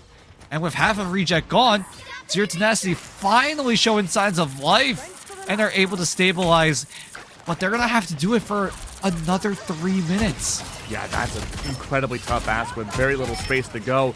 All Reject really have to do, if they need to, play as safe as possible, gather up ult, keep ult dumping directly onto the convoy. A minute cycle should be enough to reach the end. Double ultra out though from the strats. That can be risky, but It's Jeff is just different enough to allow the heals to be diverse and maybe be worth it. But again, double strats are out now. And you don't have a lot of heals for the back line either. You have just White Fox and you have just Jeff. Invisible Woman's gone. Mantis is gone. You do have the capabilities of maybe the Cloak and Dagger here, but I don't know if that's going to help out well. You really need this Venom Jeff team up. I mean, Baser staying on the White Fox needs to stay on it because Reject, look what they're setting themselves up for. Gargoyle now going over to the Vanguard Deadpool. Piggy onto the Captain America. Yaki Brownie going for dive duelist as well. So Reject are looking to make something very, very aggressive in terms of their next engagement. Zero Tenacity are gonna have to play this to perfection because Soko with the Eye of Agamotto could easily shut things down, but Yaki's already neutralized. Yeah, Devil's out. He's just been put away. Could be the start here of another Agamotto. Soko needs to find a position to do so. The Agamotto also put away to the hands of Lastro. Never in my life have I seen a more aggressive strategist than this guy. Holy! And Gargoyle just keeps the streak on going. So much stagger now from Zero Tenacity. I mean, Gargoyle, I don't think we've seen him play the Vanguard Deadpool a whole lot. Usually it's in the hands of Piggy, and now it's Gargoyle's turn on the Deadpool. Something we don't see very, very often as he's looking for different angles of approach, and he's able to get into the backline, is able to mark Eggsy. Lots of pressure onto the backline of Zero Tenacity, and that allows Reject to just push on forward, even climbing the stairs, getting closer and closer to Dracula's throne. At this point, it might be inevitable to get this final point. Fate of both worlds is out. Feast of the Abyss directly on top. I don't know what can cancel what out. It's going to be It's Jeff maybe to help out, but again, a flurry of ultimates and repositions everywhere. It's Yaki to shut down Wendy's ult yet again. That's 2 in a row. Brownie's there for the isolation. Jerry's gone. Losing bodies left and right, and even the Kumio cannot survive much longer inside of its ult. Massive stagger again, but at least there's not far to go from the spawn point. It's all of Zero Tenacity doing whatever they can to fight away the urge to have overtime be the win condition for this conversion time. The Devil's been let out yet again. Gary Kiss sending people away. Brownie dancing the butterfly. Wendy's gone yet again. What has this Daredevil found? Not a whole lot for that ult cycle, but Brownie is sky high in bound, finding so much more. Toko at least gets one to help mitigate things. That's going to be Piggy running back as soon as they can. Agamotto from the sky. Kumio in return. No survivors for Zero Tenacity. And that convoy is showing no signs of slowing down. That's a clean 3-0. Righteous Cross to finish it off. Reject get the full push down. It just felt like Reject, again, just playing at a whole different level. This is a new look of Reject. Compared to what we saw back in the group stage, this is like night and day for Reject. Absolutely. Holy moly, they just come in swinging, and at the tail end of that fight as well, just getting those isolated picks on Zero Tenacity. As soon as one player respawns on Zero Tenacity, another one falls, and then the cycle just keeps on repeating. Zero Tenacity just never had a full team of 6 for the last, what felt like 20-30 seconds of that round. And now Reject on the defensive side, knowing that they got the full push down, and they're looking confident as ever to try to shut down Zero Tenacity's push heading into round number 2.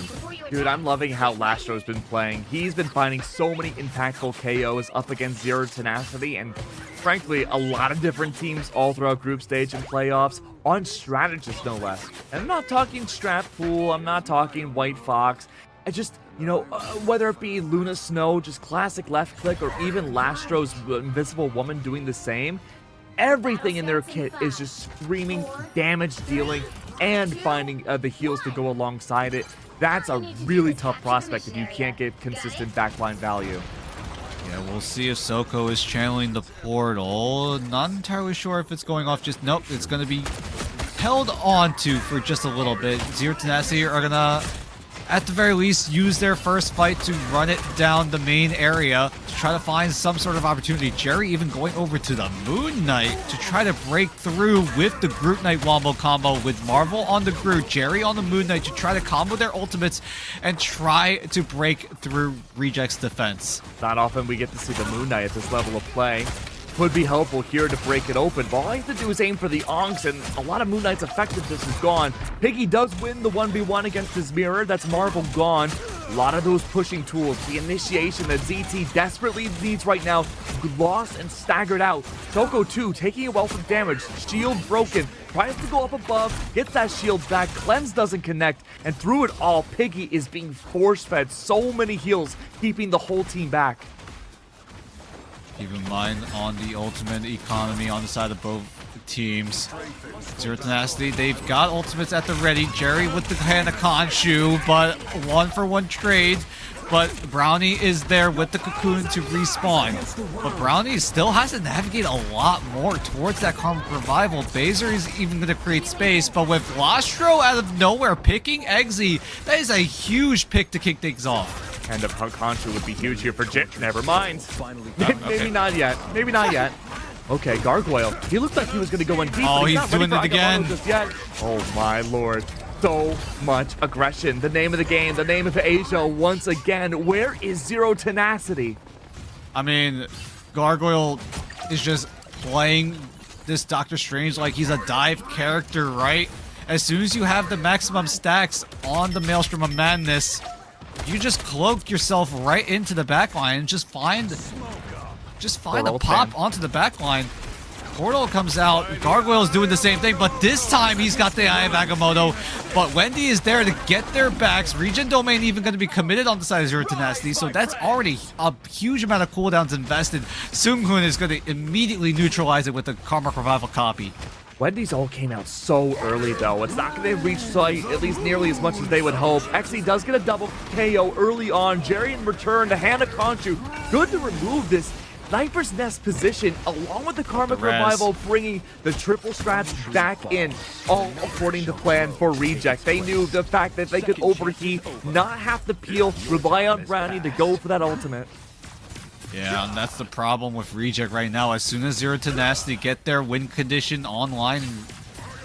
No, if Reject are able to get their win condition online and ready to go, the Karmic Revival on Brownie, it's just so difficult for Zero Tenacity to navigate towards a fight win, because if they use too many of their resources, Reject can instantly neutralize it with a single ultimate. And that's exactly what Reject have been doing. Seung-hoon copies the Karmic Revival, gets a valuable resurrection. Brownie does the same with the real Karmic Revival. And now with Zero Tenacity losing out on resources, this is looking rough. Here comes their next engagement. Lostro comes up huge with the invisible boundary to try to neutralize any sort of threat on the side of Reject. Can Zero Tenacity break through? Final Judgment's good for one. 20 seconds left on the board. Exy getting second cap. Portal. Fan hammers out directly on top of Exy. That Elsa didn't work out well for him, but now on the Punisher, this is looking like it could be a different story. 96% on Gargoyle. Has to descend down, bring up the Agamotto, and shut down the rest of Zero Tenacity for a third time. Overtime. The points are out. Yaki still alive, taking down players one by one. That's over. A double KO. Soko is gone. Wendy for the follow through. Are there any players left that can touch? There's one. Who was it? It was Jerry. Emphasis on was. That's another map win for Reject. 0, 2, 3. I'm at a loss for words. I don't know if Zero Tenacity have a response. Reject are consistently outplaying Zero Tenacity in every single fight.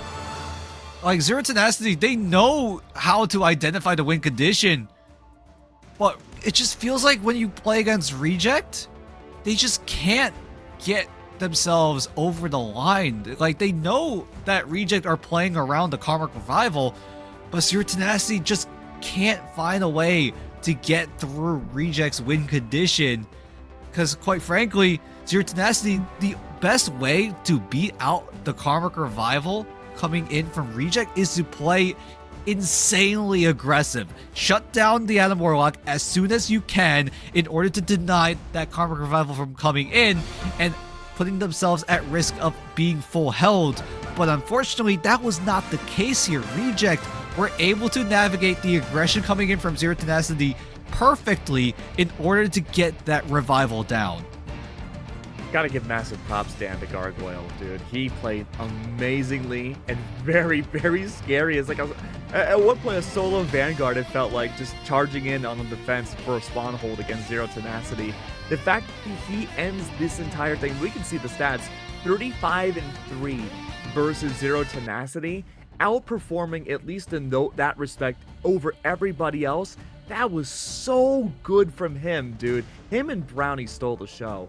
Yeah, the most amount of eliminations in the entire lobby. 15 final hits. Yeah. 15 final hits. He's a Vanguard.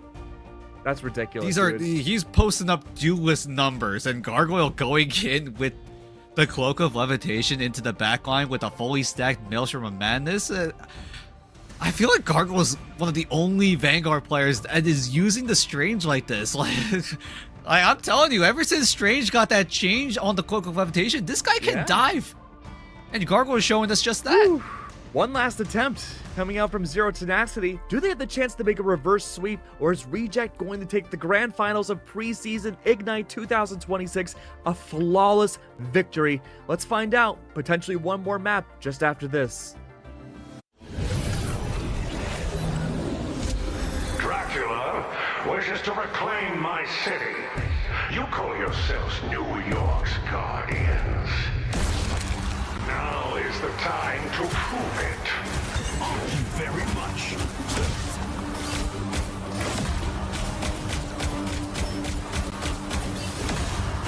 Slice and dice. Ancestral sword. Strike!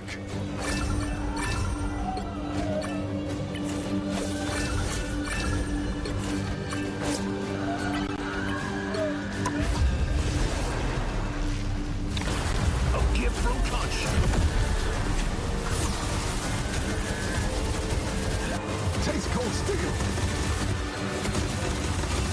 Time to make the undead dead again.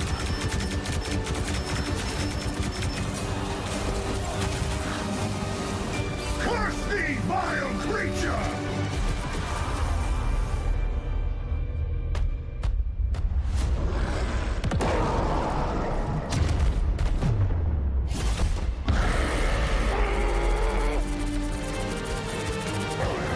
Well done. Perhaps I'll give you the key to the city after this.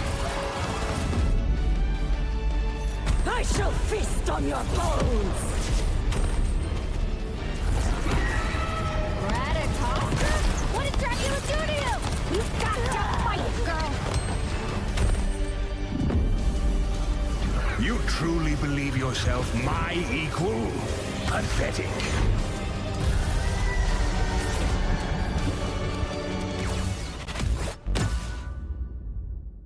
You have my thanks, but your vigilante antics have violated the law. You're under arrest.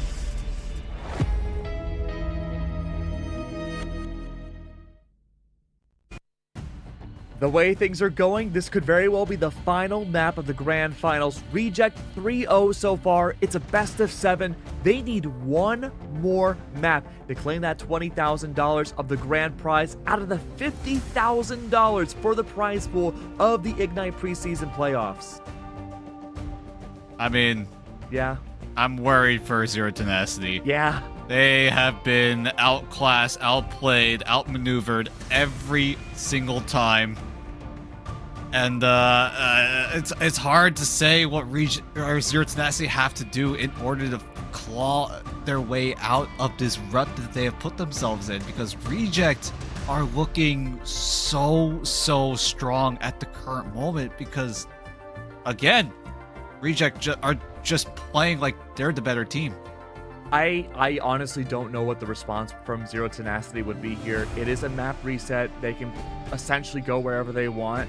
You had the idea, I think it was in the green room, Hell's Heaven, you thought maybe that they would go to? I mean, I that's was where thinking Zero Tenacity Contemplation. won in map number 5 against Pirates, albeit it was Pirates' map pick, Yeah. but I was thinking I mean, maybe Contemplation. Zero Tenacity were able to shut out Pirates in that map in its own right, so I wouldn't be surprised if Zero Tenacity decide to go towards that kind of option. They know they're confident on that map, so maybe they use it to their advantage here up against Reject, who are looking so hot. I wonder maybe if we see like a rematch of Celestial Husk. We go back to a place that's already been done. They've learned their lesson. The low key, I you see go for the where you're protect. going. Yeah, you're picking up where I'm putting That would be pretty funny. That has been the map choice for Reject, right? Symbiotic Surface. Group stage. We're not. Let's not talk about the group stage. Let's talk about the That's true. playoffs, right? Playoff Reject on Symbiotic Surface has been infinitely better That's true. compared to what we saw on the group stage.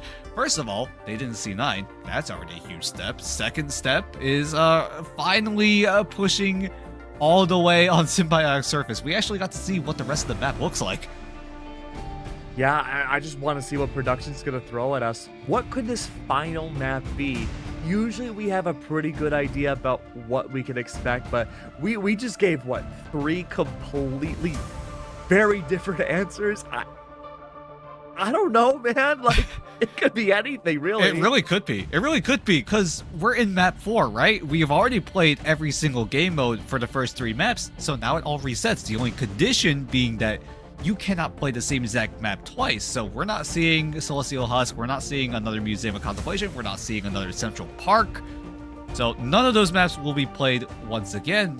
So options like Shin Shibuya, Yeah. Symbiotic Surface, Hell's Heaven. There is a trove of options for Zero Tenacity to find a way to, at the very least, come back from what feels like an uphill battle. Almost I don't know how steep of a mountain you could even think of, because right now that's what Zero Tenacity are putting themselves up against.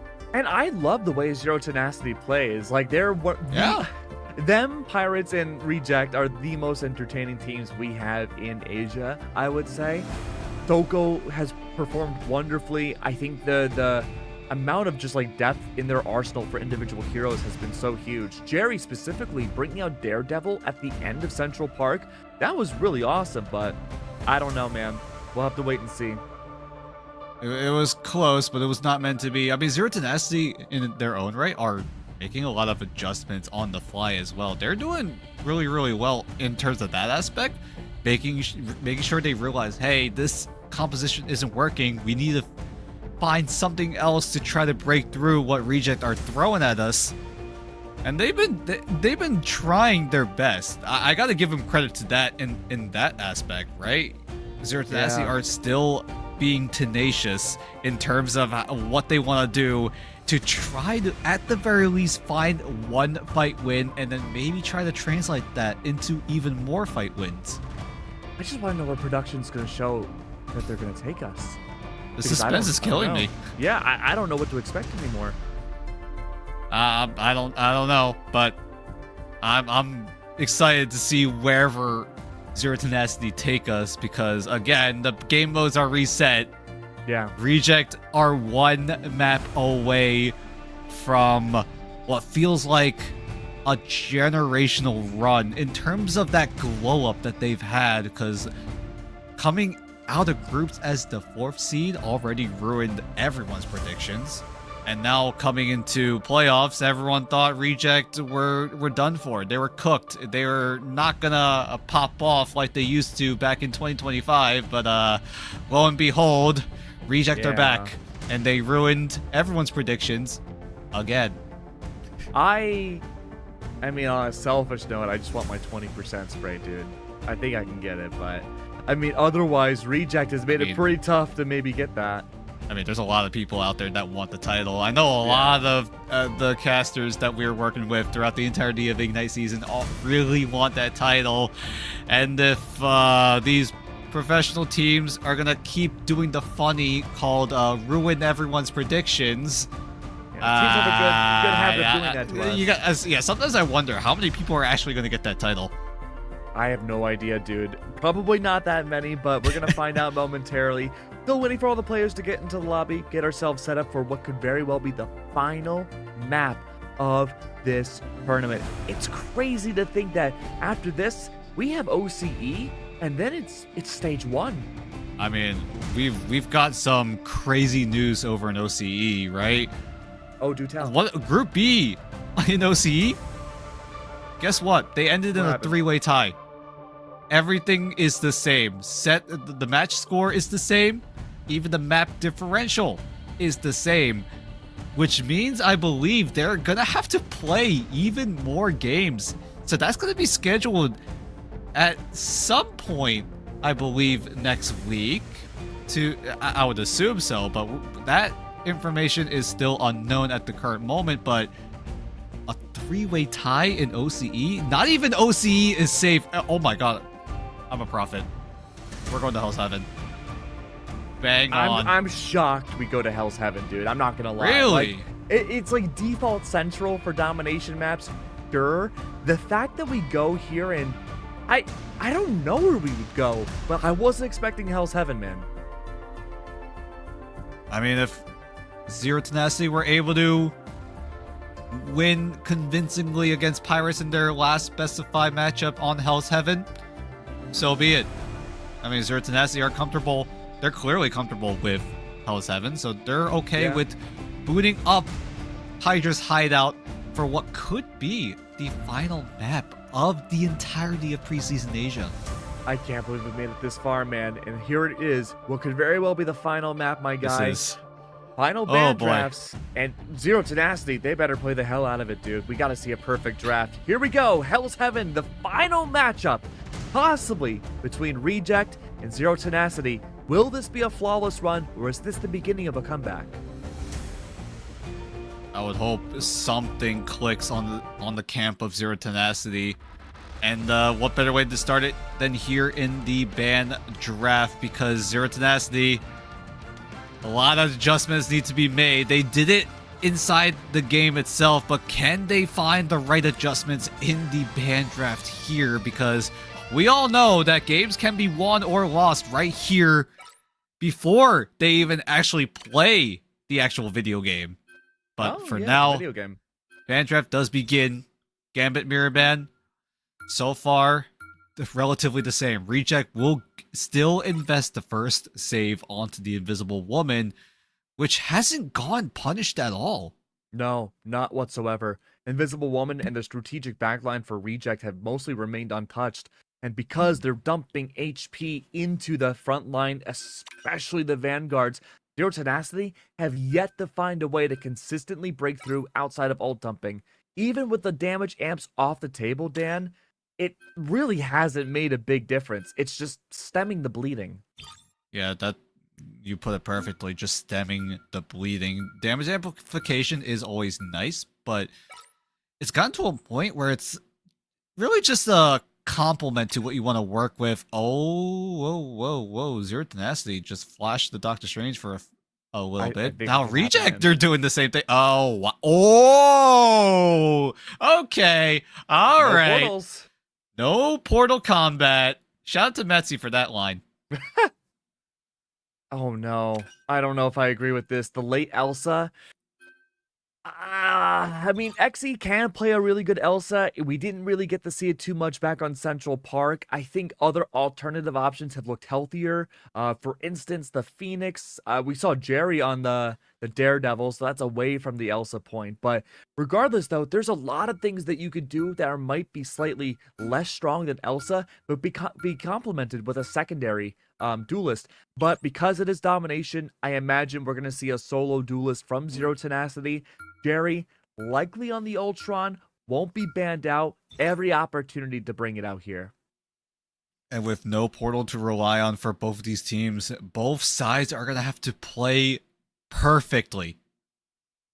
Reject and Zero Tenacity even going to invest saves onto the Elsa Bloodstone for the second save, as both sides investing a save onto the Invisible Woman first. So not gonna go towards the Mantis. Now we're moving towards the Invisible Woman.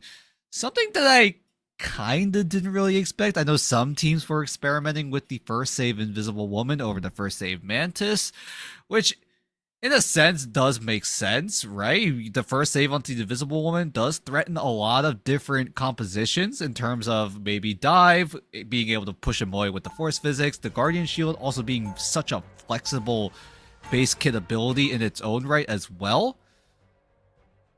But with the Strange being taken away, one, you take away the team-up ability for Doctor Strange and the Invisible Woman. Two, you get rid of the portal as well. So this Doctor Strange ban is starting to become more and more noticed and more valuable.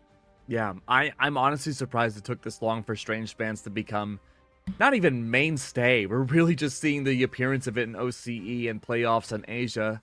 I'm sure going forwards in the stage 1 and maybe even like, you know, eventually the majors too, we're going to be seeing it become a mainstay option.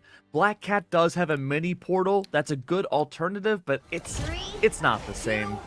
Yeah, here we go. It's very wonky, but you know, enough about Black Cat. We got to talk about this current matchup. Reject are one single map away from being the preseason Asia champions.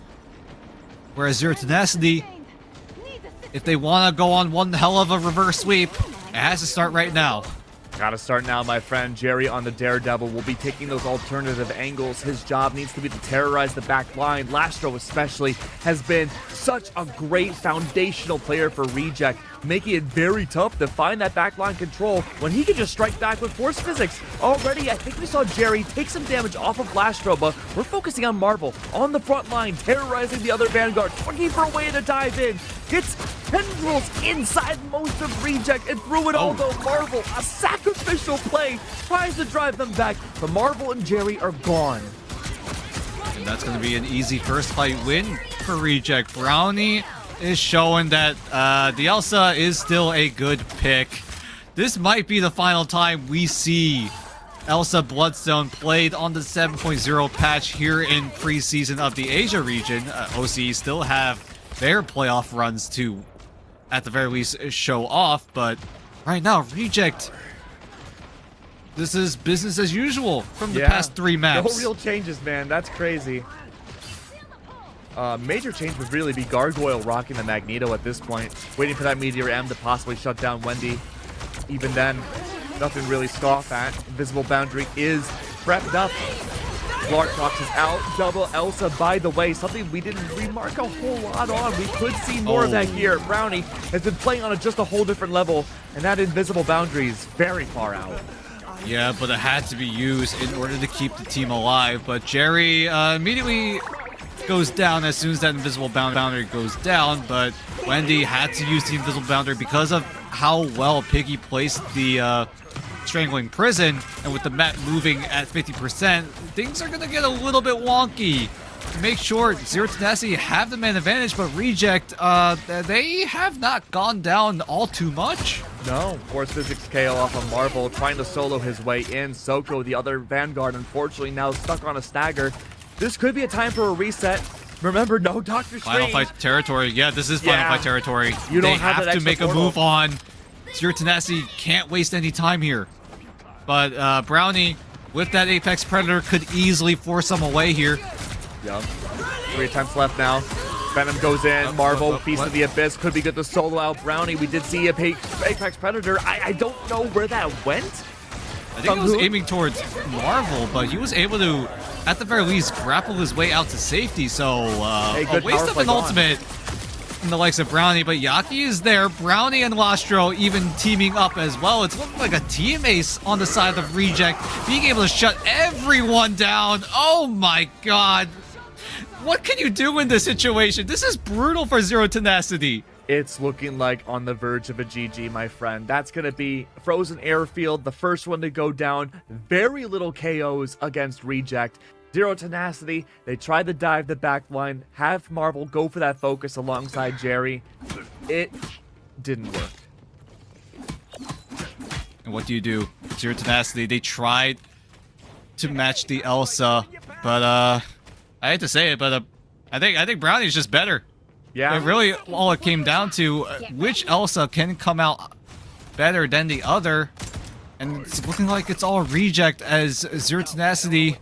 They need to find an adjustment and find it fast because now time is starting to run short because after that dominant performance from Reject, what do you do for Zero Tenacity? Things have to change here. Jerry, there's no way you roll out on the Spider-Man here.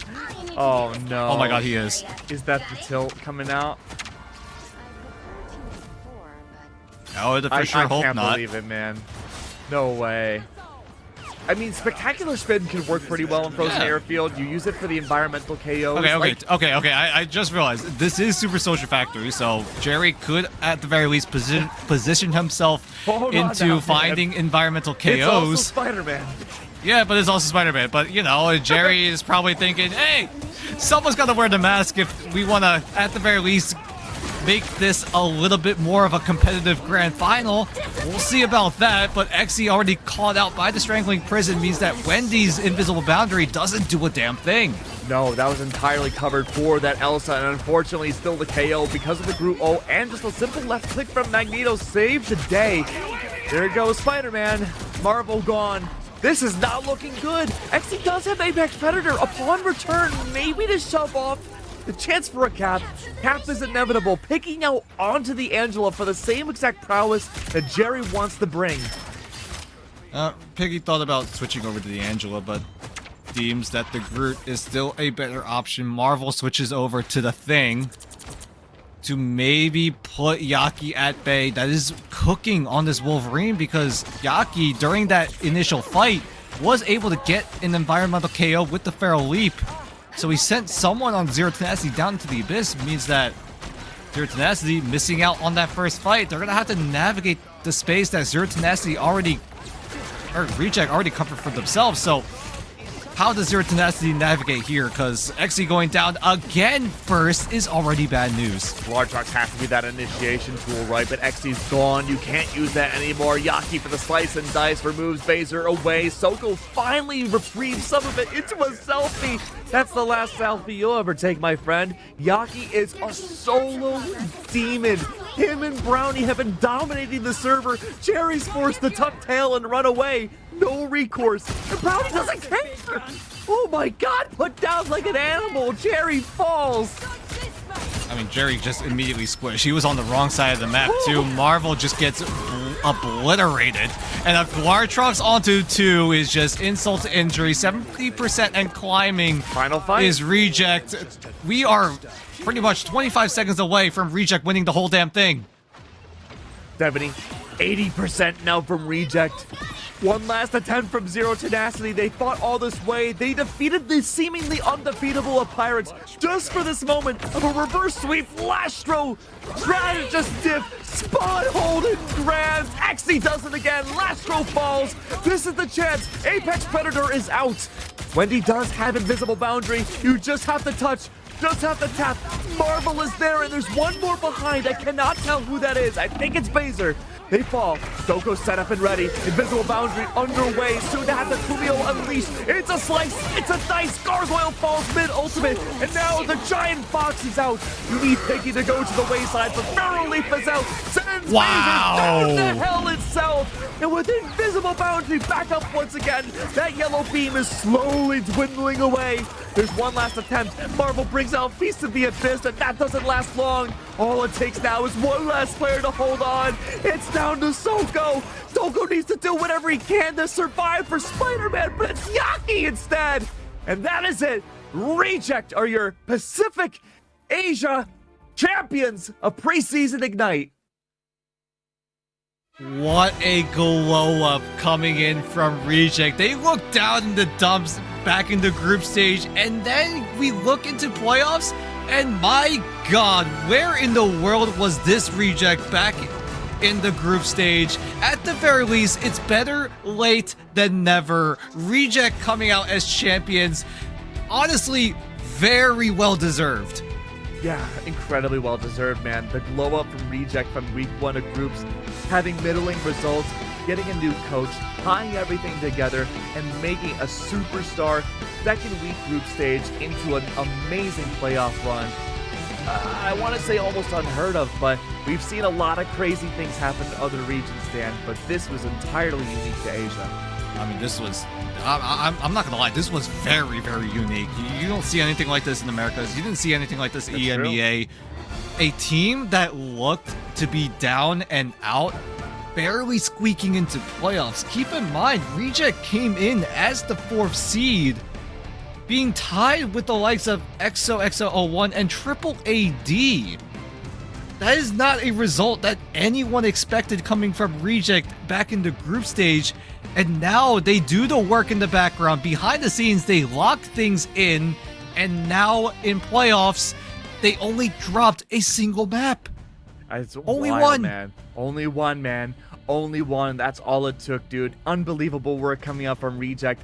Definitely a favorite team of mine now, and one that we have to keep a very careful eye on as we continue into Stage 1 and beyond.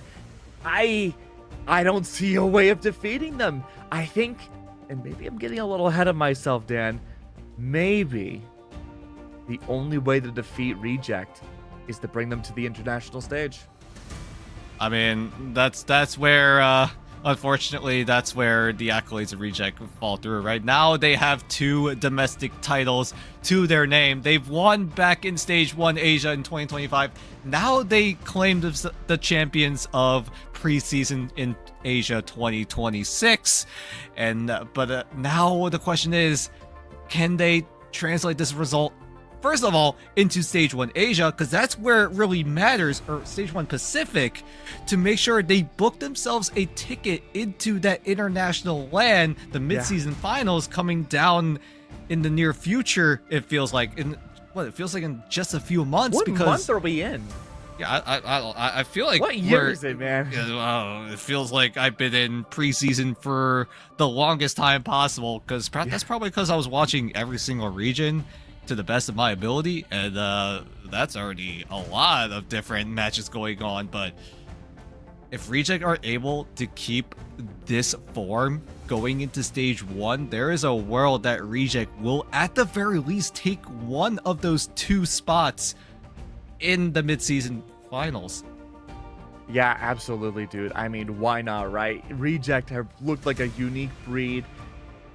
I don't know what to say besides repeating myself over and over again. We're just waiting for our interview to be set up with Reject, because we have a lot of questions that we need to ask and a lot of things that need to be found out for Stage 1. And maybe, and I'm sure every team in the world is going to be watching Reject in these matches to see, hey, how can we be part of the meta-defining team like this? It feels like it's always Asia that discovers stuff first.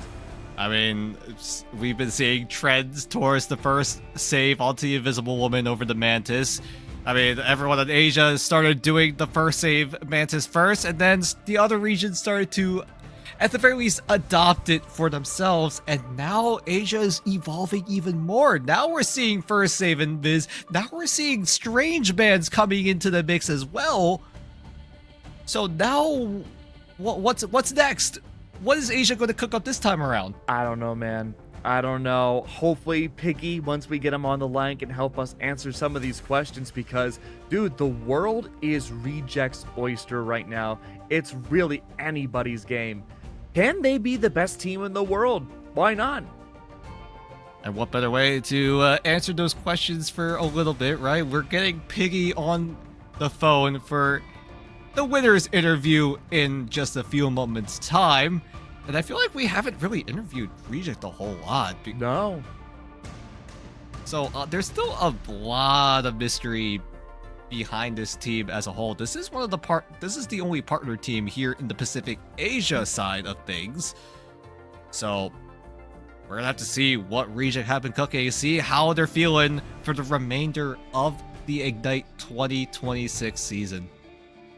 $20,000 going in the Reject's pockets right there. $50,000 as a whole given out for the top teams too for the preseason playoffs. A lot of money, man. And I really can't wait to see what the prize pool for Stage 1's going to look like too. I mean, it's going to be even bigger, even better. This is only preseason after all. And if preseason is already touted as one of the best Marvel Rivals tournaments of all time, what does stage 1, what does stage 2 have in store? What does mid-season finals have in store? Because we still have a lot more Marvel Rivals to play. Oh, yeah, Not just for sure. here in Pacific, but everywhere. America's, EMEA, you name it. There is I'm still so much surprised. left in store. I'm surprised you're still on the call, man. I thought you'd be back on Bloodhunt already. I want to, but you know, we're here. Hey, what happened to that cake you were gonna faceplant in, huh? I mean, that's still like hiding in the refrigerator. I don't know if I'll have the time to like grab it and stuff my face with it as a celebration of, hey, we made it through preseason, ladies and gentlemen. Actually, technically not yet because we still have OCE to get That's over true. with. But I mean, OCE's already dealing with their own insanity with Group B going in what, a 3-way tie. But enough of that. We're gonna talk to Piggy for a little bit. We got Piggy on the phone, ready to see what he has to say after winning that huge grand final. Hello, Piggy. Hello. Hello. How are you feeling today after winning? Really happy now. That's incredible.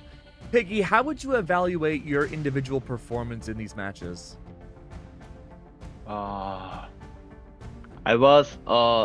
Yesterday I was really bad, but today I think I did well. Relatable. Very nice. And moving on to our next question, right? Who you think was the MVP in your team? Maybe I think Gargoyle. Okay. I feel like a lot of people could agree with that. Yeah, I could agree. I would with agree that. too. And I guess our last question for this interview, we know you're probably tired. Best of 7 takes a while. In all the games, especially the last one, how do you synergize your role and your team with everybody else to ensure that you guys have the best coordination possible?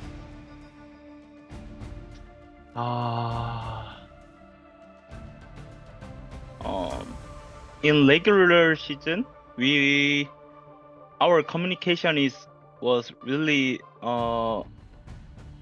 bad, but we Okay. talk too much each other, and then we fix them. That's we fix. incredible. Yeah. Yep. And I think we could call it there. I feel like, right? Yeah. Thank you so much, Piggy. We're so happy that you guys were able to come out with a huge win up against your tenacity. Go celebrate with the team. You guys have well deserved it. Thank you so much, Piggy, and enjoy the you. rest of your night. Thank you. Yeah, thank you. Thank you so much, Piggy. And with that concludes our broadcast. We had ourselves one hell of a time, man. We had our lower bracket finals, the defeat of Pirates, the first time really ever in their run, I think, inside Marvel Rivals. Reject blossoming above everybody else in a very unexpected manner. It goes to show that this is the pre-season of Ignite 2026. Can you imagine where we're going to be at the end of the year? Grand Finals, World Championship? Who knows who's going to be in that slot? And there's so many plans, not only just here in Marvel Rivals Esports, but Marvel Rivals as a whole. There's a lot of stuff planned out throughout this entire year. You remember, at the end of 2025, I believe one of the developers said 2025 was their warm-up. 2025 was the warm-up, Yeah, and I I feel like believe that it. translates the same into here in the esports side of things, because, oh my god, if 2025 was igniting the battle, now with 2026, how do you ignite it even more? Because I'm sure we're gonna find ways to do just that. Absolutely, my friend. Weird to think that's already almost over, and you know what? I'm looking at the timer right now, almost 5.5 hours in. That's plenty of time for most people to get their Twitch drops. Yeah, exactly. And what better way to do it than right here on the Marvel Rivals main channel. We did speedrun through the grand final, but at the very least, if you were able to catch the lower final, that was an absolute treat to watch. Both of these teams going blow for blow, band for band even, and just scrapping their way. But Zero Tenacity came out on top. And that was, I think that was one of the best series I've ever seen to date. Maybe rivaling the America's Grand Finals in preseason. Okay. Big words. I'm down for it. But I do want to see what the top results look like. How did we end up here? What did it all flush out to be overall? We're going to have a graphic, I believe, momentarily. We're just waiting on that to be finished up. But I gotta say, man, from where we started to where we ended, I was not expecting Reject to be the team to bring it home. I mean, they are like the most partnered team that we have for Asia and OCE. I'm happy that they showed why that they have that mantle, but for a while, it was looking like an MRC team could take it. I mean, that's what it looked like for the entirety of groups, right? Pirates, they were the team that looked like they were a step above the rest, but then as we headed deeper and deeper into playoffs, it just felt like everyone saw what Pirates were doing, and they're like, hey, we're just gonna watch all your matches, figure out some sort of counter strategy, and shut you guys down in the playoffs. And I feel like a lot of those teams, especially in the likes of Reject, Zero Tenacity even, just found ways to just take them out of commission as soon as possible. And Pirates, we, at the end of groups, expect them to make it all the way to the grand final, but they end up in third place. But considering that they are an MRC team, you still gotta give credit to Pirates as a whole, right? That's still insanely impressive of a result. Did Pirates make the deepest preseason playoffs run out of any team in MRC? I think, yeah, we lost top down on the same marker. Yeah, we lost, ended up in third place as well. Yeah. So both Pirates and YWL over in the Americas region have tied in the deepest run in from an MRC team here in preseason. As we take a look at what in the world just happened, Pirates just barely losing out against Zero Tenacity 2-3, which allowed Zero Tenacity to make their way into the grand finals to try to challenge a revitalized Reject, but unfortunately, it was just not meant to be. Z10 do not get their happy ending. Reject just look absolutely dominant. This is the reason why they are the partner team here in Asia. Absolutely, dude. Just such an utter dominant performance. That's the complete bracket. A beautiful artistic display about how everything had played out. Pirates, they looked great early on. The fact of the matter is that even though they had such a great performance, they only won one series in the entirety of playoffs. Yeah, but then we see Reject at the top step, but That's if true. you look at the entirety of the lower bracket, there have been some surprising results, right? Triple AD losing out to XOXO01, but after that, it's been somewhat expected, I feel like, in terms of what these matchups have been gearing towards, but overall, this has speak been for a yourself, man. this was a crazy playoff. Well, what's a better way to end off these? Of course, by getting yourself a nice little treat. You know, you get yourself a coffee, get yourself a soda, I'm whatever. gonna have some cake. I'm gonna have myself a skin, dude, because the Hellfire Gala has returned. You can get yourself some amazing skins. You can capture the epitome of the Krakoan fashion with Magic's Netherworld Noble and Gambit's alluring Ace costumes. Available already until May 21st at 7 p.m. Pacific. And Dan, with that cake, cameras are flashing. Are you ready? I'm ready to eat the cake, but those Hellfire Gala skins are also up for grabs. But another thing that is up for grabs, my personal favorite ad read compared to CB with on the alluring Ace Gambit costume is Blood Hunt being the newest PvE game mode here in Marvel Rivals, available right now because Dracula for some reason decided to return and we have to shove him back into his place. So we got to save New York City with a team of up to 4 players and make sure that we test our limits with different difficulties and we send this Lord of the Night to his undead doom right now. Welcome everyone to the next chapter of PvE Marvel Rivals. Will you hunt or be hunted? I, for one, am Team Dracula. I'm happy that he's returned to my home turf of New York. But guess what? Brand new Twitch drops arrive with the Ignite preseason. If you've watched all of today, I think you qualify for just about all of them. At the very least, 4 hours, you get the Daredevil Galactico costume. Tune into participating channels to watch your favorite streamers and earn exclusive rewards, including a spray, nameplate, emotes, and exclusive costumes for Daredevil and Gambit. Daredevil will be available only until May 15th, my friend, and Gambit until the 17th of May. So watch, support your favorite teams, and follow the road to victory as the Ignite preseason heats up. Yeah, it doesn't have to be just us, although it should be just us, but you know, you've also got other streamers on Twitch as well where they will also be able to give you those Twitch drops as well. So as long as you get up to that watch time, you'll be able to get yourself those costumes. But after that, that is it, ladies and gentlemen. We have reached the end of Preseason Asia, and it has been an absolute honor and a pleasure to cover this entire tournament with not just UK, but with CB, Diatonic, Liger, Matzi, the entire Pacific crew. Thanks everyone watching tonight. Just see how this entire region has been performing and essentially what they're offering going into stage 1 as well.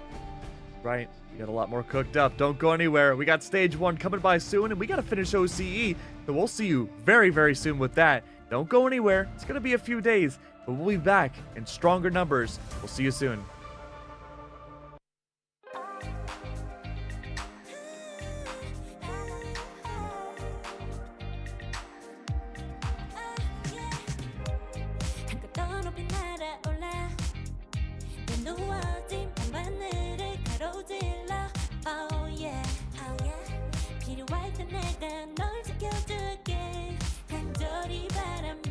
이루어지는 마법인 거야.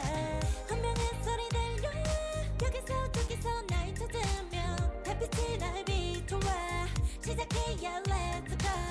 어둡고 흘러는 우주 따뜻한 눈으로 감싸는 순간 신비롭게 녹아내릴 거야. 좀 더 기다려 I'll be there. 쓰러지지 말 끝까지 일어나야 해. 어딜 가든지 극복해. 힘은 너에게 있는 걸. 소리 높여 노래를 불러. 작은 걱정 따윈 던지고 최선을 다해 가슴을 쳐봐. 어둠이 떠 날때까지 아름다운 꿈을 밝혀봐. 우리에게 달려서 그 세계 오면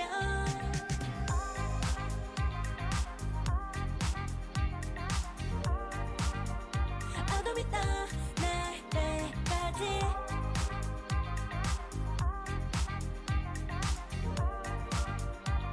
세게 오면 오랜 시간 간직해온 열망 까만 밤의 빛빛처럼 빛나 네 눈앞에 바로 어떤 나라 탑을 딱 봐도 superstar 딱 보면 모르나 널 지킬 나란 걸 더 지켜볼수록 점점 빠져들어 카리스마 넘쳐 흘러 oh yeah 한 명의 소리 들려 여기서 저기서 날 찾으면 달빛이 날 비춰와 시작이야 let's go 어둡고 흘러는 우주 따뜻한 눈으로 감싸는 순간 신비롭게 녹아내릴 거야. 좀 더 기다려 I'll be there. 쓰러지지 말 끝까지 일어나야 해. 어딜 가든지 극복해. 힘은 너에게 있는 걸.